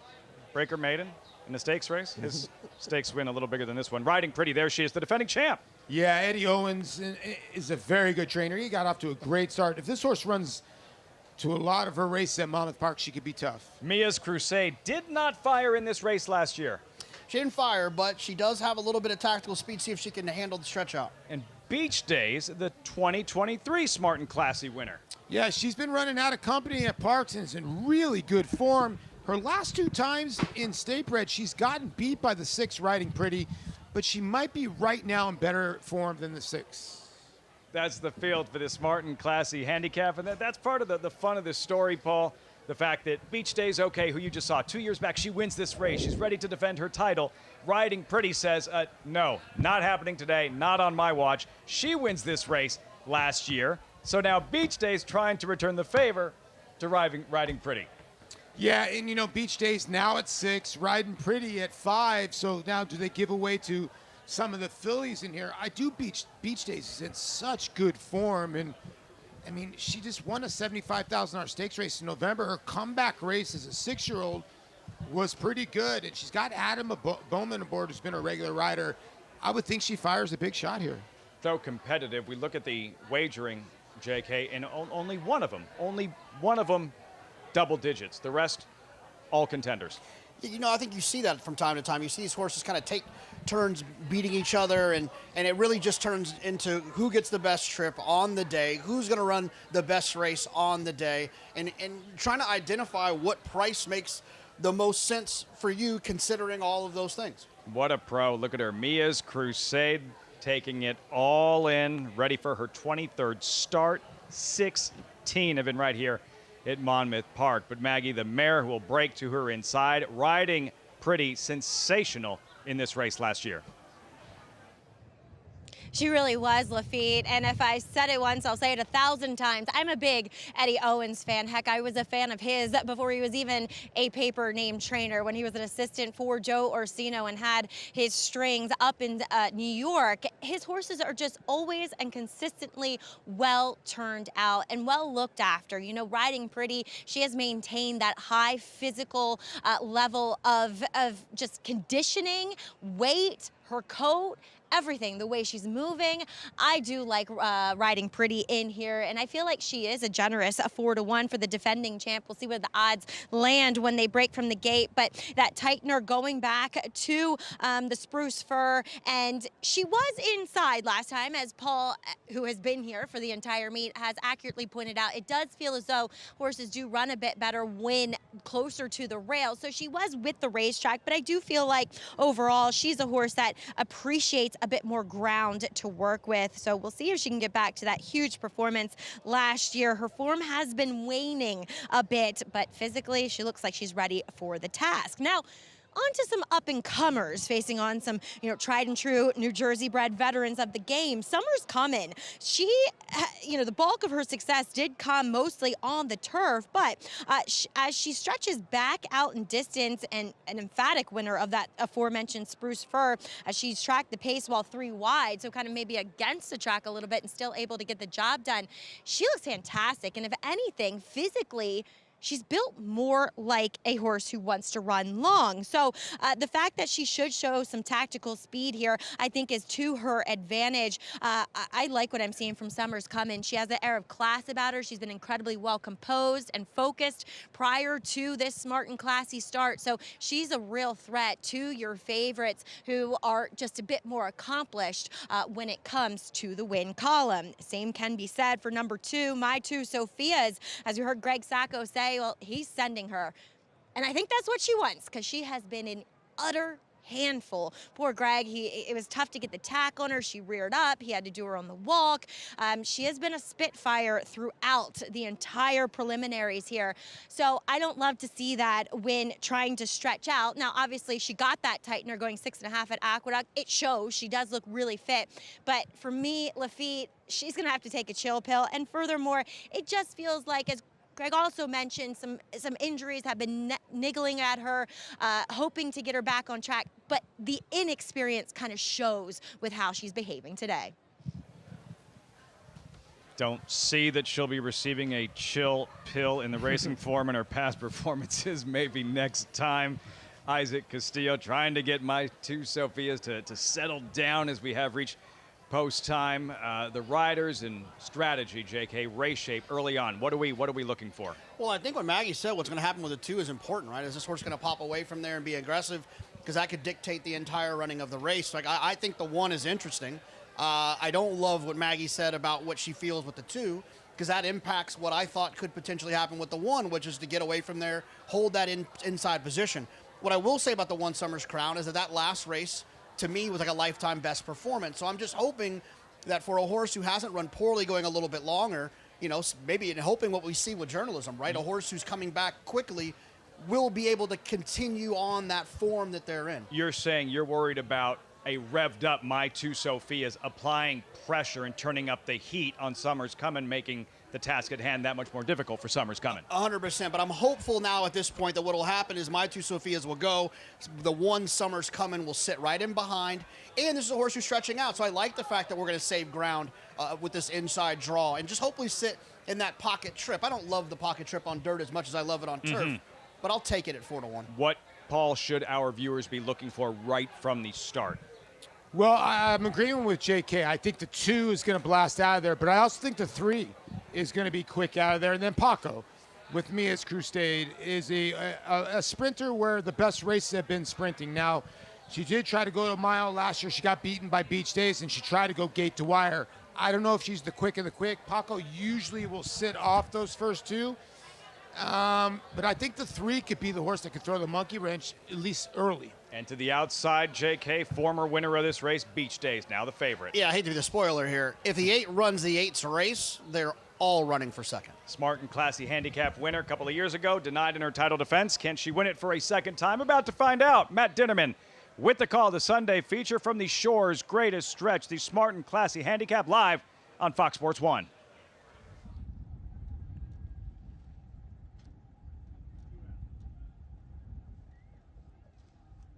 Two back. The Old Pro, Mia's Crusade. And the Shipper, Beach Days, who has run here before with Adam Bowman aboard. We're ready to go in the Smart and Classy handicap.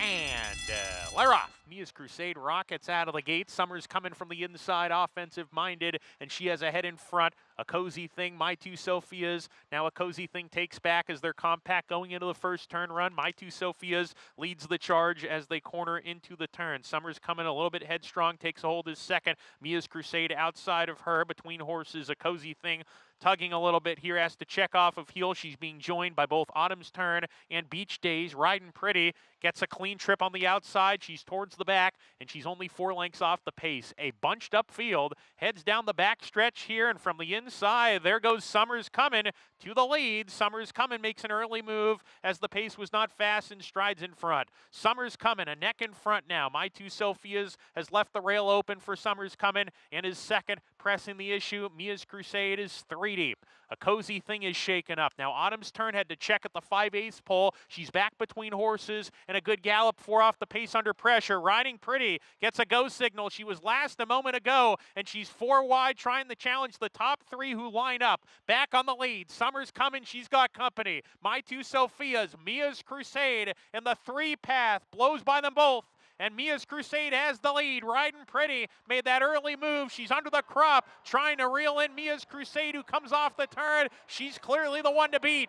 Riding Pretty, after making that early move, getting a little bit tired now as Mia's Crusade gets away. Mia's Crusade by 3. Mia's Crusade by 4. Mia's Crusade and Paco Lopez, a dominant winner in the Smart and Classy handicap. And this New Jersey bred is indeed all class. Riding Pretty was second.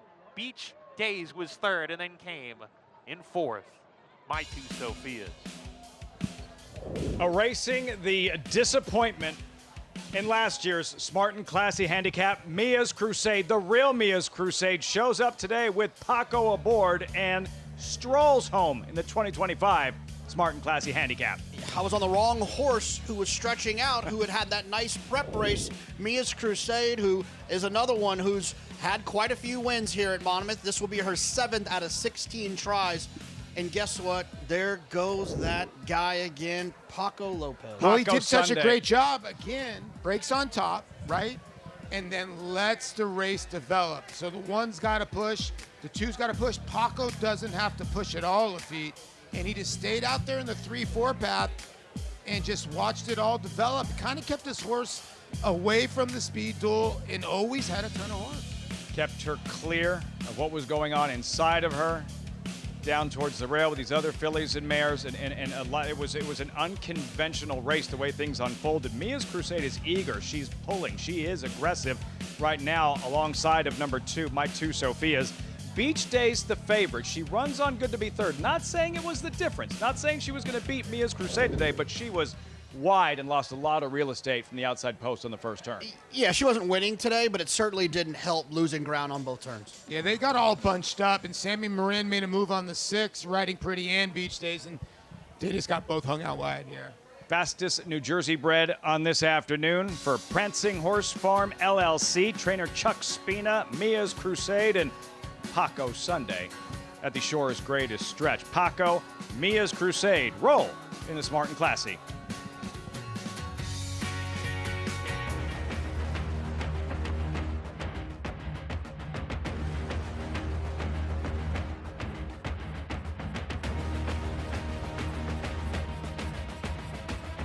They're coming down for the finish, and it is Silver State.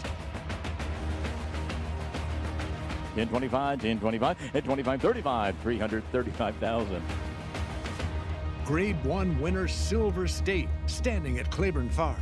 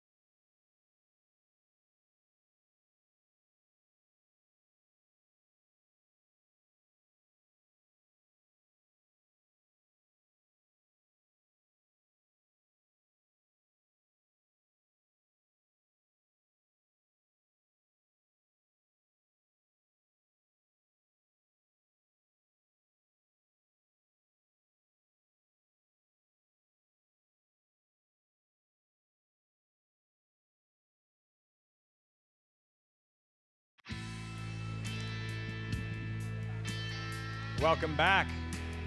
America's Day at the Races on Fox Sports 1. Crowd here just saw a blowout performance. Mia's Crusade in the Smart and Classy Handicap. And the winner's circle lead-in. Brought to you by the Fasig-Tipton July Selected Horses of Racing Age sale to be held on July 8th in Lexington, Kentucky. Start considering your entries today. As they smile and pose for pictures, Mia's Crusade, wow, 5-1 in the end, $13.20 for your would-be $2 investment. Overriding Pretty and Beach Days, 7, 6, 8 in the Smart and Classy. To Maggie in the winner's circle. Here with Joe Iowa of Prancing Horse Farm. And Joe, you were just telling me, as you have been Mia Crusade's longtime owner from start to now this stakes win again here, she was a package deal for a bargain basement price. Yes, she was. She's an awesome horse, totally honest. We got a great team, guys in the barn, Chuck, everybody gets credit for the win. Mia, I think right now, she's the leading Jersey bred stakes winner ever. She's what now, over a $500,000? Yes, over $500,000, and I'm pretty sure with the amount of stakes she's won, she's taken the lead. That's amazing. Yeah, she's an amazing horse. Joe's not gonna tell you she only costs $2,000 as far as that package deal. So returning dividends for you and your team. But Chuck Spina, so good with these Jersey breds. Yeah, he's great. Chuck's the best. Most experience, honest, straightforward. Like I said, Chuck and the team, they are nothing but the best. Great exercise riders. Everybody participates. Everybody gets a fair shake. I don't know if you were watching, but we were watching her in the warm-up. She, as Paco likes to warm them up in the chute, she just stood down there taking it all in. She's so classy. Oh, she's definitely classy, and believe it or not, coming here twice, she reared up straight. What? Yes. They actually almost lost the shank on her. So thank God for Lorenzo. He held on to her, but she was ready today. Definitely on her toes. Well, Joe, congratulations. Enjoy this win, and love that you campaign this Jersey bred. Thank you. Appreciate it. Thanks, everybody. All right, Mia's Crusade, really, I mean, she has done very, very well for her owners, guys. Picks up win number 9. Marching to the beat of her own drum, Mia's Crusade, sensational this afternoon, and you know, for her owner, what a ride this has been, and erasing the disappointment from a season ago when big things were expected from her in this race. She didn't show up then. She showed up in a big way this afternoon. Look, we all love a Belmont Stakes. We love a Grade 1. But when you get your picture taken, you win a stakes race, I don't care where it is, what the horse cost, where they were born, it's still exciting. You could tell they were very excited about this win, and a very cool career so far for Mia's Crusade. Yeah, almost 500, now 500,000 in the bank, and thank God for Lorenzo. She might have been heading for the Max's hot dog stand the way she was going. But yeah, Paco Lopez, first time aboard her, gave her a masterful ride, and that's why he owns this racetrack. 11-time riding champion here, Paco Lopez, seeking well, we'll see how many he winds up with in the end. 3 wins and counting thus far. Mia's Crusade, likely next stop to defend her title in the Jersey Girl early July on grass. She has that kind of versatility. Turning the page, $10,000 claimers here, make it $16,000 claimers. Back to grass, mile and a 16th. Field updated odds. It is wide open. Spartacus's Dude, number 2, at 7-2. And when we come back, journalism Preakness winner, we know he's in. Belmont bound co-owner Aaron Wellman of Eclipse Thoroughbreds. He's on campus at Saratoga. He'll join Acacia and Mig on set. You don't want to miss it. That's next. You're watching America's Day at the Races on Fox Sports 1. Bucaro, any day. Book 'em, Dano. Prince of Monaco in between. It's going to get very close. Book 'em, Dano. Any track. 결승선 끝까지 사전 사승. 최고의 꿈. Any surface. And it's Queen Maxima in a one-horse race. She is absolutely brilliant. Queen Maxima. Bucaro, a leading sire of stakes winners on every surface from coast to coast and around the globe. Standing in New York at Iron Horse Stallions. There's a big, bold, beautiful world waiting to be explored by you and your friends, of course. But not just any friends, the best of friends. The kind of friends who let you do you. Because in this world, it's positive vibes only. And when you get in the zone here, you stay a while. These aren't just good times, they're the best of times. And your time is now. So come explore. Resorts World.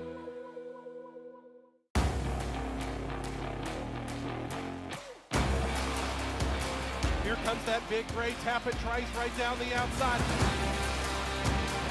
Tappet Trice wins the Toyota Bluegrass. Tappet Trice's 2024 debut was awesome. Tappet Trice is lunching. Tappet Trice wins the Woodward.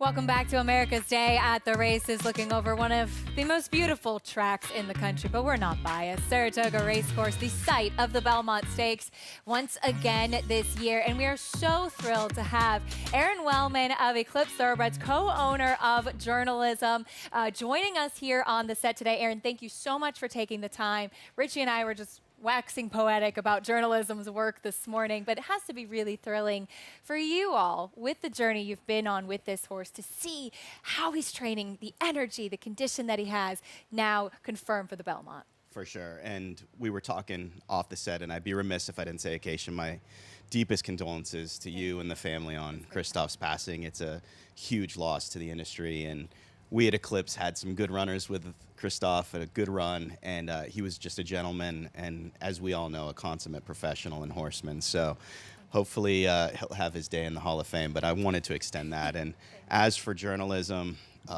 yeah, he's just a treasure. And it's amazing how he's handled the rigors of his campaign to this point, going from the San Felipe to the Santa Anita Derby, Preakness, and now thriving going into the Belmont. Well, and he's thriving. Look at the video here of him working. And this is what I was talking about. When I talk about how impeccable the mechanics of his stride is, he has that little extra extension. There's almost like a bounce to his stride, and he does things so easily. Yeah, it's something that you try to project when you buy them as babies. You know, we were fortunate enough to land him across the street here as a yearling at Fasig-Tipton at Saratoga. And this is the ultimate dream, right? When you buy these horses and you try to project out into the future how they're going to move on the racetrack and the quality they're going to possess, how they're going to stretch out, handle quality and class. He personifies it, and it's just a privilege to be associated with him. You've been so successful, and you buy horses at all different price points. What is that process like to kind of mine your way through these sales and come up with a bunch of top-class runners, including a champion in Nest? Well, I appreciate that. Make no mistake, we're going to be wrong way more than we're going to be right. Sure. But hopefully the ones that we're right on make up for the inevitable failures we're going to encounter over the course of time. But the sales process is an intricate one. It's a labor of love. It takes a lot of work and dedication. Make no mistake, we're not, you know, we're not sending people to the moon here, right? It's not rocket science. But, you know, for those of us in the trenches, it is deep competition. And first and foremost, you've got to be extremely disciplined. You've got to have the work ethic. You've got to turn over every stone at these sales, because there's a lot of great bloodstock agents and scouters of talent that are trying to compete for those same horses. So you try to do your due diligence, put in the work. We've got a great team. Sean Tugel, Kelsey, Marshall Hughes are my right-hand men and women at the sales. You know, we try to keep it close to the vest. do our best to identify not just the physical attributes of horses, but also those idiosyncrasies, the nuances of intelligence and class, quality and presence. Because as we've seen with a horse like Journalism, it's not just his physical ability that's allowed him to succeed. It's the mental constitution, too. Yes. And in order to be an elite competitor, you've got to have both. And he certainly has that in spades, and we can't wait to see Journalism in this year's Belmont Stakes. But Eclipse has a pretty busy weekend as well for stakes contenders. As we take a look at your runners this week coming up, wanted to talk about Candide, as we will get a chance to see her coming up this weekend as well. She's a horse that was actually the favorite last year. She's going to be in the Ogden Phipps, not the Acorn, by the way. She's in the Ogden Phipps on Friday. But Candide, she really put it all together with a big win last time out, as I know that she's been a horse that maybe has been right there trying to break through. She's an incredible filly with an unbelievable resume, but she needed a confidence builder big time. You know, she was running up against the heavyweights from the end of her 2-year-old season after winning the Alcibiades, close third in the Breeders' Cup, and then running into Torpedo Anna all year last year. Took 2 tough beats, one to Torpedo Anna here in the CCA Oaks, and then a nasty beat to Power Squeeze in the Alabama. So we really wanted to try to get her a W to be able to swell her up a little bit more. It's a bit of a quick turnaround, 3 weeks, but she's handled it really well. And as you guys know, when they get up to Saratoga this time of year, some horses really take to it and they start to blossom, and she seems to be indicating that she's doing that. Seems like she's handling things well, and you're also sending out Corruption in the Manhattan, and the Ginger Wizard, the brother to the Gray Wizard, who won the Belmont Gold Cup last year.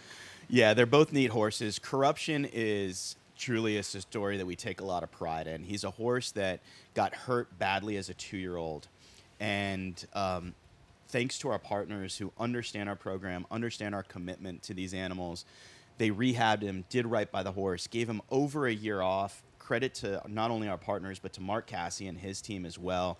They did an incredible job rehabbing him. He came back. He was a sneaky good mid-pack at a shorter distance than ideal in his comeback. And then we got away with a little horsey poker by dipping him from maiden 35. And now you've seen him go through his conditions. He got beat ahead by Far Bridge, which I know you're well familiar with.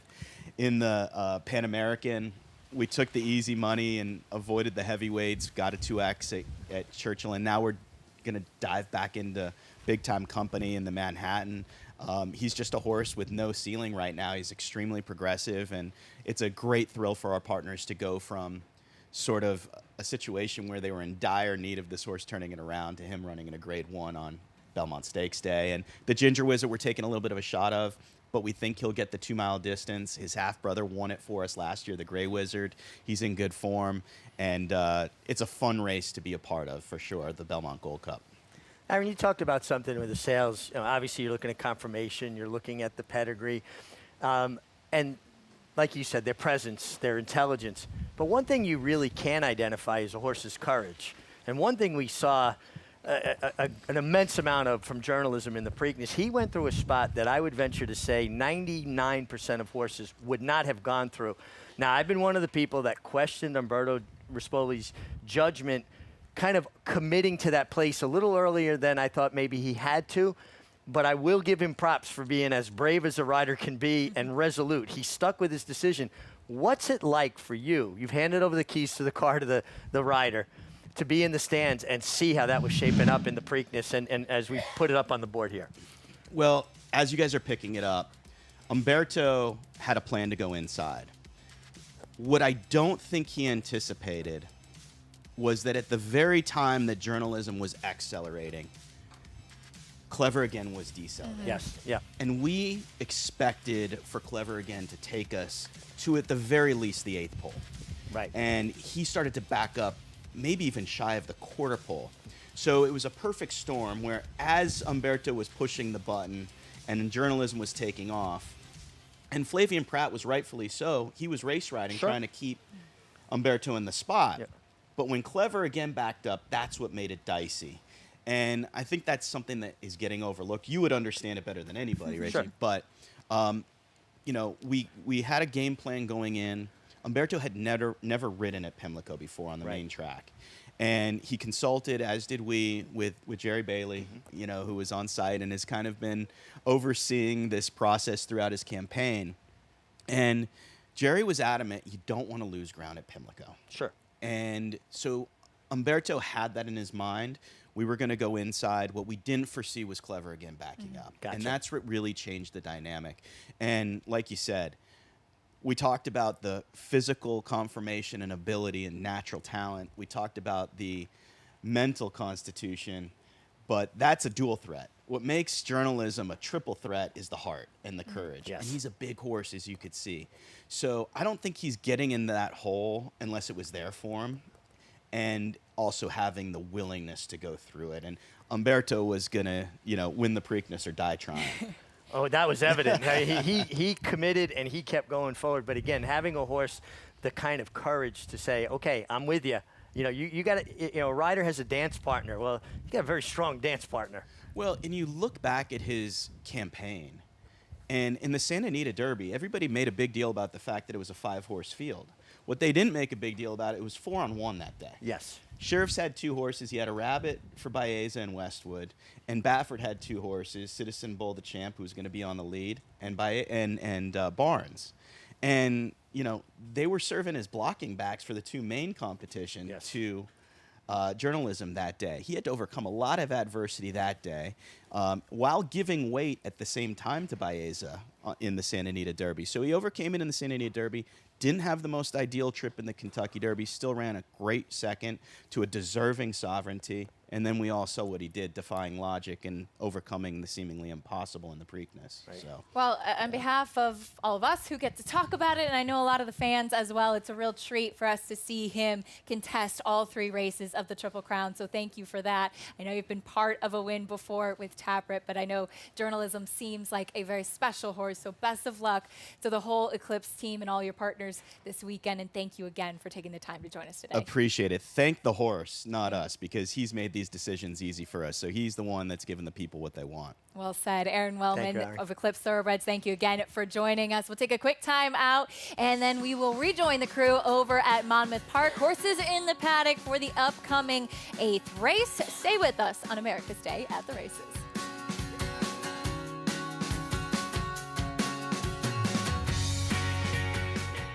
Introducing Peace and Justice, new to New York in 2025. A proven sire with over 200 wins, 16% wins per starts, and one of only 2 New York-based stallions to have a graded stakes winner at Saratoga in 2024. Now, with 3 different racing surfaces coming to New York, and with New York breds running for equal purses as open company, Peace and Justice is the sure choice for 2025.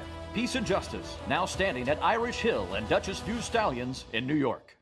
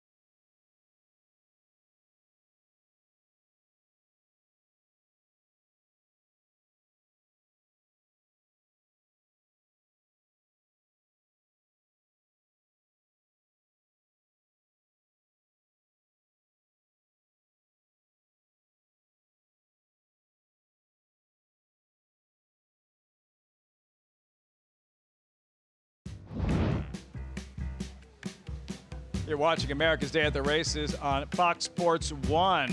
They're eagerly awaiting the start of this 8th race, Monmouth Park. And a reminder, as always, broadcast brought to you by Naira Bets. Bet any track, anywhere, anytime. Visit nairabets.com or download the Naira Bets app to get started. Our thanks to Aaron Wellman for taking the time, co-owner journalism. Wow. If you weren't a fan before, you probably are now. Overcome so much and willing to overcome so much. What will he do in the Belmont Stakes? 6 days and counting. Meantime, crossing over to the turf course for this 8th race, Monmouth Park, JK. Paul, looking at the colt you like, Deportivo. Yeah, Deportivo got on the turf course for the first time last time, and it was the first time going around 2 turns as well. And he cut the pace out, and he got run down late. Juan Avila so far this meet has brought in some live runners. Now you got Sammy Camacho aboard. I didn't think this horse would be 5-2, but that's where I landed. Deportivo, JK, for you? I'm going to go with the 2, Spartacus's Dude. You are Spartacus. And I feel like this is going to be a duplicate effort that we saw from Paco Lopez a little bit earlier on Fatima's Blessing. Great ride on grass. Get a break of the horse who comes from out of it, hold that inside position, stay closer than you need him to be, tucked on the inside for the first turn, tucked on the inside for the second turn, tip out, go around 1 horse, maybe 2 horses, and then run them down in the stretch. I'm looking for Paco to do the exact same thing that he did earlier in the race that got him a win. Same post position, same saddle towel as well. Our handicappers all in agreement, as always. Maggie going with Prince of Troy, but she's going to start with the favorite, Maggie. Deportivo, what's he showing you? I'm just being different, Lafitte. As we'll take a look at Deportivo, yeah. He took to the turf quite nicely, and he was beaten by a horse who was 3-5 that day in Flaming Proposition. Now, he is exactly what I anticipated he is as a physical, and that small, typey, sharp, on his toes, all things you want to see. Now, I don't love the fact he kind of holds his, I don't know, I'm a big stickler about horses that hold their tail out. It always strikes me as something's kind of pinching them, something's uncomfortable, and he does do that, but I'm not going to disregard the fact that he ran incredibly well in his lone turf try down at Tampa last time out, as he does have to go a little bit further today, which does put doubt in my mind. Like I said, he's small, handy, shorter coupled, those types, mile or less for me. Now a horse who, looks like he wants to actually run longer than this, and maybe he wants a mile and 1/8. I don't know, but Prince of Troy has been successful at this distance before. The problem with him is he's coming back off a layoff / the outside post position. But in my opinion, I think he faced actually, in hindsight, a field that was quite good last time out at the Meadowlands. We've seen both of those horses come back and run well. Granted, that was back in October, but he does look very fit, and he's a big, good-looking horse that, honestly, his resume is a bit better than many of these in here, Lafitte. Maggie, Prince of Troy, the rail in his last 2 starts, the rail in 3 out of his last 4 starts. Today, marooned outside, watching him early to see how much precious real estate he loses going into that first turn and a half. Yeah, we saw it with Paco earlier, and hopefully we see it with him here again. Saving ground is very important in grass racing. You can get away with it in the dirt if you're on the best horse. Let's see. If you lose ground here, it's going to be a tough one to try to overcome. 2 left to load. Planet, and then Prince of Troy, Maggie's top selection. Matt Ditterman with the call. Post time for the 8th, live from Monmouth on FS1. There you go.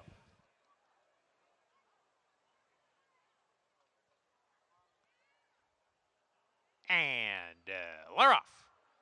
Uneventful start. Deportivo hustled along with Nostalgia's Smile. These two share the top spot as they come out of the chute. Prince of Troy sets up shop right behind them in the 3rd position. So they come down the stretch. Decent tempo in the early stages. It's Deportivo and Nostalgia's Smile side by side. Planet broke from the 10 post. He's now in the 2 path right behind the leaders approaching the turn. Prince of Troy is 3 deep going into the turn, while Spartacus's Dude is saving ground. Now Spartacus's Dude is about 5 lengths clear of El Dollar in the gray Tap the Candy. Candy. Then comes Fake Celebrity, Bean Machine third last ahead of 2 minutes apart, and Pal Can See 'Em All as they string up the back stretch here. A strung out group here, Nostalgia's Smile, neck in front on the outside. Planet is right behind them and now gets closer in the 3-path Planet, and now Nostalgia's Smile only leads by a neck from Planet. Gap of 2. Deportivo settles off the pace in third. Prince of Troy to the outside. Gap of 2 to Spartacus's Dude with L Dollar, a length and a half to another pair. Fake Celebrity, Tap the Candy. Then comes Bean Machine, still third last, 3 ahead of 2 minutes apart. And Pal as they go into the far turn. Nostalgia's Smile inside. Nose in front of Planet, a length and a half to Deportivo trying to get outside here of Prince of Troy, who's sent hard to the outside of him. On the inside, Spartacus's Dude has run. He's looking for a spot. He's trying to get outside of the leaders coming off the turn, has done so successfully as they swing off the corner. And then comes Bean Machine, who's launching a ferocious rally down the center here. Bean Machine and Spartacus's Dude have overhauled the early leaders. They're going at it for the win right now. Bean Machine outside, inside Spartacus's Dude with a nose in front. Bean Machine still trying. Bean Machine reclaims the lead. Bean Machine got it. Bean Machine, Dexter Haddock over Spartacus's Dude, then Pal, and 2 minutes apart. He shaved half the field in the process, but in the end, Bean Machine wears down the stubborn Spartacus's Dude in the 8th at Monmouth Park, 24-1 if you need him. Yeah, much the best in here, Bean Machine, because the 2 with Paco Lopez did everything that Paco was supposed to do. Saved all the ground he could, tipped out, ran around 2 horses. The 4 was wide. Like I said, was much the best in this spot. Yeah, Dexter Haddock with a really good ride here, and a horse that was 1 for 9 on the turf. You could see Paco, he was going left-handed, then he switched back to his right hand late. I wonder if he was getting out to the middle of the racetrack, didn't want to impede. The 4 looked like at one point the 2 was going to get home, but Bean Machine had enough left in the tank. Congratulations to Linda Simon. And the difference, Jonathan, was like he finished today. Typically, Bean Machine, when the real running starts, he typically comes up small when it matters most. Not today. Not today, and really he had every excuse to. A horse that saved ground and had a better trip than him. He had the opportunity to kind of turn it down, and he didn't. Pretty impressive. Tough beat for your top selection, so now you're just going to like pout and drop the mic and unplug and leave? Yeah, what I'm being told. I'm going to Saratoga. I'm looking at the schedule, man. You're supposed to be on the rest of the day. It's a tough beat, but you don't have to like quit. That schedule's not correct. I'm going to Saratoga. Got a big week. Great stuff. All afternoon, Jonathan Kitchen stepping aside. Paul staying right here, as am I, and Maggie, plus more from Saratoga with Acacia Ritchie. Plus, well, all right, so it was washed off the turf and only 3 horses ran, but the Jersey Derby was contested and Barbadian runner rolled over the 2 others he had to race against. A recap next.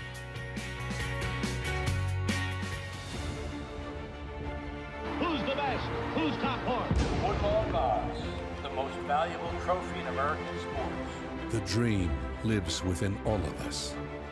When fueled by passion, patience, and perseverance, a spark of greatness.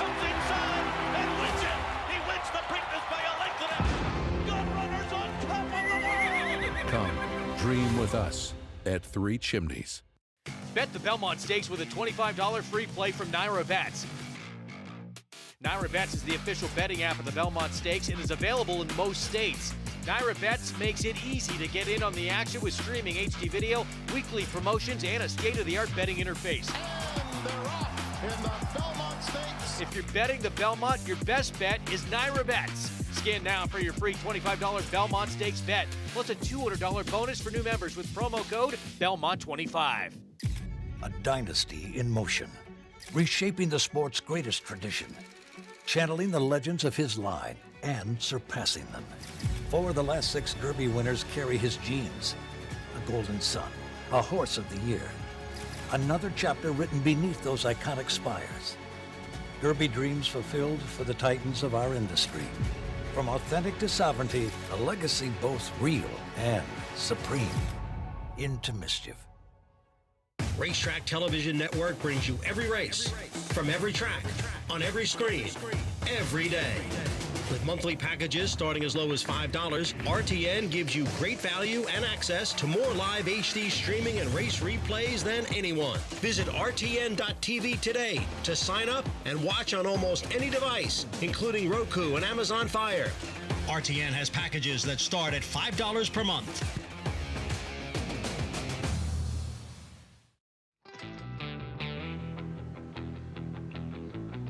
Monmouth Park's Hall of Champions, the best of the best who have performed here over the years. Skip Away, Runaway Breeders' Cup Classic winner, War Emblem, Derby, Preakness, Haskell winner, Big Brown, Derby, Preakness, Haskell winner here. Rachel Alexandra, who defeated the boys on multiple occasions in that Horse of the Year campaign in '09, and American Pharaoh in front of the biggest crowd ever at Monmouth Park. 2015 Triple Crown and Haskell winner, Monmouth's Hall of Champions. I don't know, Paulie, if we'll see a banner for Bean Machine one day, but today a massive upset to the tune of $51 in the 8th at Monmouth. Yeah, congratulations to Dexter Haddock. Dexter's a very good rider that rides a lot of his horses over at Parks, and we'll highlight Bean Machine for you when you, well, I guess not, as you see Dexter getting off the horse, but Bean Machine, $52. That's going to shake up the pick 6, or $51. Yeah, it is. Look at the end of that pick 4, too, and the pick 3, $644. You know, you don't get Paco at that price often, but you get Paco at 6-1. A tough pill to swallow. It was a tough pill to swallow. Paco gave the horse a perfect ride. Bean Machine was just best late. Bean Machine, big upset. What'll happen in race number 9? These $12,500 claimers, fillies and mares, 6 furlong dash. Vesper Chicks early on of 1 to 5. Why such a apparent standout, Paulie? I don't think this horse will be 1 to 5. You know, Don't Listen was actually favored over this horse last time. It was the first start, and Paco Lopez gets on for Jorge Duarte. I do think the 3 and the 4 will take money in here, Vesper Chicks. But if the 6 runs one of his races or one of her races, I think she'll be tough, but she's been going backwards a little bit. Yeah, you know, it's a gorgeous afternoon today in Oceanport. We've had the fortune of having turf racing this afternoon. Unfortunately, not the case yesterday, and the Jersey Derby scheduled for grass was taken off the turf on the main track. We had a lot of rain throughout the course of the afternoon. Sun came out just in time, but too little too late. Barbadian Runner, though, taking full advantage here, Paulie, and as the second choice makes short work of his rivals. He really did. He just kind of circled the field. A Son of Barbados, a $5,000 purchase. Been running well on the dirt, and when this race got taken off, he was kind of like second ring to the other horse that's run second in here that was like 1 to 5. But Barbadian Runner looked like the horse that was 1 to 5 on this day and just crushed him in the end. You got to love the story. This Maryland bred, what, a $5,000 purchase, Paul, and he has now cleared around $250,000. Yeah, when Maggie did the interview with Henry Walters, he was just like, this horse is a gift that keeps on giving. Yeah. A Son of Barbados, and Maggie picked this horse as being a Maryland bred, and the Maryland bred got the job done. Barbadian Runner. Exciting story. Just 3 horses on the main track in the Jersey Derby, but still a really good story. Barbadian Runner. That was yesterday, spinning it forward to the Belmont Stakes Racing Festival, and so much graded stakes racing coming your way, including the Pennine Ridge, a key prep for the Belmont Derby for the first time this summer at Saratoga. Zulu Kingdom will be there. Here he is, Kentucky Derby weekend at Churchill Downs, handling his business, Paul, in the American turf. Yeah, you can see that Bago and Zulu Kingdom, they're just well clear. Now, a lot of these horses are going to start running on late, but at this time, it's over. I mean, you don't win turf races by this much, especially on a kind of day, on a Derby day, but I just thought it was a very, very good ride. I know the horse got a good trip, but 141-3, stop the clock. You do get Flavian Pratt aboard. Mibago will be back in with Irad Ortiz Jr. and some others in here, but I do think Zulu Kingdom definitely the one to beat. Won 5 of 6, his only loss in the Breeders' Cup Juvenile Turf. Those closers were closing fast in the end. But for Zulu Kingdom here, and an exciting, different scenario here, this preview for a big weekend at Saratoga. Of course, you have the Belmont Stakes at Saratoga. The main meet at the Spa. But in between, for the first time, that 4th of July weekend and a Belmont Derby that'll take place at the Spa for the first time. Yeah, I think the other key about this is you're going to see so many different riders that are going to be riding. I don't think it's going to have an effect on the main track, but you have guys like Ben Curtis for the first time going to be riding on the turf. That's why I think Flavien Prat, Irad Ortiz Jr., the local guys that have ridden over those turf courses are going to have a big advantage because the turf course of Saratoga could be speedy. It's got tighter turns. You got to know where you got to sit. So it could be tricky for the newer guys. Top class 3-year-old turf star, Zulu Kingdom, 5 of 6 going in. The perfect draw, big field, the Pennine Ridge, all part of the Belmont Stakes Racing Festival to get started on Wednesday up at Saratoga. We heard from his co-owner, Aaron Wellman, a terrific story and class, talent. He has it all, and we'll see him in the Belmont Stakes. Journalism, Preakness winner going head-to-head with Sovereignty, round 2. And they're off in the Naira Benz Haskell. In the Belmont Stakes at Saratoga. Dornock setting up moderate pace, 3/4 of a length ahead. As the field turns for home. They're at it again. The two Belmont first and second place finishers. Mind frame on the outside. It's coming after Dornock. Dornock wins the Haskell. It will be Dornock to win the Belmont Stakes.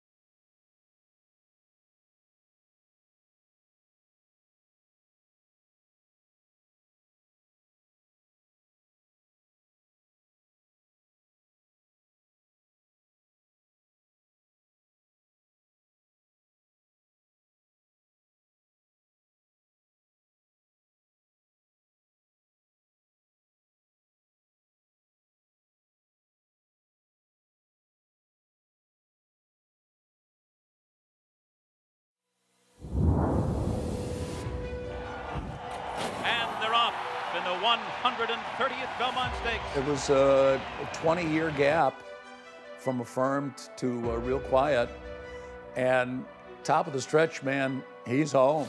People are on their feet, and I think if you listen back to the call and I say Real Quiet takes the lead, you can hear the crowd roar. And as they arrive at the top of the stretch, Real Quiet is taking the lead. And then here comes Victory Gallop at the 8th pole. Oh, it's going to be close. But here comes his rival, Victory Gallop, as they come to the final 60. Ken Somo imploring Real Quiet to hold on.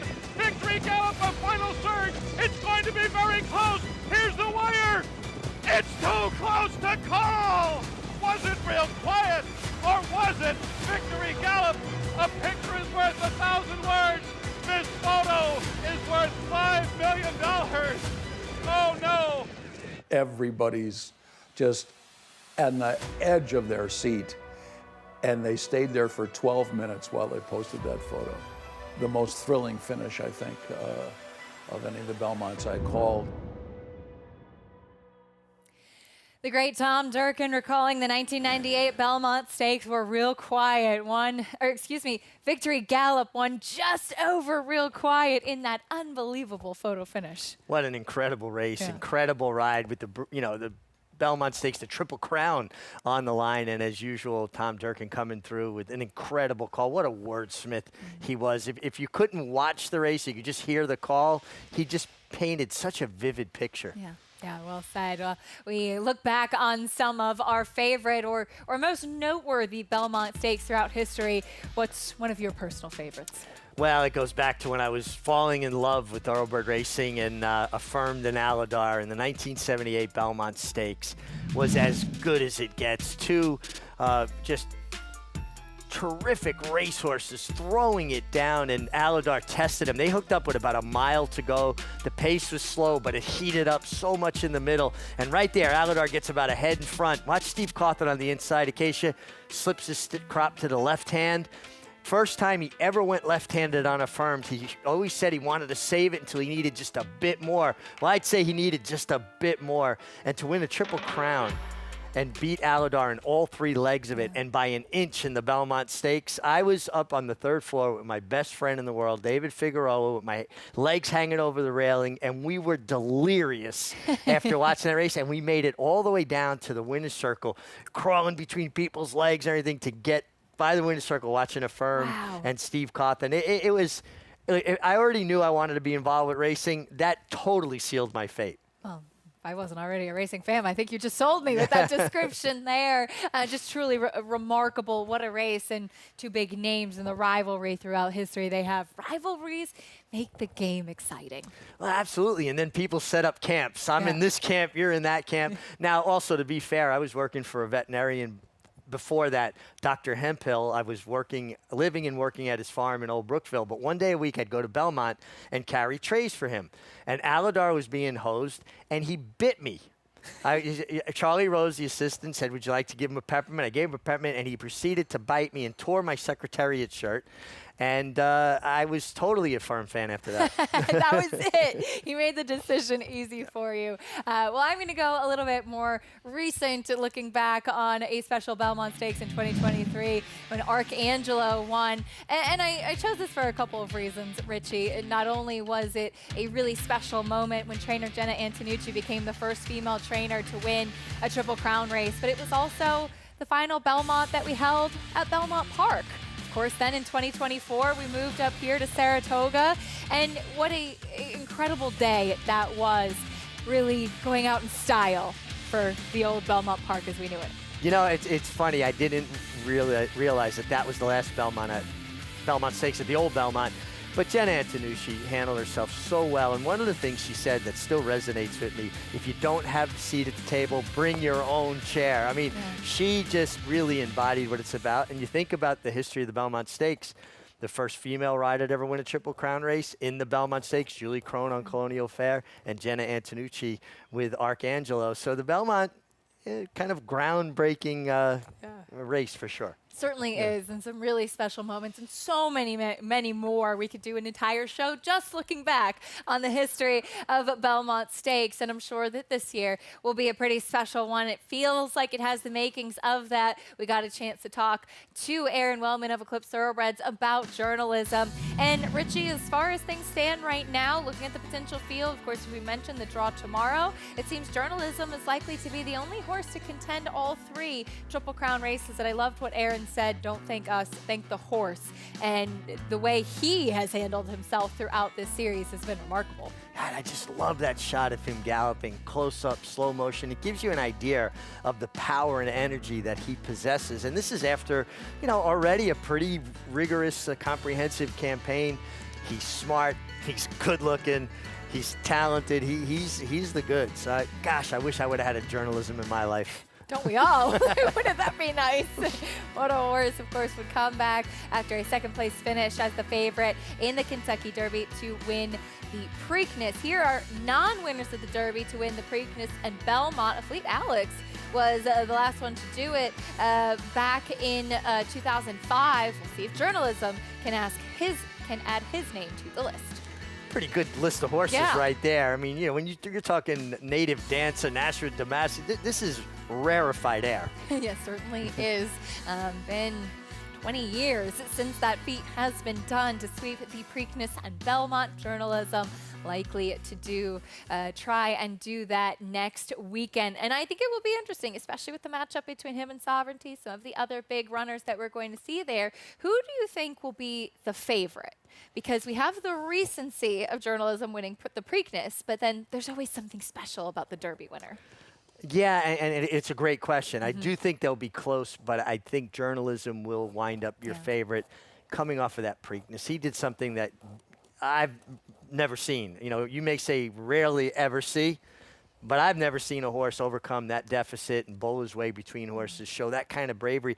The other thing, too, is when horses have to make that body contact and create holes for themselves, it saps them of energy. And the fact that once he was able to get through there and he looked up and said, oh, I got one in front of me, he went and chased him. It was so reminiscent to me. If you go on YouTube and put in the search engine, Buck Passer, Chicken Flamingo, he was in front and he pulled up. Abe's Hope blew by him, had a length and a half with 70 yards to run, and it was like Buck Passer looked up and said, oh, I still have work to do, took off and caught him. And it was similar to what Journalism did. He looked up and said, oh, I still got one I got to go run down, and he did. Just amazing what he did in that Preakness. I agree with you. I think that he might go off as the Belmont favorite coming off the back of that Preakness victory and just how impressive he was. But you can catch all of the Belmont Stakes action on Fox on Saturday. Coming up, the $2 million Belmont Stakes. It'll be a massive day of racing, top to finish.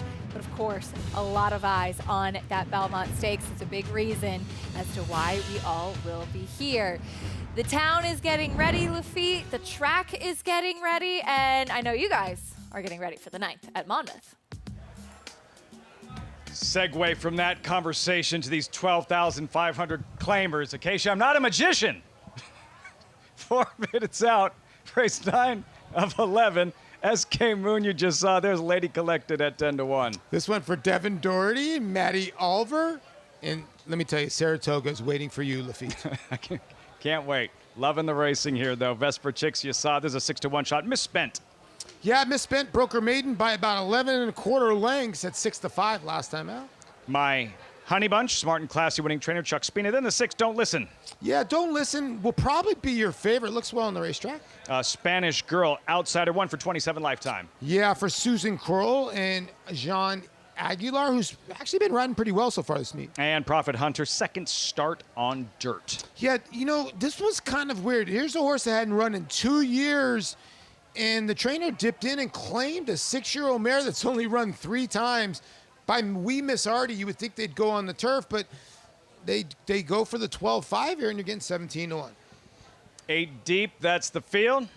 4 minutes out, race 9, Monmouth Park. You're looking at Vesper Chicks and Sammy Marin in the saddle. Let's take a look at her maiden win. This was 2 starts back April, Tampa Bay Downs. Vesper Chick, well, we'll describe it verbally here. She showed that good speed. She prompted the pace and drew away impressively, Paulie. Well, you know, what we've seen here, a lot of the Tampa horses, a lot of the Tampa barns will transfer here to Monmouth Park. So Vesper Chicks, she ran well in that race. She came here to Monmouth in the same race. The 3 and the 6 ran against each other.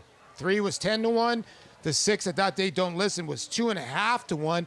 And Vesper Chicks just outran her. I don't know if the disparity is going to be different this time, because that was Don't Listen's first start since October, where Vesper Chicks has gotten going.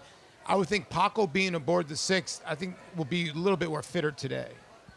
Vesper Chicks, the favorite. Paco Lopez looking for a 4th win, having to settle for a 2nd place finish in the 8th race. He's on Don't Listen. And then maybe certainly the sentimental favorite, Lady Collected, who was trained by Devin Doherty, a former assistant to the late terrific trainer Christophe Clement, who passed away last week. And the racing world still coming to grips with in processing. You heard Aaron Wellman while being asked about journalism, the class act he is, extending his thoughts to Acacia as she and her family and everyone in the tribe of the Clement tribe tries to come to and tries to process the loss of Christophe Clement having passed away at the age of 59. Yeah, and you know, Christoph just touched so many people. I actually talked to Michelle Perrone, who was the bookkeeper at Tampa. I know her pretty well. She called me up and was crying and said, I'm going to miss Christoph calling and saying where the checks go and this and that. He was such a sweet man whenever he called, and he would always say, hey, tip this guy this, tip this guy that. Absolutely tipped her a couple times. It just shows you the little people that are in the game appreciated Christoph so much. I think he was so mild-mannered and so to himself. I think a lot of people don't realize how well respected he really was. Belmont Stakes winning trainer 11 years ago, tonalist, and that'll be a big part of the racing next week up at Saratoga. Far Bridge now with his son Miguel running in the Manhattan, the race just before the Belmont Stakes. As the warm-up continues here, Lady Collected there. Second choice, Paul, and Don't Listen here. Paco riding here, and key to success for her this afternoon. She's just got to run back to some of her races before. You know, the Colt Neck Stables just has not gotten off to a good start. I said this earlier, if you're just joining us on FS1, Colt's Neck Stable, their training track is about 15 miles away here from Monmouth Park. So Jorge Duarte trains his horses there. You really don't get a beat on them, especially the first-time starters. But this horse was ridden by Paco last time. I think that he sticks is a key. I think she'll run better this time, but she's got to run better to beat the 3. Yeah, just a $12,500 claim here, Paul, but a competitive $12,500 claiming sprint. Yeah, no one stands out in here. I could see my Honey Bunch, the 5. She's got races too to go back. If the 4 runs her race, breaking her maiden, she can win this race. I even think the 2 for Devin Doherty, the one we're rooting for, when Matty Oliver, Lady Collected, that's a winning race last time. So yeah, I don't think it's all about the 3 and 6, especially when you're living in the 40 to 50 buyer land. What about number 4, Misspent, coming off that blowout win last April at Tampa? Okay, so it took her 8 starts to graduate. Graduate meaning that first career win, but she did so in fine fashion, hammering her competition by 11 widening lengths. Yeah, sometimes a light bulb can go on, and she's a 3-year-old, and so she'll get a tiny bit of weight on the 4-year-olds, as does the 2. And you're right, if she runs that last race, she probably blasts this field. Misspent up there at 3-1, favorite towards her inside. Vesper Chicks 2-1 favorite as they near post time, and as the fields are starting to, well, they've been drawn except for the Belmont Stakes tomorrow evening. That'll come together. The DK horse Acorn and these 3-year-old fillies, 7 strong, Good Cheer, 7 for 7 coming in. Kentucky Oaks winner 1-2 on the morning line will break from the 2-hole. Yeah, 7 for 7 lifetime, and I think people are still trying to beat her. We'll see what happens in the TK horse Acorn. I think Shred the Gnar is very, very interesting. I also am going to give Luck Hera a second shot. I think she went way too fast in the Oaks. I thought she worked too fast before the Oaks. I think she's very talented. I don't know if she can beat Good Cheer, but I might think she might be there for Mark Casse and Dylan Davis. Godolphin's Good Cheer. Also campaigned Pretty Mischievous. Kentucky Oaks winner who won the Acorn. Good Cheer trying to do just that from the first Friday in May to the Acorn Winner's Circle to remain a perfect 8 for 8. That's next Friday up at Saratoga. Post time for this 9th race, Monmouth Park. Filing in, Don't Listen, and Paco 2-1 at post time. Here's Matt Dinneman.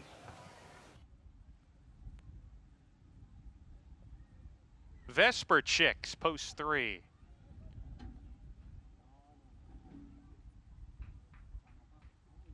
Spanish Girl, Misspent, and to the outside, Profit Hunter.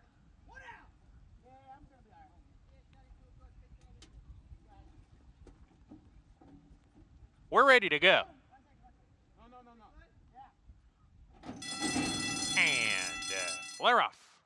Good start from Misspent in the middle of the field. Don't Listen has some early lick too. Here's Lady Collected, Vesper Chicks in the lineup as they head down the backstretch and sort themselves out. Lady Collected has a share of the lead with Vesper Chicks and Don't Listen, who's 3 deep with that pair. Gap of 2 to Misspent, who's running in the 4th position. Then My Honey Bunch, SK Moon in midfield, 2.5 clear of Spanish Girl, who sent hard with a half mile to go. The Great Profit Hunter is last. First is Lady Collected. Into the turn, she paves the way a half length from Don't Listen. They're on the outside applying more heat.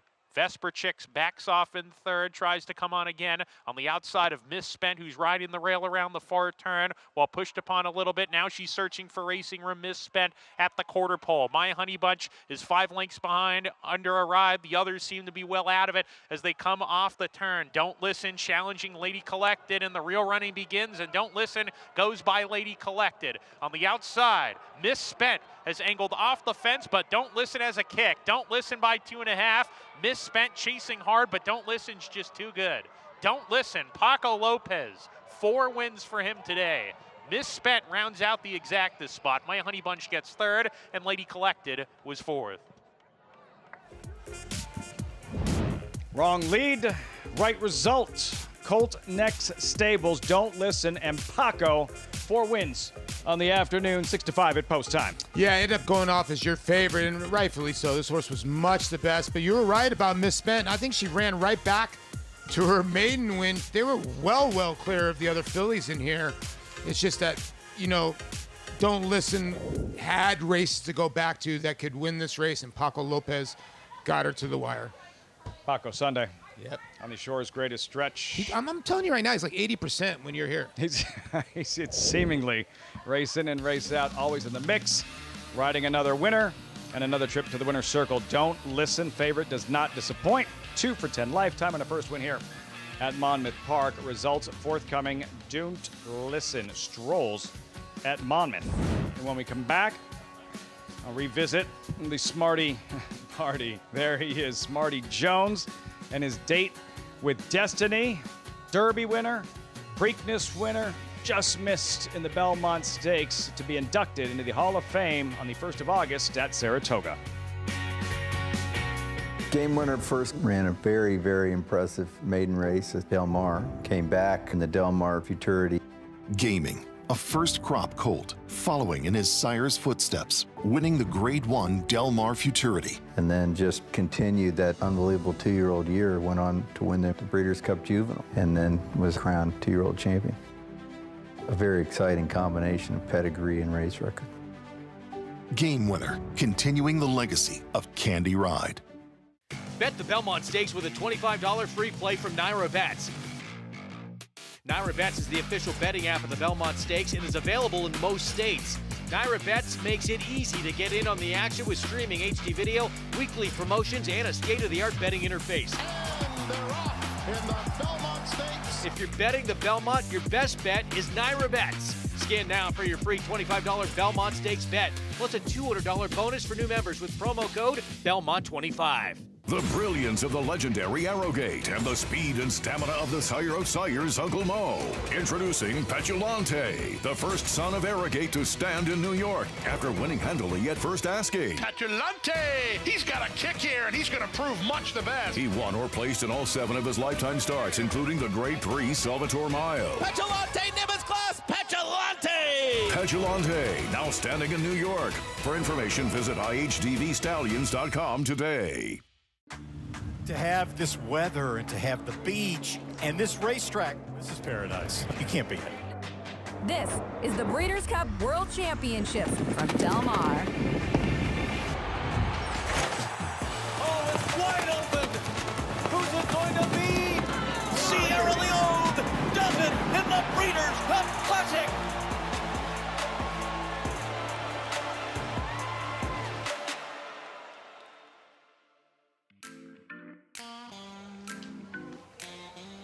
Great to have you with us on Fox Sports 1, America's Day at the Races, brought to you in part by Gainesway.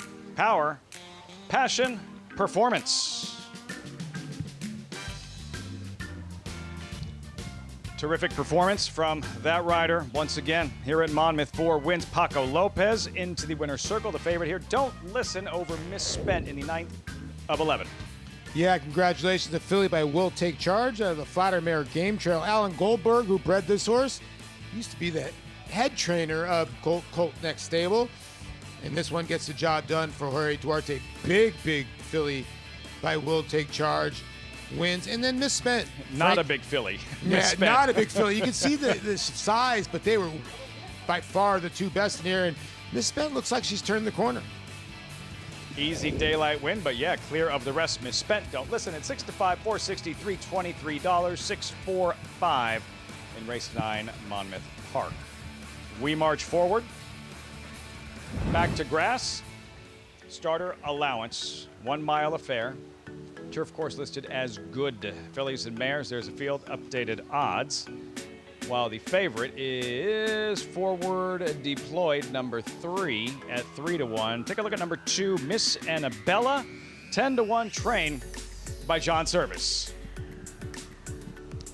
It was 21 years ago, John Service trained the athlete, the colt, who was the biggest story in sports. Smarty Jones, the flashy colt with the catchy name, who took the sports world on the ride of their lives for 5 weeks from Louisville to New York.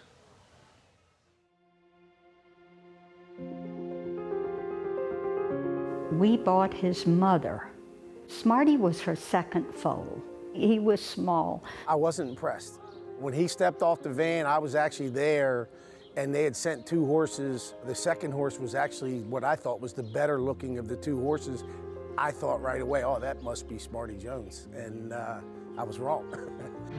As we got closer and closer to the Derby, oh my gosh, the butterflies had become eagles. The excitement was unbelievable. We were going into that race with a horse that stood a chance of winning, but we also know how many ways a horse can lose a race. And on the way over, just watching the way he was acting and everything, I thought, he's got his game face on. He's coming to play. And they're off in the Kentucky Derby. Smarty Jones is a stalking second as they approach the far turn. I watched Stewart throw across at him, and I saw him dig in. I remember I had my binoculars up, and I'm looking behind him to see what's running. And the couple horses that were making the move, Tap It, and another horse kind of started to flatten out. And I thought, you know, man, we're gonna get this done. And then the rest was history. And Smarty Jones is rose to the lead by journeyman jockey Stuart Elliott, and they have taken the lead away from Lionheart.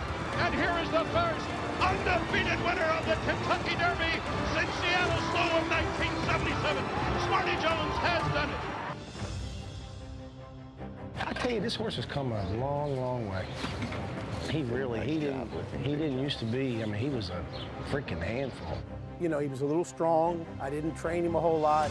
Bob Newmauer asked me why I didn't breeze him. And I told him, I said, look, my horse just ran 1.25 miles 2 weeks ago. The way he trains, he doesn't need to breeze. And I felt strong about that. I felt that he was going into the race really, really good. You know, he's fit. I just want him mentally to think he can go bear hunting with a switch.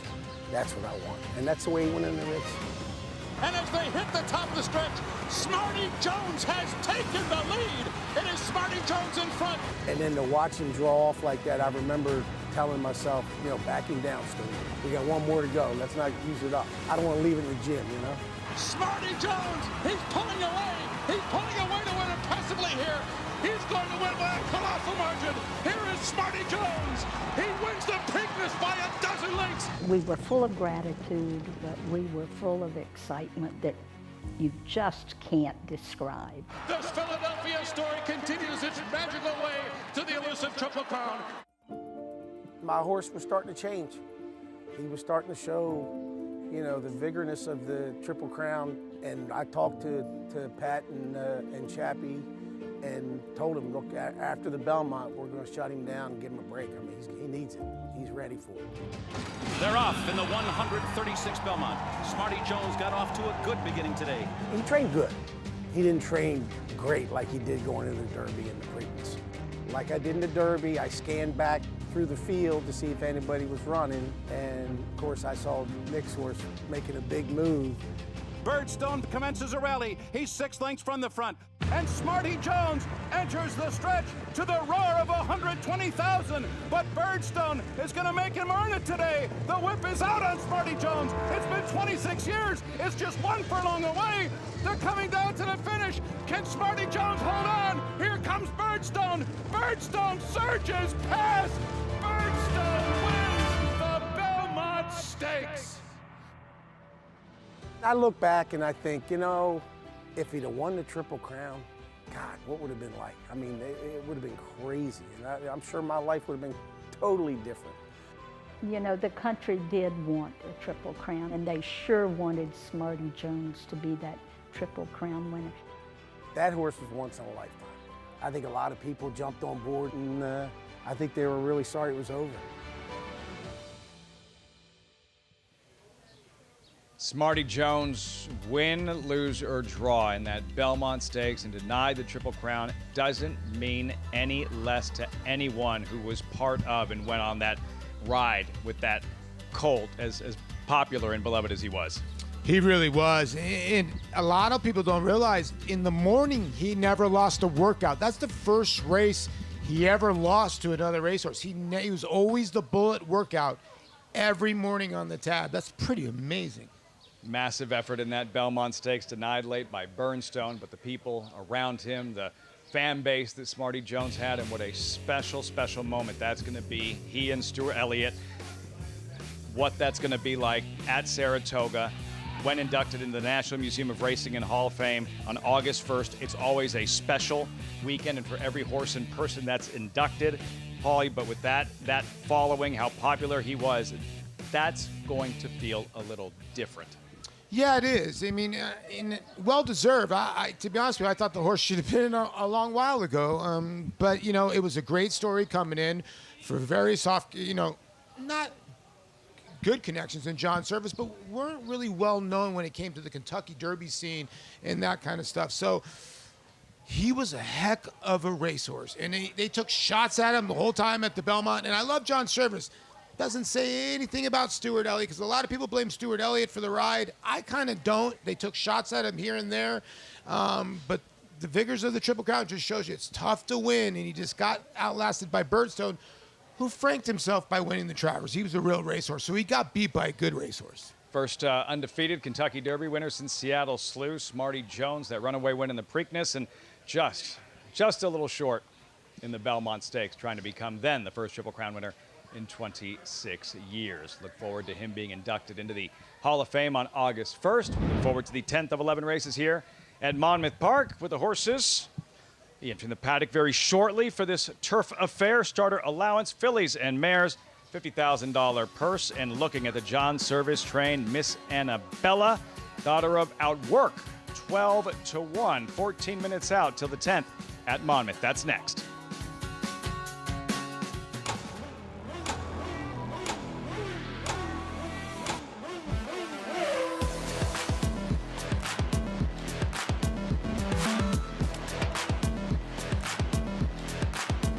Prince of Monaco's Too Good for Moose, an impressive winner of the Best Pal.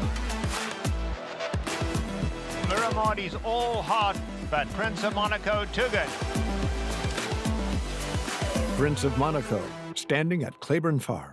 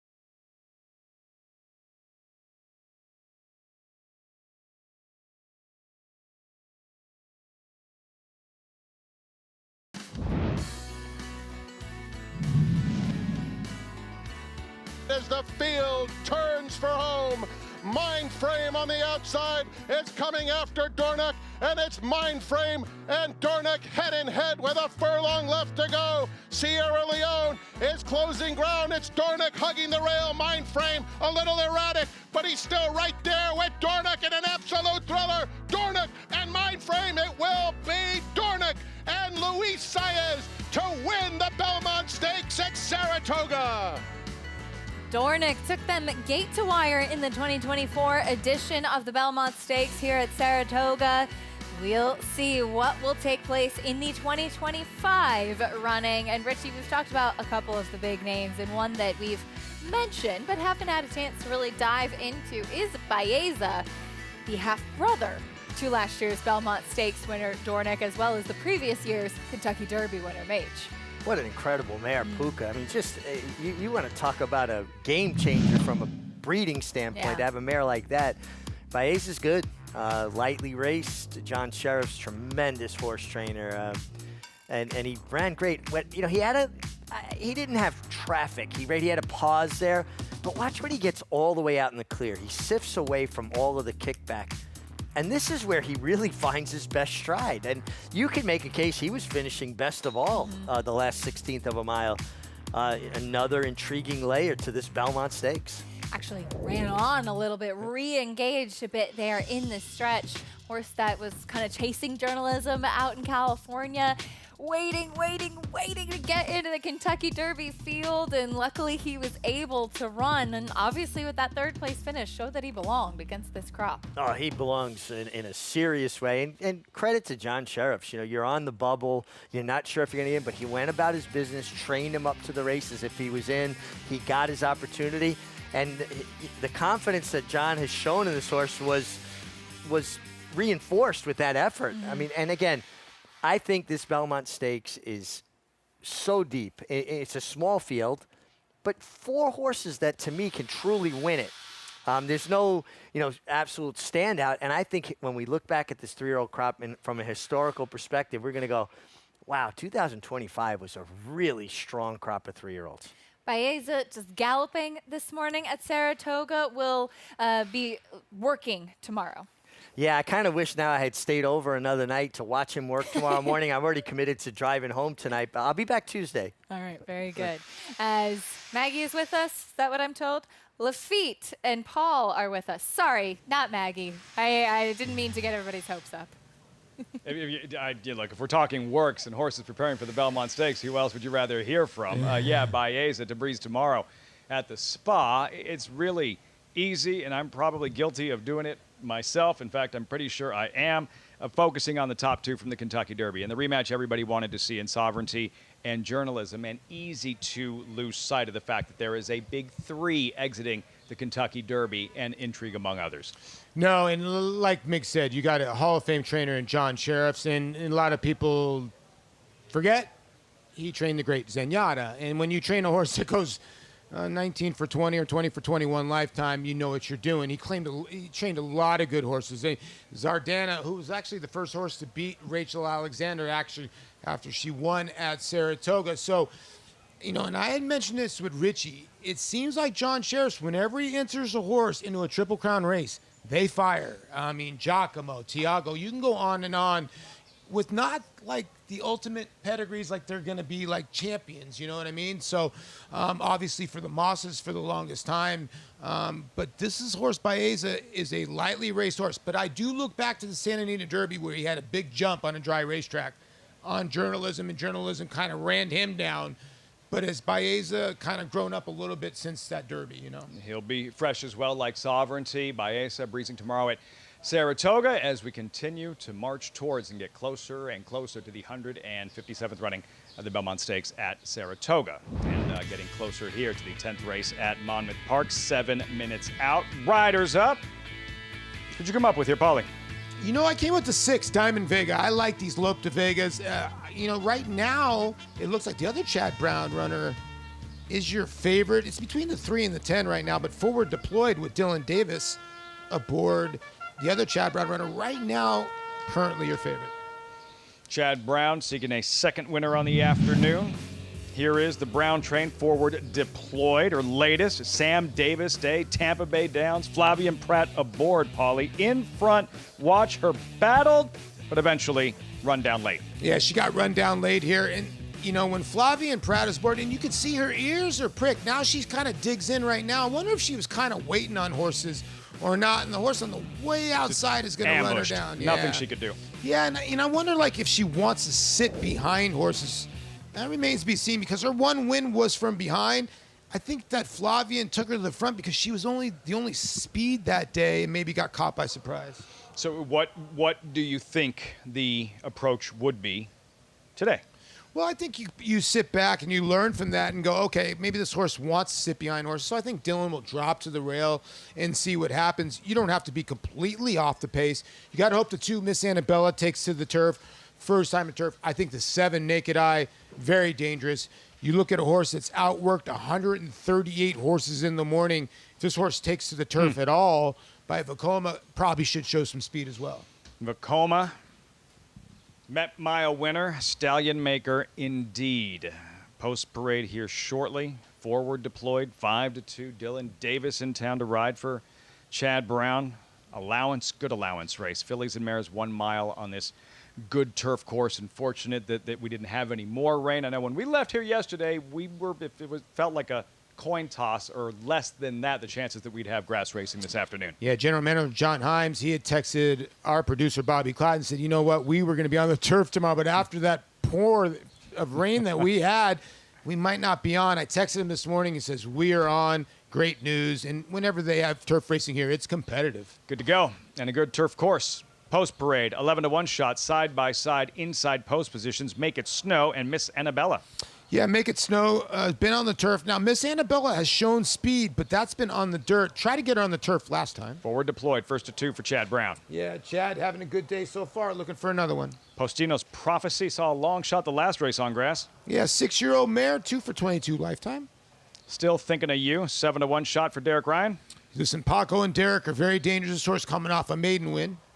Diamond Vega, English filly, English mare, 4th start in the States. Yeah, we saw Lope de Vega last weekend for Chad Brown and Sammy Marin win. Naked Eye Outsider, 15-1. Then Serene Spirit pictured. Yeah, Jersey Joe Bravo sighting here. He's master of this turf course. Madam Mischief, 4-1 contender. Very, very consistent. 1 for 16 lifetime. Blossoming Erudati towards the outside at 14-1. This horse took a field gate to wire last time at Gulfstream in pretty sharp fashion in 134 and change. Blame the Banker draws in off the also eligible list. Yeah, you know, won a 5.5 furlong race at Monmouth. You now get Axel Concepcion aboard, and I'm wondering if this horse is going to try to sprint away, although got left and still won that race last time. Runners in the 10th race. Here at Monmouth Park, 4 minutes out, sticking with that John Service, Smarty Jones theme. Service train, Miss Annabella. Maggie's going to start with her. Maggie, 13-1. What are you seeing? Well, I see she's a little goofy. As she actually flipped over in the paddock. Now, I will say that this Monmouth Park paddock is really forgiving. It's sand-based with the rubber mixed in, so it actually has so much cushion as opposed to other paddocks which are just sandstone or those rubber bricks. So she was checked out by the attending veterinarian. She's going to run, I believe, here, though I did see Frankie Pennington take her away from the pony, really kind of give her a good warm-up, hopefully expend some of that nervous energy as well. But I liked her prior to her doing that because I do think as she tries the turf for the first time, she should like it. As she is a daughter of Outwork, whom I like his progeny on the turf. They generally look like turf horses. While the dam never won on the turf, she did run faster figures on it. And there's been 2 siblings to try the turf, both of which have won on it. So I think this surface switch should suit this John Service trainee. I just don't like her pre-race behavior, as I can say that number 5 in here as well, Still Thinking of You. She was acting up as well, and she actually dropped Paco Lopez going out to the track.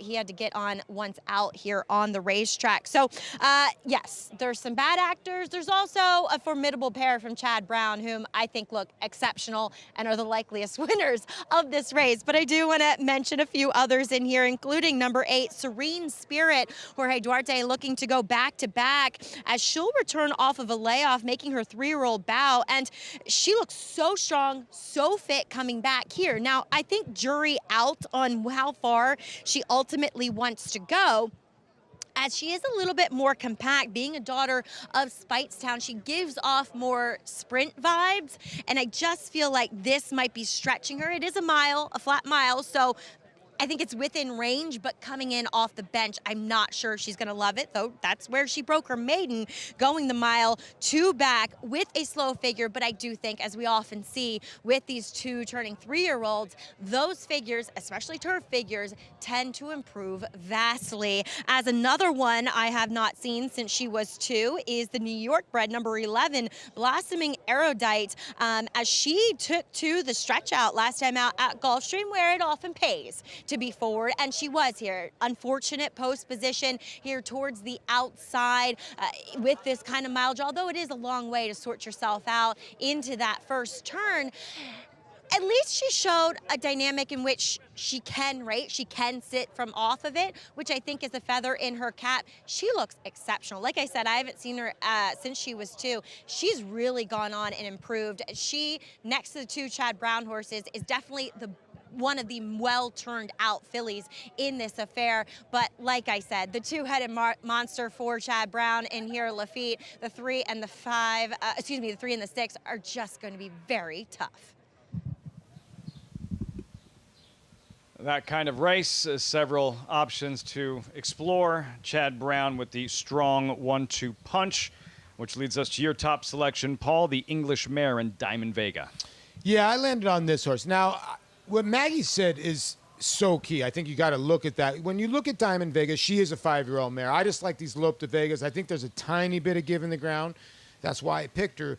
But when you look at the 3 forward to blow, she's a 3-year-old compared to a 5-year-old. So there's more improvement there with the 3, and I think that's why she's the favorite, where Diamond Vega, is this what we've seen? I'm going to give her one more shot and think she maybe has the edge on the rest of these horses. I do think the Ted's a player in here, but 1 for 16 lifetime with a bad draw, it's really going to be tough for me to get behind the 3 and the 6. I do think the 7 at 19-1, if that horse runs to her works at all, she's been a little bit squirmy at the gate, but if she runs and picks her feet up on the turf, she could be a player in here. See how she behaves as they file into the gate inside of Diamond Vega. Still Thinking of You, trained by Derek Ryan. Victory here would be nice. Victory next week would be nicer. Derek Ryan, of course, who trains Bookham Dano, 2-time New Jersey bred horse of the year, bound for the True North, all part of the Belmont Stakes Racing Festival. Matt Dinnerman with the load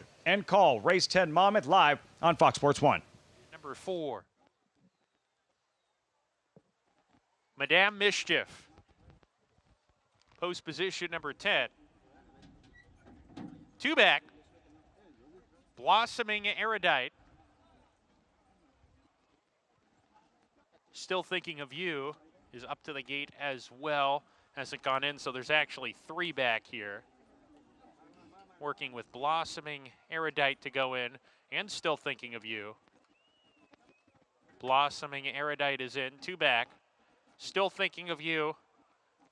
And then the runner who drew in from the also eligible list, Blame the Banker.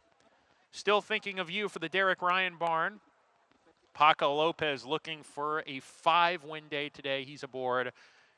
And Blame the Banker, Axel Concepcion to round out the field. Field of 11, voyaging 8 furlongs. That's a mile on the turf. We're ready to go. And we're off. Diamond Vega had to take up just a little bit coming out of the gate. Blossoming Erudite to the lead with Serene Spirit off a layoff. She's fresh and is up to challenge Blossoming Erudite on the front end. Blame the Banker, a little bit keen between that pair. There's room for her to come through. 3 across the track as they approach the first turn run on the lead. We come back to Forward Deployed, who runs in 4th with Madame Mischief as they corner into the turn. Then comes Still Thinking of You. Naked Eye, they're side by side. They're 2 ahead of Diamond Vega. Make It Snow to the inside of that runner. Postino's Prophecy is second to last. The New Jersey bred Miss Annabella is at the rear. 10 lengths From first to last as they swing up the backstretch, Axel Concepcion and Blame the Banker kick on with it here. Not a fast pace. Blame the Banker, the leader a length and a half. Serene Spirit on a strong hold down on the inside is pinned in inside of Blossoming Erudite. Madame Mischief now alongside Serena's Spirit. Diamond Vega, who's deep, still thinking of you. Between horses, just 3 off the pace. Another length to Postino's Prophecy, forward deployed. They're side by side. They're a length and a half clear of Naked Eye, who's lost position. Make It Snow alongside of Hermes, Annabella the trailer as they start to sprint around the turn. Blame the Banker, neck in front of Blossoming Erudite.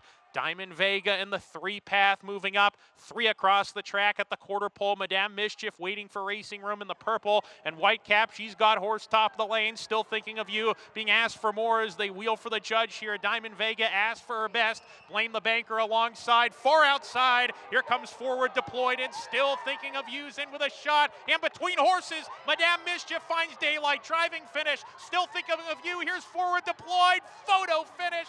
Still thinking of you. I think she got it, and I will say she did. Paco Lopez, 5 wins. Got it by a nose over forward deployed and Madame Mischief. That's why we love turf racing. Fireworks in the stretch, cavalry charge, wild finish, still thinking of you. And Paco, saddle towel number 5 wins on the afternoon. Wow. What a ride here. And the 10 stuck up on the rail with Sammy Camacho. He gave that horse a tremendous ride. The 3, Dylan Davis, was locked on the rail. He was able to swing outside. And Sammy Marin just could not hold the 6. He tried his best Arazi backstretch rush and got to the front end. But by that time, he was out of gas. And this turned into a nice little stretch duel. The 10 dove to the rail, but Paco just gets to the wire. He's a nose short from a 6-bagger today. It's just another day at Monmouth Park. What can you say? 11-time riding champ here. Paco Lopez going to work, still thinking of you. You see her on the backstretch, just like full of herself. Yeah, proud of herself, like she knew what she had just accomplished. Yeah, and the 2 Chad Brown runners, I thought Dylan gave the 3 a tremendous ride. He just got in. He was trying to hold that ground on the rail. When he was able to swing out, he just had some race room to go to. It gets to the wire, just could not outfinish. The 10 really kicked in late, but the 5 just lunges right there late at the wire. Late surge to her outside, forward deployed in Dylan Davis, but still thinking of you. Forward trainer Derek Ryan. That date with Bookham Dano coming up in the True North next week. And Paco Lopez, big afternoon here at the Shore's greatest stretch. 5-10, 3, 6, 14 in the 10th at Monmouth. Results when we come back. Plus, what better way to start Belmont Stakes week? Biggest race in New York than with New York breds. New York Showcase Day, Sterling Silver, aptly named, bound for the critical eye. Paul giving you the critical eye. Watch and wager this summer at Laurel Park. Enjoy the best thoroughbred racing in the state of Maryland through June 29. And don't forget, turf racing is back with full fields and outstanding wagering opportunities. Play the early and late value pick 5 and enjoy one of the lowest takeouts in the country. Laurel Park is the place to play and win. Racing Friday through Sunday, first race 12:10 p.m. and free admission every day. For more information, visit laurelpark.com. Laurel Park, the players' track.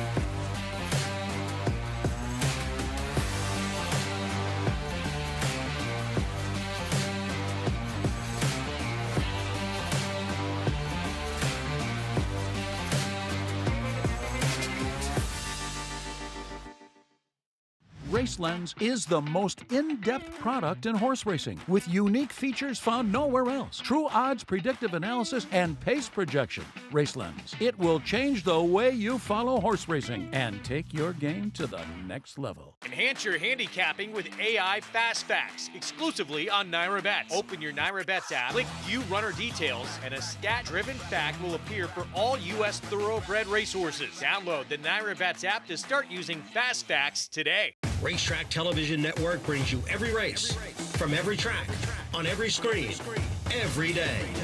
With monthly packages starting as low as $5, RTN gives you great value and access to more live HD streaming and race replays than anyone. Visit RTN.tv today to sign up and watch on almost any device, including Roku and Amazon Fire. RTN has packages that start at $5 per month.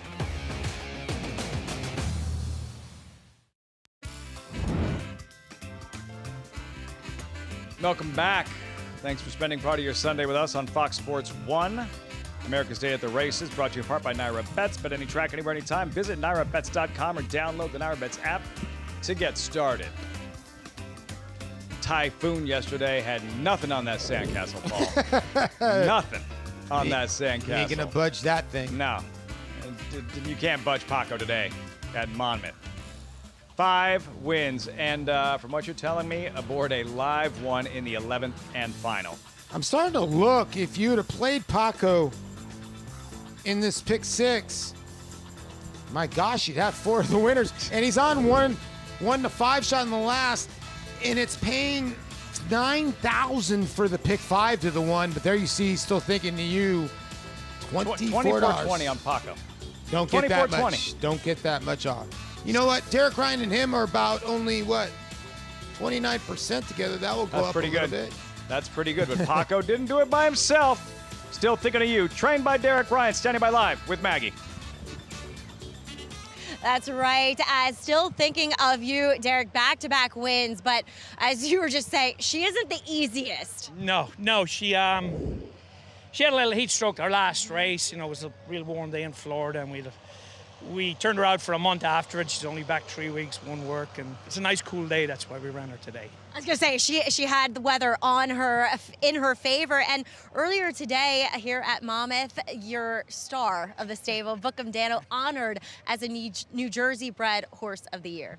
Yeah, it's a big honor. You know, he's a nice horse. I think he drew post 5 for Saturday in Saratoga, so we'll be heading up there. Should I just hand you the microphone, because that was going to be my next question. But as he does try the True North, I'm sorry, it was a heartbreaker in the Churchill Downs. Talk a little bit about that effort and how he's doing heading into this one. He ran a great race. You know, he got bumped a little bit coming out of there, and then on the turn, he stuck for root for maybe 2-3 strides, and we ended up getting beaten neck ahead for everything. Ran his race, and there were some really nice horses. So you got to be happy with it, but at the same time, I wish I won it. You and a lot of people, I'm sure. Well, we can't wait to see him. Scene of one of his biggest wins up at Saratoga last year in the Woody Stevens, for this year for the True North. Yeah. So hopefully we get lucky this time.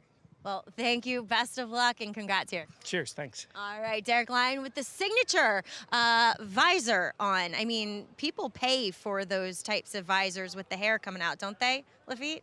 Yeah. It works for him, man. And clearly, crawling the walls with anxiety as Bookham Dano gets ready with the True North. Listen, nothing phases Derek Ryan. No, it doesn't. I got to know Derek very personally because one of my good friends is Eric Fine, who had Musket Man, who Derek trained, and he hasn't. Maggie hasn't taken that hat off in 18 years. He wears it backwards when he goes to sleep as well, and he's going to go hit a bucket of balls after this. He's really good with his 8-iron.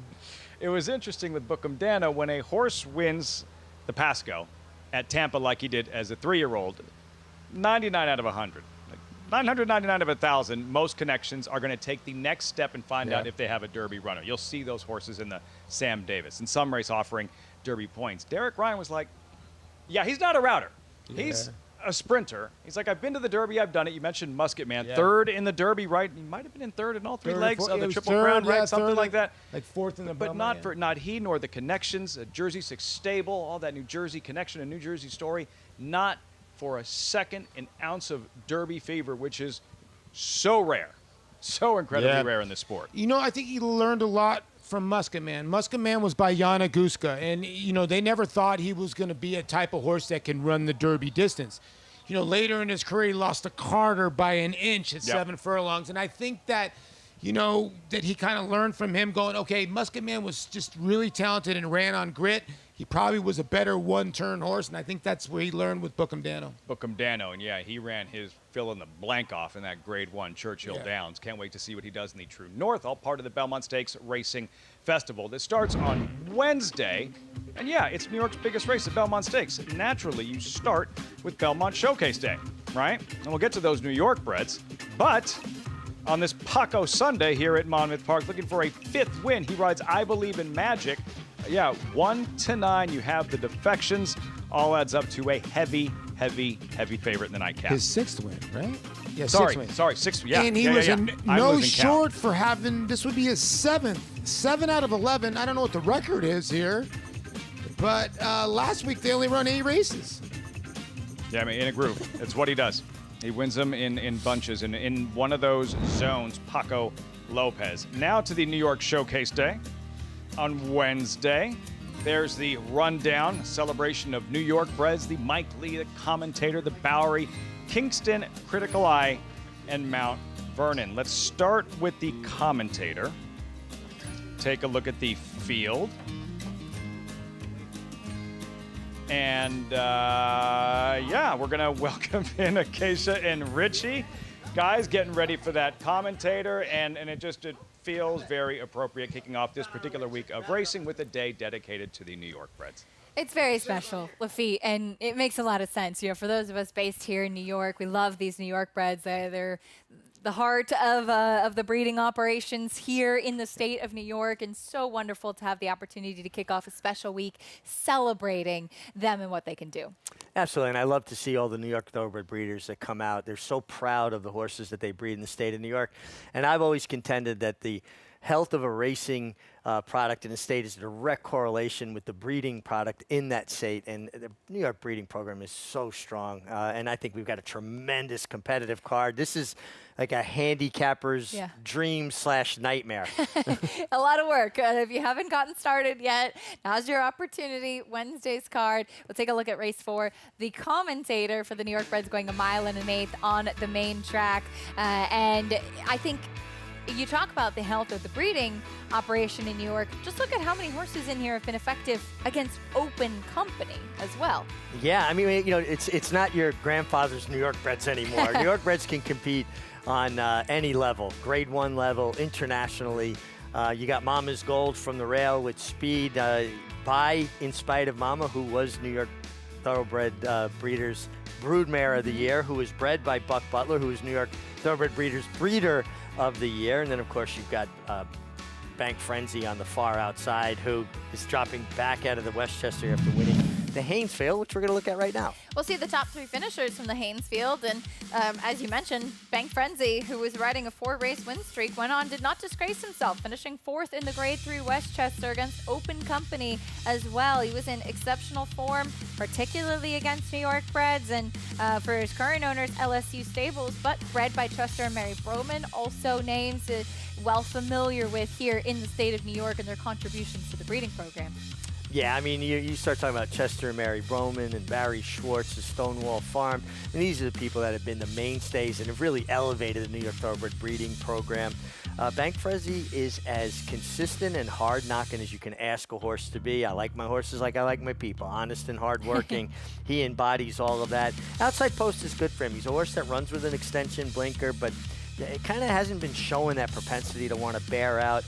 And he's versatile. He has natural speed, but with the likes of Mama's Gold and some others in here, he probably is relegated to a stalking position, which he is very comfortable in as well. Has shown some versatility and above all has been exceptionally consistent. We take a look at the girls in the Critical Eye, also 1 1/8 for the fillies and mares. This one goes as race number 8. And once again, you have a horse that has been successful against open company. Sterling Silver coming off of a 2nd place finish in the Grade 2 Ruffian for Belmont. Behind Jody's Pride, a horse that has plenty of talent in her own right as well. My big question, Richie, is how she's going to handle the distance. And then I looked back and saw that she went 1 1/8 in the Empire Distaff and was beaten just a nose last fall. Isn't it interesting? Because as soon as I see Sterling Silver, I think more of 7/8 to a mile. And 1 1/8, I question it as well. Then there's that Empire Distaff that jumps off the page at her. The only time she tried the 9 furlongs, the 1 1/8, and beating the nose. another one. She embodies what we look for in our people and our horses. She just shows up, brings her lunch pail, goes to work, over $1 million in earnings now. She could be a poster child for New York breds. Yeah, absolutely. Now at the age of 6, still running at the top level. In fact, New York breds ran 2-3 in that ruffian, with My Main Squeeze finishing second that day as well. But Sterling Silver, a very cool and consistent mare for Derby winning duo Bill Mott and Junior Alvarado, who of course will get ready to team up with Sovereignty on Saturday. And it's just a fun day. You know, last year we had this day on Sunday, the day after, but I love that we are starting the week with the New York Reds. It's a great way to kick it off and to really get a chance to showcase what the state has to offer. I agree with you. I think it's a great way to kick off the 5-day Belmont Festival. I'm so excited. I mean, it's been great being here the last few days, working with you, despite the weather yesterday here. Beautiful day today. There's something about being in Saratoga and the build up to this huge week of racing. We're really privileged to be a part of it. Yeah, we certainly are. You can feel the energy building downtown as well. We are getting closer and closer to the start of the Belmont Stakes Racing Festival. We'll talk about another contender when we come back. Rodriguez, with the presence of a new shooter in Crudo for Todd Pletcher. We'll see how that pace does develop, but his speed is dangerous. Wood Memorial winner Rodriguez getting ready for this year's Belmont Stakes. Introducing Peace and Justice, new to New York in 2025. A proven sire with over 200 wins, 16% wins per starts, and one of only 2 New York-based stallions to have a graded stakes winner at Saratoga in 2024. Now, with 3 different racing surfaces coming to New York, and with New York breds running for equal purses as open company, Peace and Justice is the sure choice for 2025. Peace and Justice, now standing at Irish Hill and Duchess View Stallions in New York.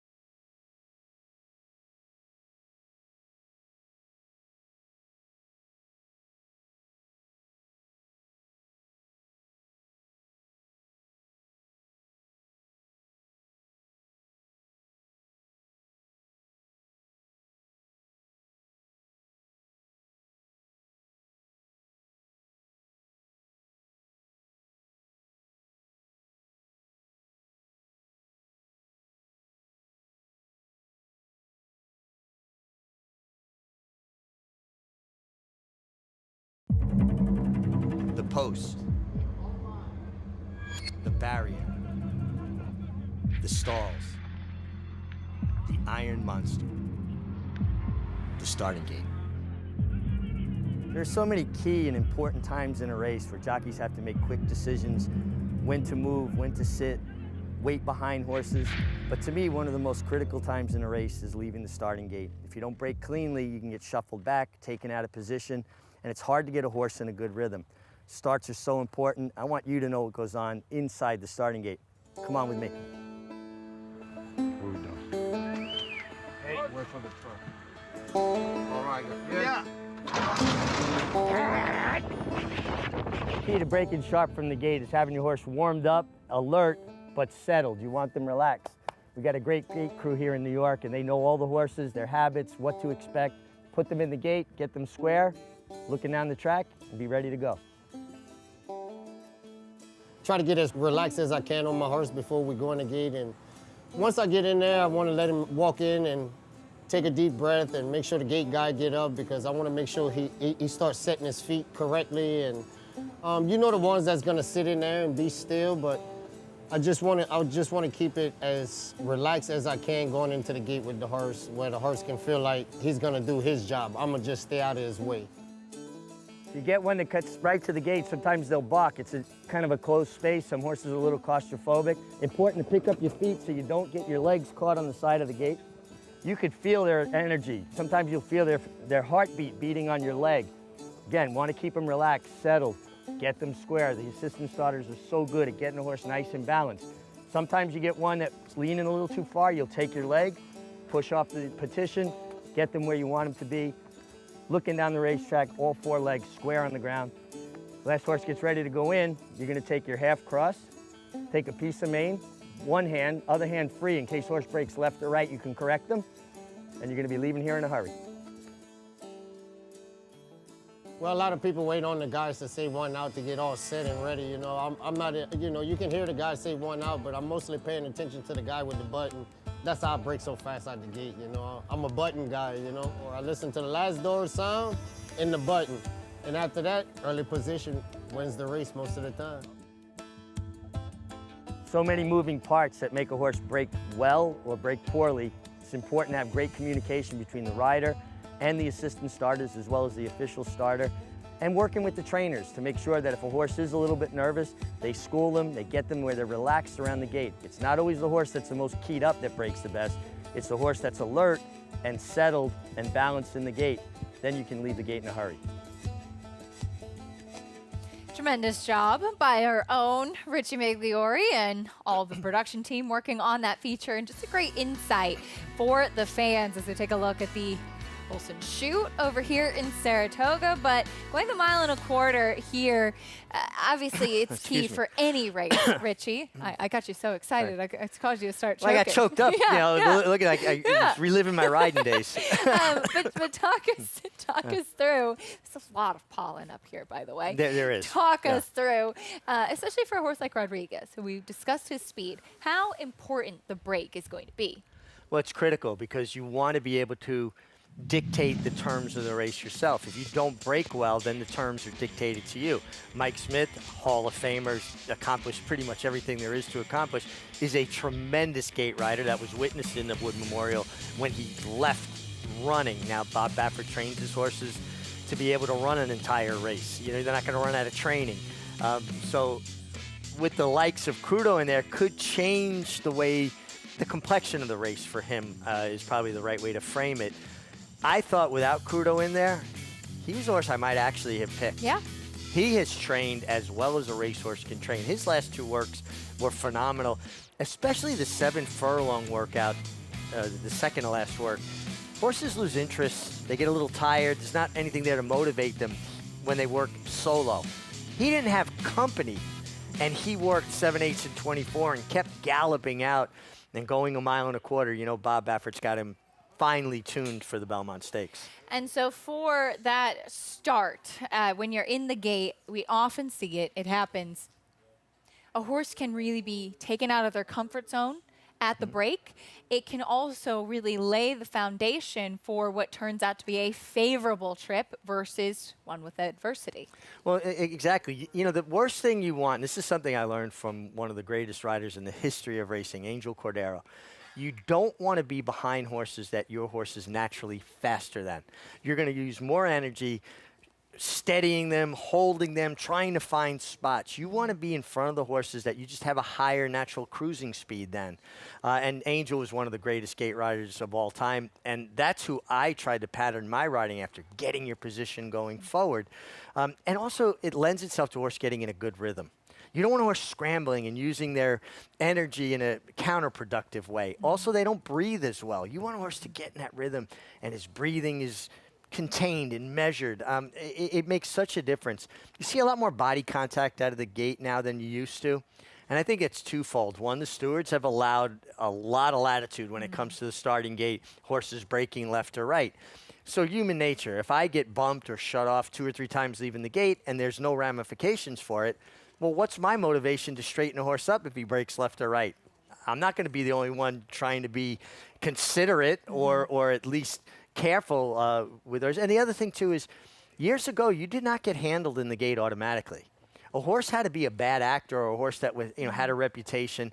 And if you were in the gate by yourself, a horse acted up, you got to ask for permission from the starter to get help. And he might say no. He might say, no, you can handle it. So you had to learn to really square your horse up, and you could feel how balanced they were. And I don't think riders nowadays, because they're all handled, have to learn that as much. So you're not as in tune with if your horse is just a little off center. And you think about a 1,000-pound animal going from 0 to 40 in one stride, they have to be square. If they're a little bit off, that instant, that split second they have to reset, they've not broken well. Some amazing points, as only Richie Migliore could make them, somebody that's been there, done that, and done it quite well for many years. The break, always imperative, but especially when you have a horse with natural speed. Yeah, you don't want to give away that advantage. Your horse's strength is his speed. If he doesn't break well, he's not going to be able to play that trump card. 6 days away from the Belmont Stakes, you can catch the action live on Fox. The $2 million Belmont Stakes on Saturday. Be sure to tune in if you can't make it here with us on track, though we, of course, hope to see you at Saratoga for the final jewel of the Triple Crown. As Richie, I think you made some fantastic points. You dropped the mic, so it was a perfect opportunity for us to say goodbye.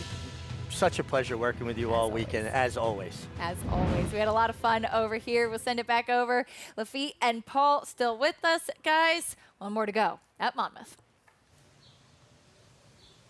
Great stuff, great insight, Acacia and Mig. Look forward to seeing you before long. Speed proved most effective last year. No catching Dornoch. The first Belmont Stakes at Saratoga. What will Rodriguez do against the top 3 finishers in the Kentucky Derby in Saturday's Belmont Stakes? What will Paco do in this 11th and final? Paco, who's won 5 already, working on a 6th aboard the odds-on favorite number 1, I Believe in Magic.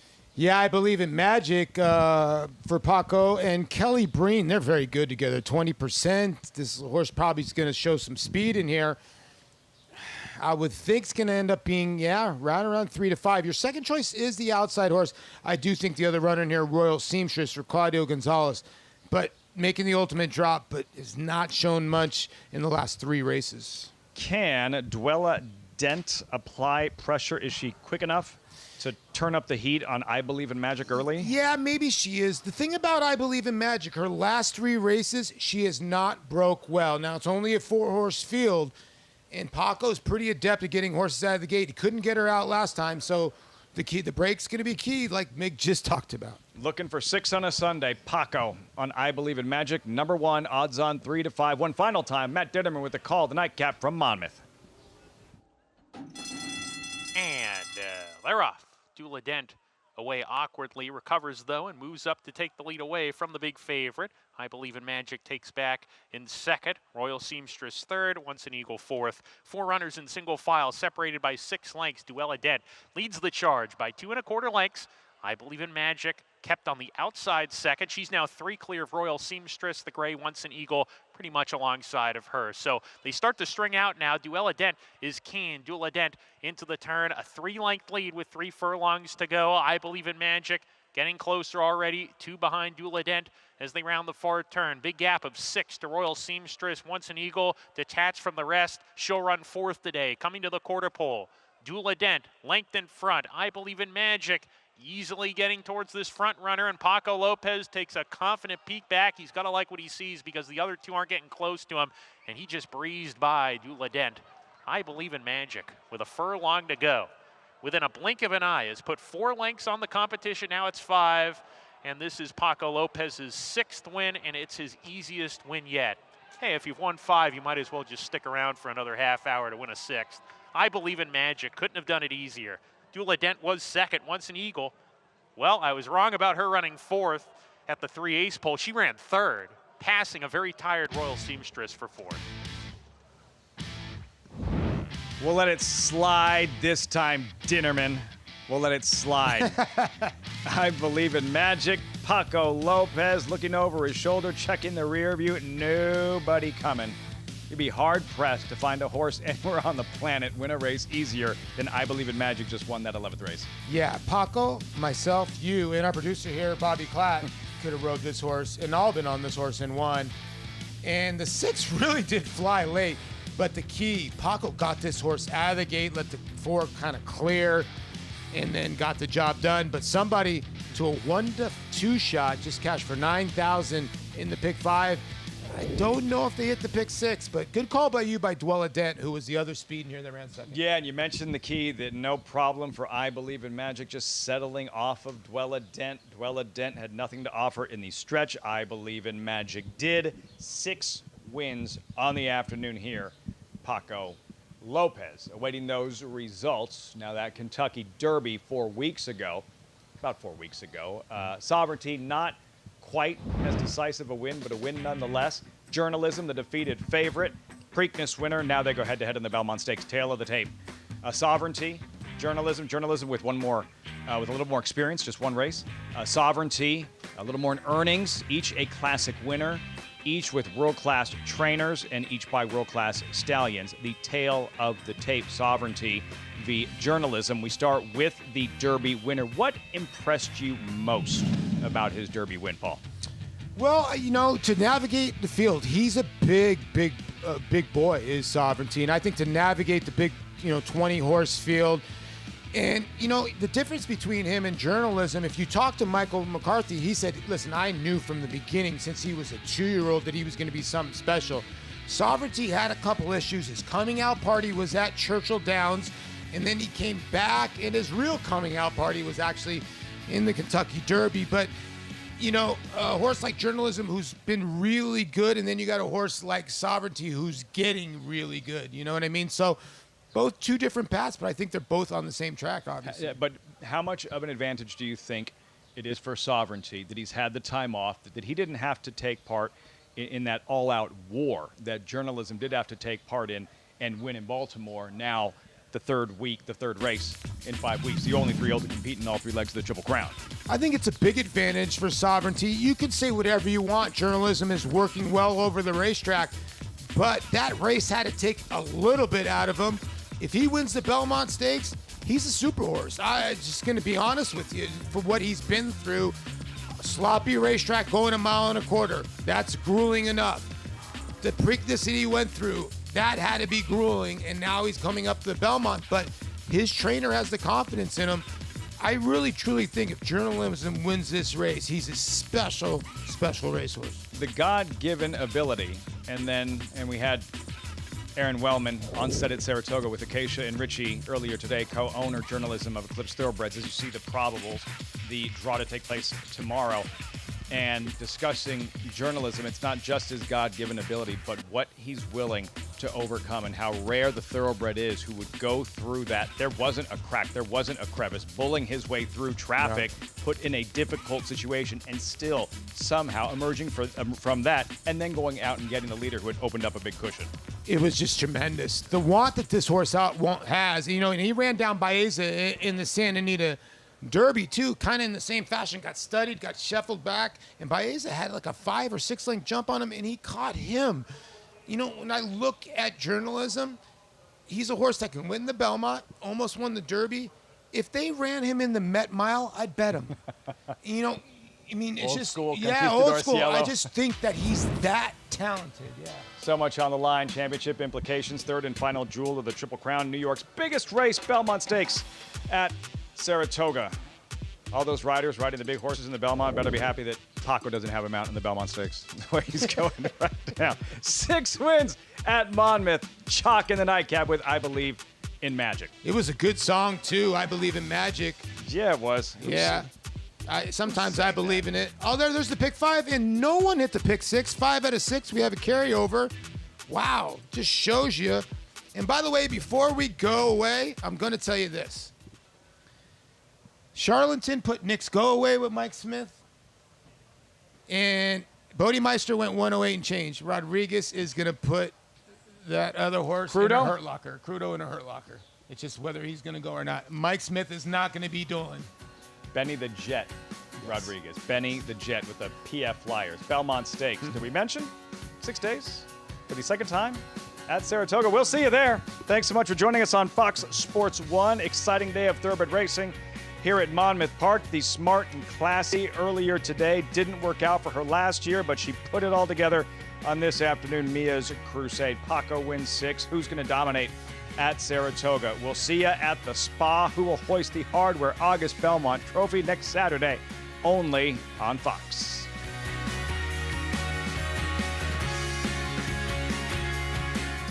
A dynasty in motion, reshaping the sport's greatest tradition, channeling the legends of his line and surpassing them. 4 of the last 6 Derby winners carry his genes. A Golden Sun, a Horse of the Year. Another chapter written beneath those iconic spires. Derby dreams fulfilled for the titans of our industry. From authentic to sovereignty, a legacy both real and supreme. Into mischief.